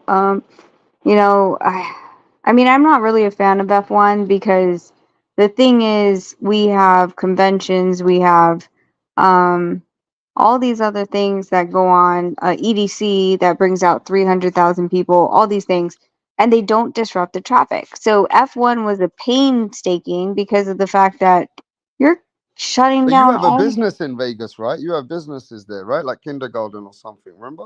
You told me. daycare. A daycare. Sorry, I called it kindergarten. Yeah, but Daycare. it's not on the strip. Like No, you. obviously not in the strip, but you have businesses in Vegas, right? Mhm. Yeah. So obviously that's your life. So you invest there, right? Yeah. And like our kids, like they have their friends here. Of course, my family's here. And it's good to just. I mean, the last fight we tried to go out to, um, Jesus, who was it? The one with Jesse when we went out to go see Jesse and Scrappy.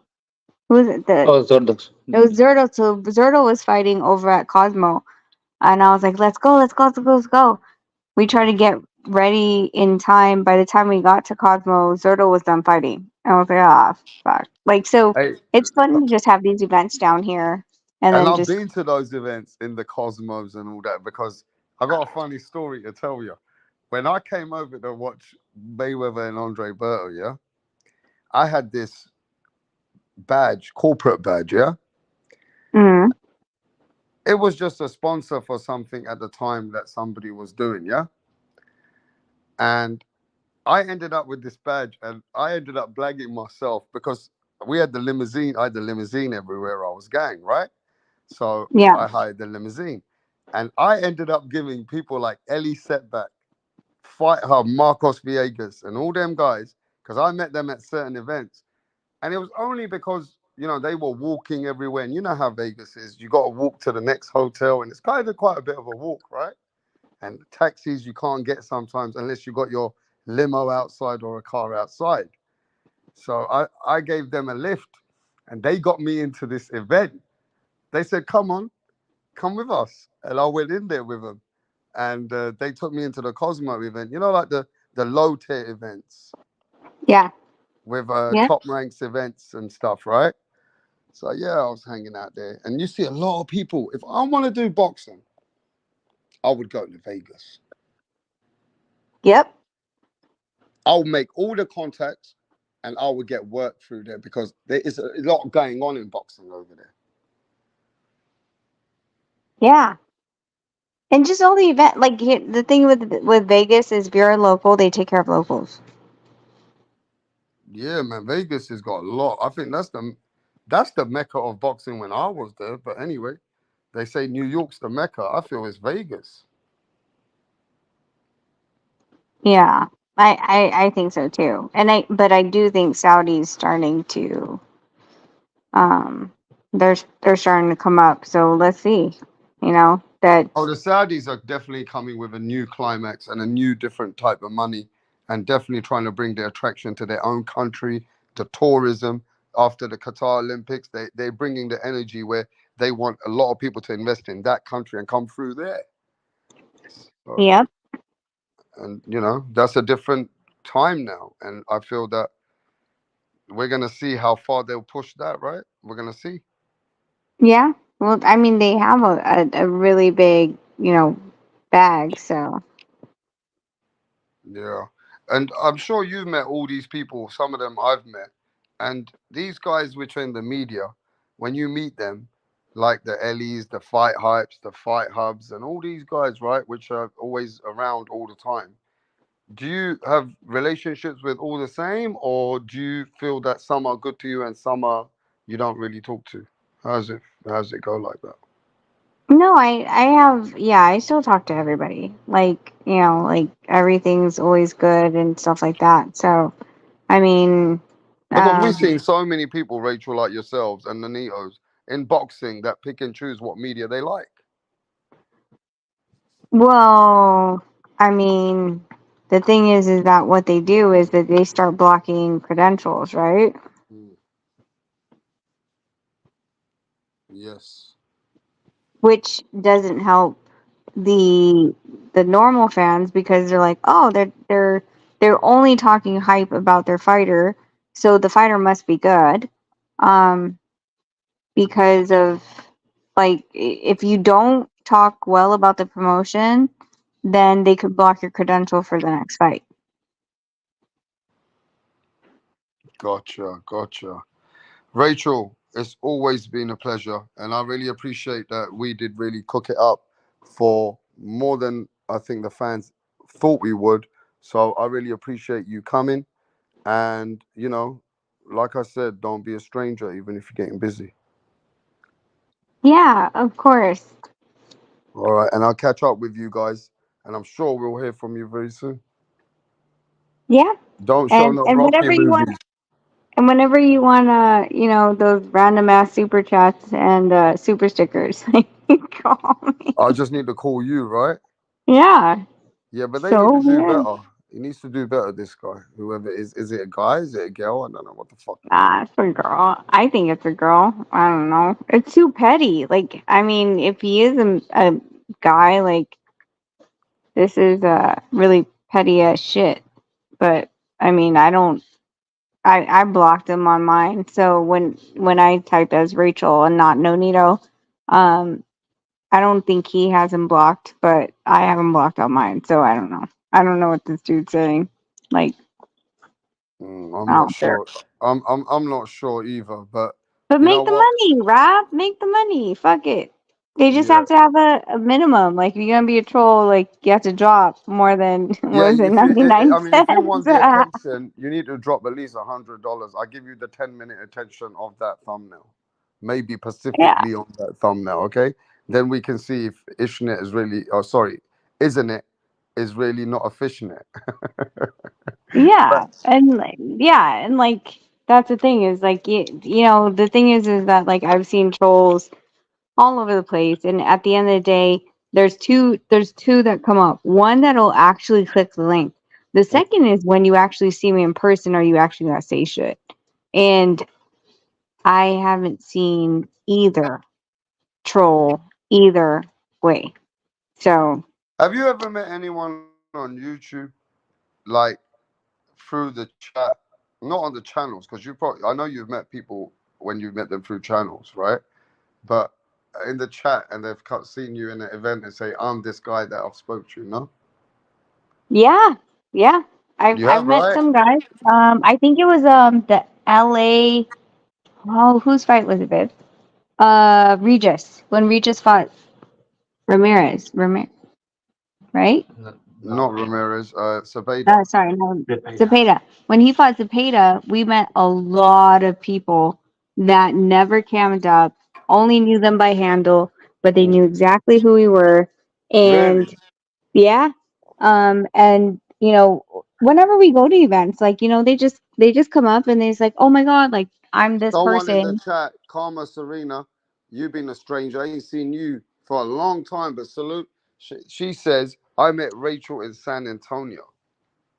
Look at that. Yeah, Small that's what world. I'm saying. Like, so you'll get people that will, that they vibe with you and it's all good and they'll come up. The funny part is the trolls in the chat will never. I have never ever met someone who talked shit to me online and You've said had like, quite a lot of people on YouTube that came out of nowhere that talk shit to you. yeah, but then they never say anything to me in person. Eka, babe, how many people have he's shaking his head. No, there's no one that's actually come up like because the funny part is y'all know how I look like. You know my name. I'm not hiding behind a whatever a weird picture or blacked out picture, and I'm not using a handle. So you know how I look like. So and I always invite like if you have some issue with me on YouTube and you want to hash it out in person, like y'all know how I look like, come say hi. And I've never had anyone to this day ever say like, oh well, so blah blah blah blah blah blah. Yeah. Never. No, they might have said called you a bitch behind the scenes, but they won't call you in your face. No, they won't even say hi. That's how much of a bitch they are. Hey, Nanito, That's have you ever had? I've always wanted to ask a boxer this, like Nanito. Have you ever had a drunk fan or a fan that got overexcited that you said, "Man, get the fuck away from me"? Or have you I ever didn't had say get any the fuck up, but alteration? yeah, I've had people. I've had a couple of drug people, and they get all over the place. I mean, I'm cordial about it unless they're very disrespectful or something. Then. But Yeah, I've had those moments, man. You have when the fans have got too much, been too much. Just when they're drunk, like especially in Vegas. If we're seeing them and then they're being drunk and sloppy, Oh shit. yeah. Especially after a fight. But not so like that. There's never been anyone that's came into your face though, right? So Nalio, you not had no street fight with someone like that. I mean, Only Sean Gibbons. Yeah, but yeah. Sean never got. Sean was lucky; he never got. There nothing happened. No, I mean, I don't get into fights, unless, I mean, the funny thing is at that time I was actually trying to solve the problem, by just having a conversation, and it was his ways of acting that way when I came up to him, but I didn't go in there to have to fight him. It just happened that way because of his reaction, and I ain't about to back out. Yeah, but you've never been in an alteration where you've had to have a fist fight with no one outside of the ring, have you?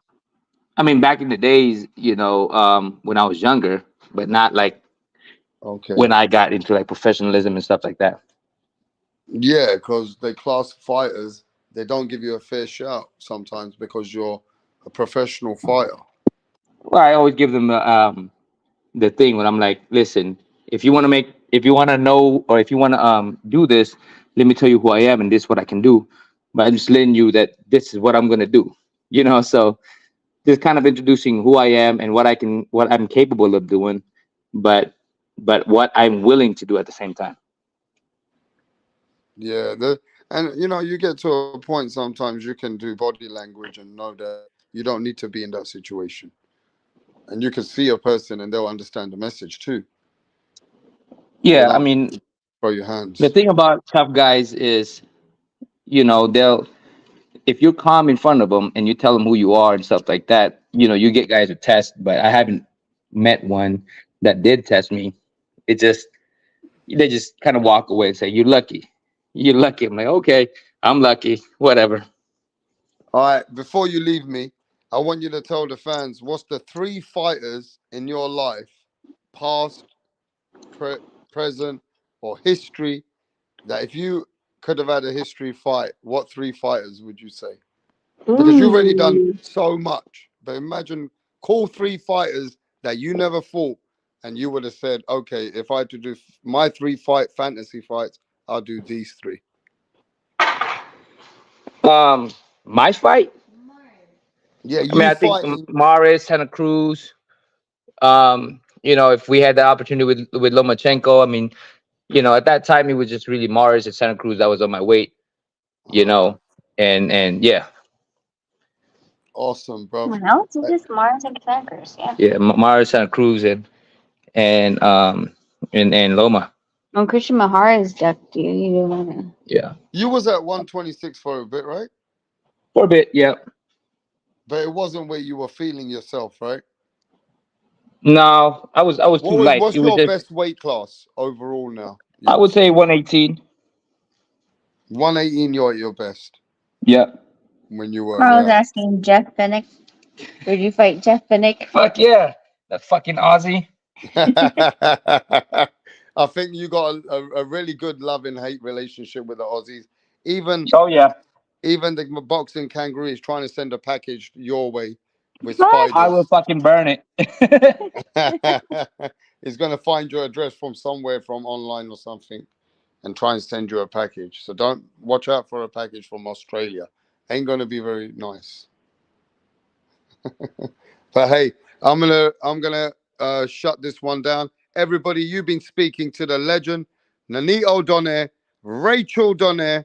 We're gonna find out what's the future, but we appreciate you guys and thanks for coming to today to exclusive live. It was epic. Thanks, Nanito, for sharing your time and Rachel. Can you hear me, Rachel? Sorry, I was on mute. I said no problems, Rap. I You still don't have WhatsApp, bro. No, it's not. I don't have Jesus, WhatsApp, bro. It's you just don't. What that do you mean? It's not that I don't have WhatsApp, bro. It's just that I've sent you. Let's talk offline. I'm gonna call you maybe in a few days. I sent you 2 emails. Then I sent you a third one. I said I can't hear from you no more. I said, you know what?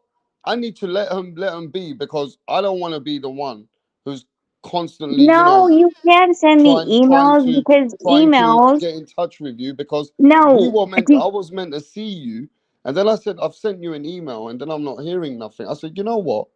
Maybe I just need to chill for a bit and leave you guys. no, it's because of the fact that with the homeschooling, I get fucking dozens of emails and I just get jam packed with emails. Like I tell everyone, like if you don't hear me respond from email, text me, but you don't have WhatsApp. No, but that's what I'm Can you saying. just That's why I download didn't. WhatsApp, dude? Like why are Yeah, you so against WhatsApp? I will get you. I will connect you on the WhatsApp. But like I said, I didn't want to get in your way because you know what? I'm gonna be very honest with you. Even Carl said this. You guys weren't here. You know that loss with Nanito done it, Rachel? Mm. People really felt like Nanito and you have maybe took it a little bit where you guys are not might have took it in a bad way. And I'm not saying that's going to affect how you guys were coming on the channel all the time or what our relationship is. But you know, when you think that sometimes people need their space because they do boxing all the time. Do you know what I mean? No, I get It it. just, and that's what we were having a conversation a couple of times. People came on the panel and just said, Rap, the Donners have been a bit quiet. Maybe it's that loss, they got to leave them for a while. Do you know what I mean? So No, people I didn't get know you. that we felt like that though. I'm sorry. No, it like literally July. I mean, it was so fucking crazy. Like we were in the Philippines for business. We ended up being there for camp. I missed my birthday.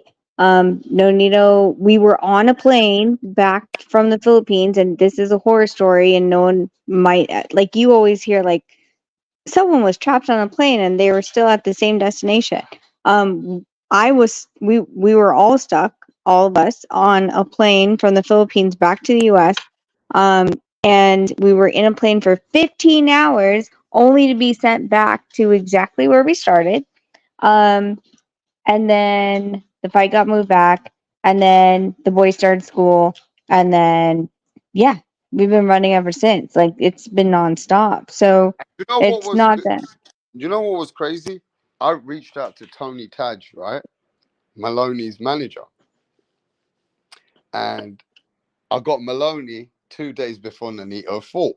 I got Carl Uh-huh. to send Maloney the link because something happened where it wasn't going to Tony. What happened? I don't know what happened. While I was on the device, I set the stream up and I said, Carl, just fucking send Maloney this. Then Tony said, here's Maloney's direct details. So I gave it from him, Carl, he sent it to Maloney. We had said on Maloney when Maloney came, we said, all right, because we were all overlooking. And maybe we all did what we had to do. And I said, look, when Nanito beats Santiago, we want you to come back and we want to get Nanito here. And it'll be an epic for the fans to let's get this fight. And he agreed, right? Mm. So after that, things had changed as well with the energy because we also were overlooking the whole situation. Do you know what I mean?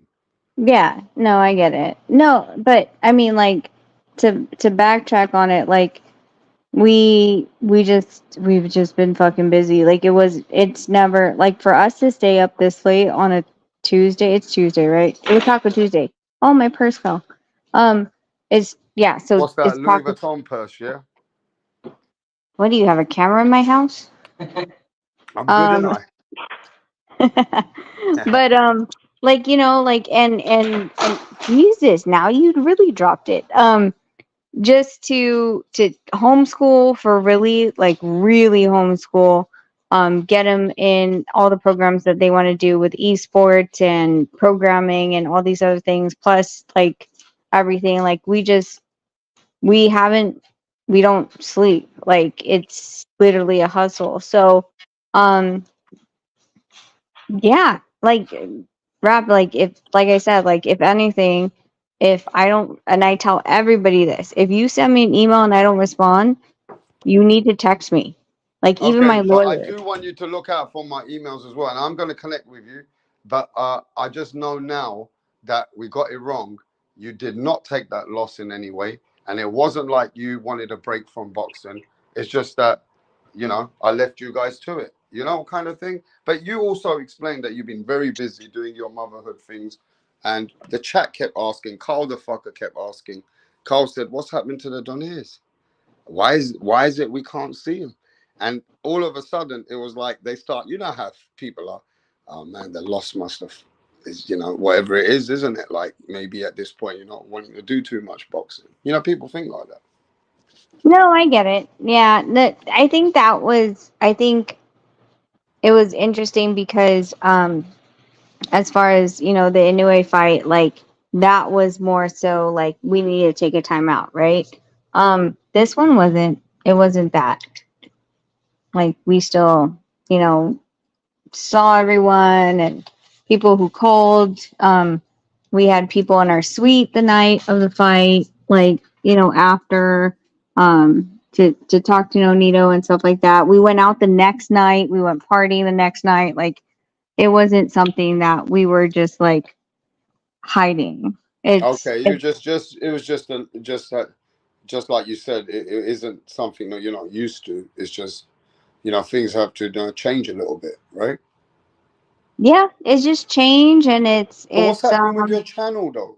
Is your channel still active like you were? Why are you laughing? Where's the because exclusive interviews? Where's all these people that you're supposed to get for us so we can see on your channel? What's happening? so Nonito wanted to move the damn like he bought a new computer, he wanted to move the whole podcast. So we've had to redecorate what we already just established. Now it's in a different room. And now so he just started moving everything back like into this new room. And he's having to hang his belts again and all this other stuff because So the I think podcast is coming back soon. yeah, the podcast is coming back soon. When? I don't know. When is it coming back? Like Soon. Nanito, when like is the podcast coming back, bro? It's soon. I mean, I'm putting everything together, all rehanging everything up, and just moving a lot of things from one room to another room. But yeah, no, eventually we'll get it. We'll get it down. I mean, we just kind of waiting for the last piece to get here, which are the tables that I like. Yeah. yeah, because the tables that we had, the problem with it was that it was a what is it called? Like a table that look at a dining table. So think of a dining table. We had the Mac computer on it, and then we had the camera in front of the computer. So there wasn't tiers. So he bought a new table where the Mac computer is on a higher tier, and then we can see and then we have the camera on the lower tier, so we can see the freaking computer, because that was a lot of the biggest problem was that we couldn't see the computer behind the camera. You know what I would appreciate from you guys, yeah, because I know that you guys do have this little bit out the box thinking. If Nanito and you can bring some kind of guests which are, like people which are in boxing, which are like nutritionists, doctors, or people we don't speak to so we can learn. And I'm sure you're gonna, you got so many connections, you can bring the boxers and that. It'll be great to see your podcast come back so we can see some exclusive interview from Nanito and yourself, and maybe what else you can bring to the game. I agree. You just have to tell the designer over here that likes to move the camera and everything around. We got all that stuff set up, the belts and Yeah, Nanito, everything. make some calls for us, man. Get us some exclusives if you can, brother. I'll set it all up. Come on, you've been lazy. I know you got injury though. I'm gonna leave you though. You got an injury. You got to chill for a bit. But yeah, man, it'd be nice to see your podcast. It was come back, and it's coming back bigger and stronger. So that'd be Yeah. good. So it's a nice little setup that you're gonna set up. 100. Yep. As long as he stops moving the studio. If he moves it again, then again, yeah. Wow. So look, the fans are still in suspense. We got the Donairs over here. We got Nonito himself. He hasn't told you he's retiring. He doesn't know if there's another Rocky Balboa moment might be coming soon. So we don't know. Is he retiring or is he coming back for one more hurrah? But look, at the end of the day, that's a great decision that you got to make. And either way, we're with you. And Rachel, don't play no Rocky movies for a little bit in your house. Only joking. Dude, the last time I saw him like breaking a sweat was Canelo versus Charlo. Oh, really? He was getting excited again? Dude, he was twitching on the couch. Was it that one? I thought it was something else. Nope, it was that one because of Mel. And you were like, Okay. your hand was sweating. And you were like I jumping. was excited. Yeah, I was excited.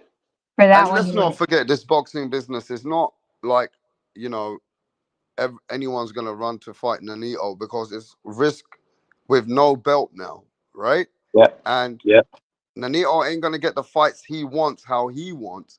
It has to be a fight that makes sense for Nonito and boxing, because if you can't make sense out of it, then you're going to go back to fight a fight to get back in contention. That's another story again, isn't it? I mean, at the end of the day, there's a reason why Jason and his whole team said a 50-50 split. Because Jason hasn't seen the money that we've seen. So, yeah, you're going to want the money that Nonito's seen. And you're going to want a 50-50 split because they're not making that money. So, at the end, 118, I can confidently say, since Inoue's out of the division, he's still the highest paid fighter in the 118 division.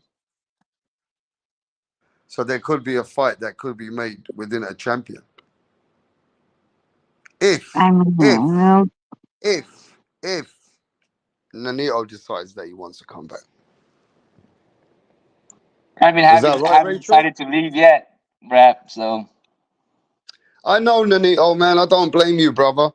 We weren't happy to see you lose like that, bro. Yo, man, that loss, the way you lost that fight, man, it was a bit. How can I'm looking for the word. Not satisfying. yeah. Not satisfying. You know what I mean? I mean, it is what it is, you know. Yeah, and it feels like, because you've done so much, you don't even need to fight. But at the end of the day, that's something that and like I said, man, nobody expects you to even go out there, to even go in the ring after the amount you've done. But boxing's that sport, right? Only the boxer knows. Only the man knows. You can't tell him. He knows when it's got to be time out, right? Yeah.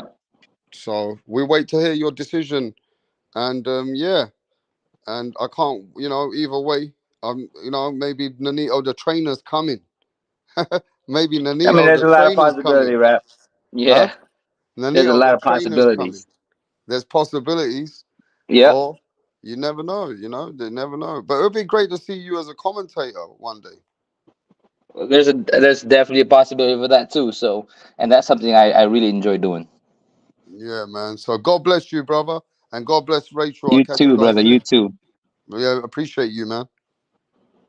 Thank you. All right, dude. We'll hit you later. Again, download fucking WhatsApp. I don't know I what. will, and I'll be Oh catching you. my God, Rob! I've heard this for the last year. I don't I know why will, you but don't I like just it. told you why I didn't get in your way. So you're gonna be now. You shouldn't have asked for it because I got some other exclusive things that I have to speak about, and sometimes I want your butt here. I didn't mean that. I mean it in a nice way.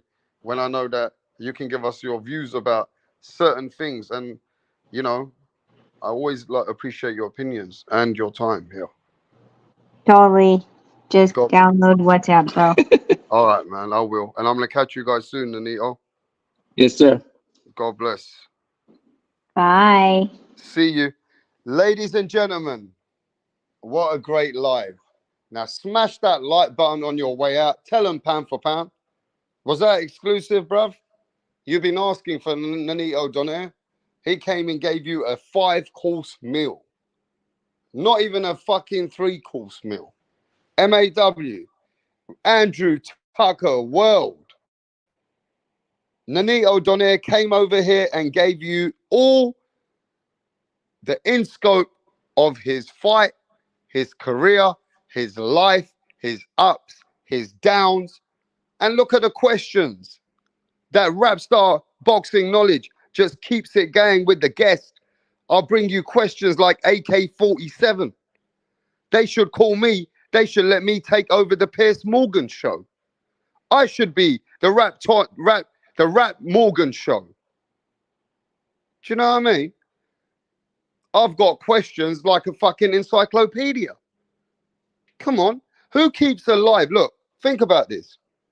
I had Rick Glaser over here for over 1.5 hours, and I asked him many questions that the guest just can't stop. Then I had the Donairs here for another couple of hours. And let me tell you this. I do this for you guys. I give you the most exclusive content. Because you know why? We're passionate. We love the sport. And this is what we like. But let me tell you, you better put some respect on my name. I'm out.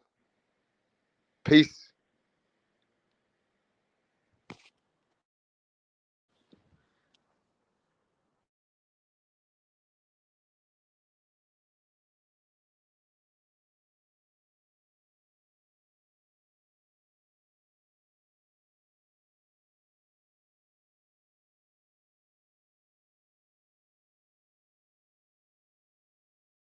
What up? How are you? I'm great. Can we meet you? My name is Tunde Tupac, aka the Rap Killer. Tunde Tupac. The Rap Flexer. Kill them all. Your name is Tunde Tupac. Tunde Tupac. You can write the Rap Killer there. But Tunde is your name. Okay. Yes. Okay. Thank you. Tunde, with your dressing, I know the kind of song that you're about to present. Yes. So you want to tell us about it? Just rap game. I kill the rap game because the haters want us down, but they're not going to get us. You don't need to tell us about the haters now. Rappers, right? You're a rapper. Rapper. Good. Let's hear you. Check it. Ha ha. Check it. Ha ha. Check it. Check it. Check it. I rule everywhere. I rule. They want to take me down, but they cannot take me down. Yeah. I rule New York. I rule Lagos to Atlanta. We go to Chicago. Check me out. Check my game. My game is tight. All the haters, I shoot them in the brain. Boom, boom, boom. I've been around with my guys, 50 Cent, Tupac, Biggie, Snoop Dogg. We're all in this game together.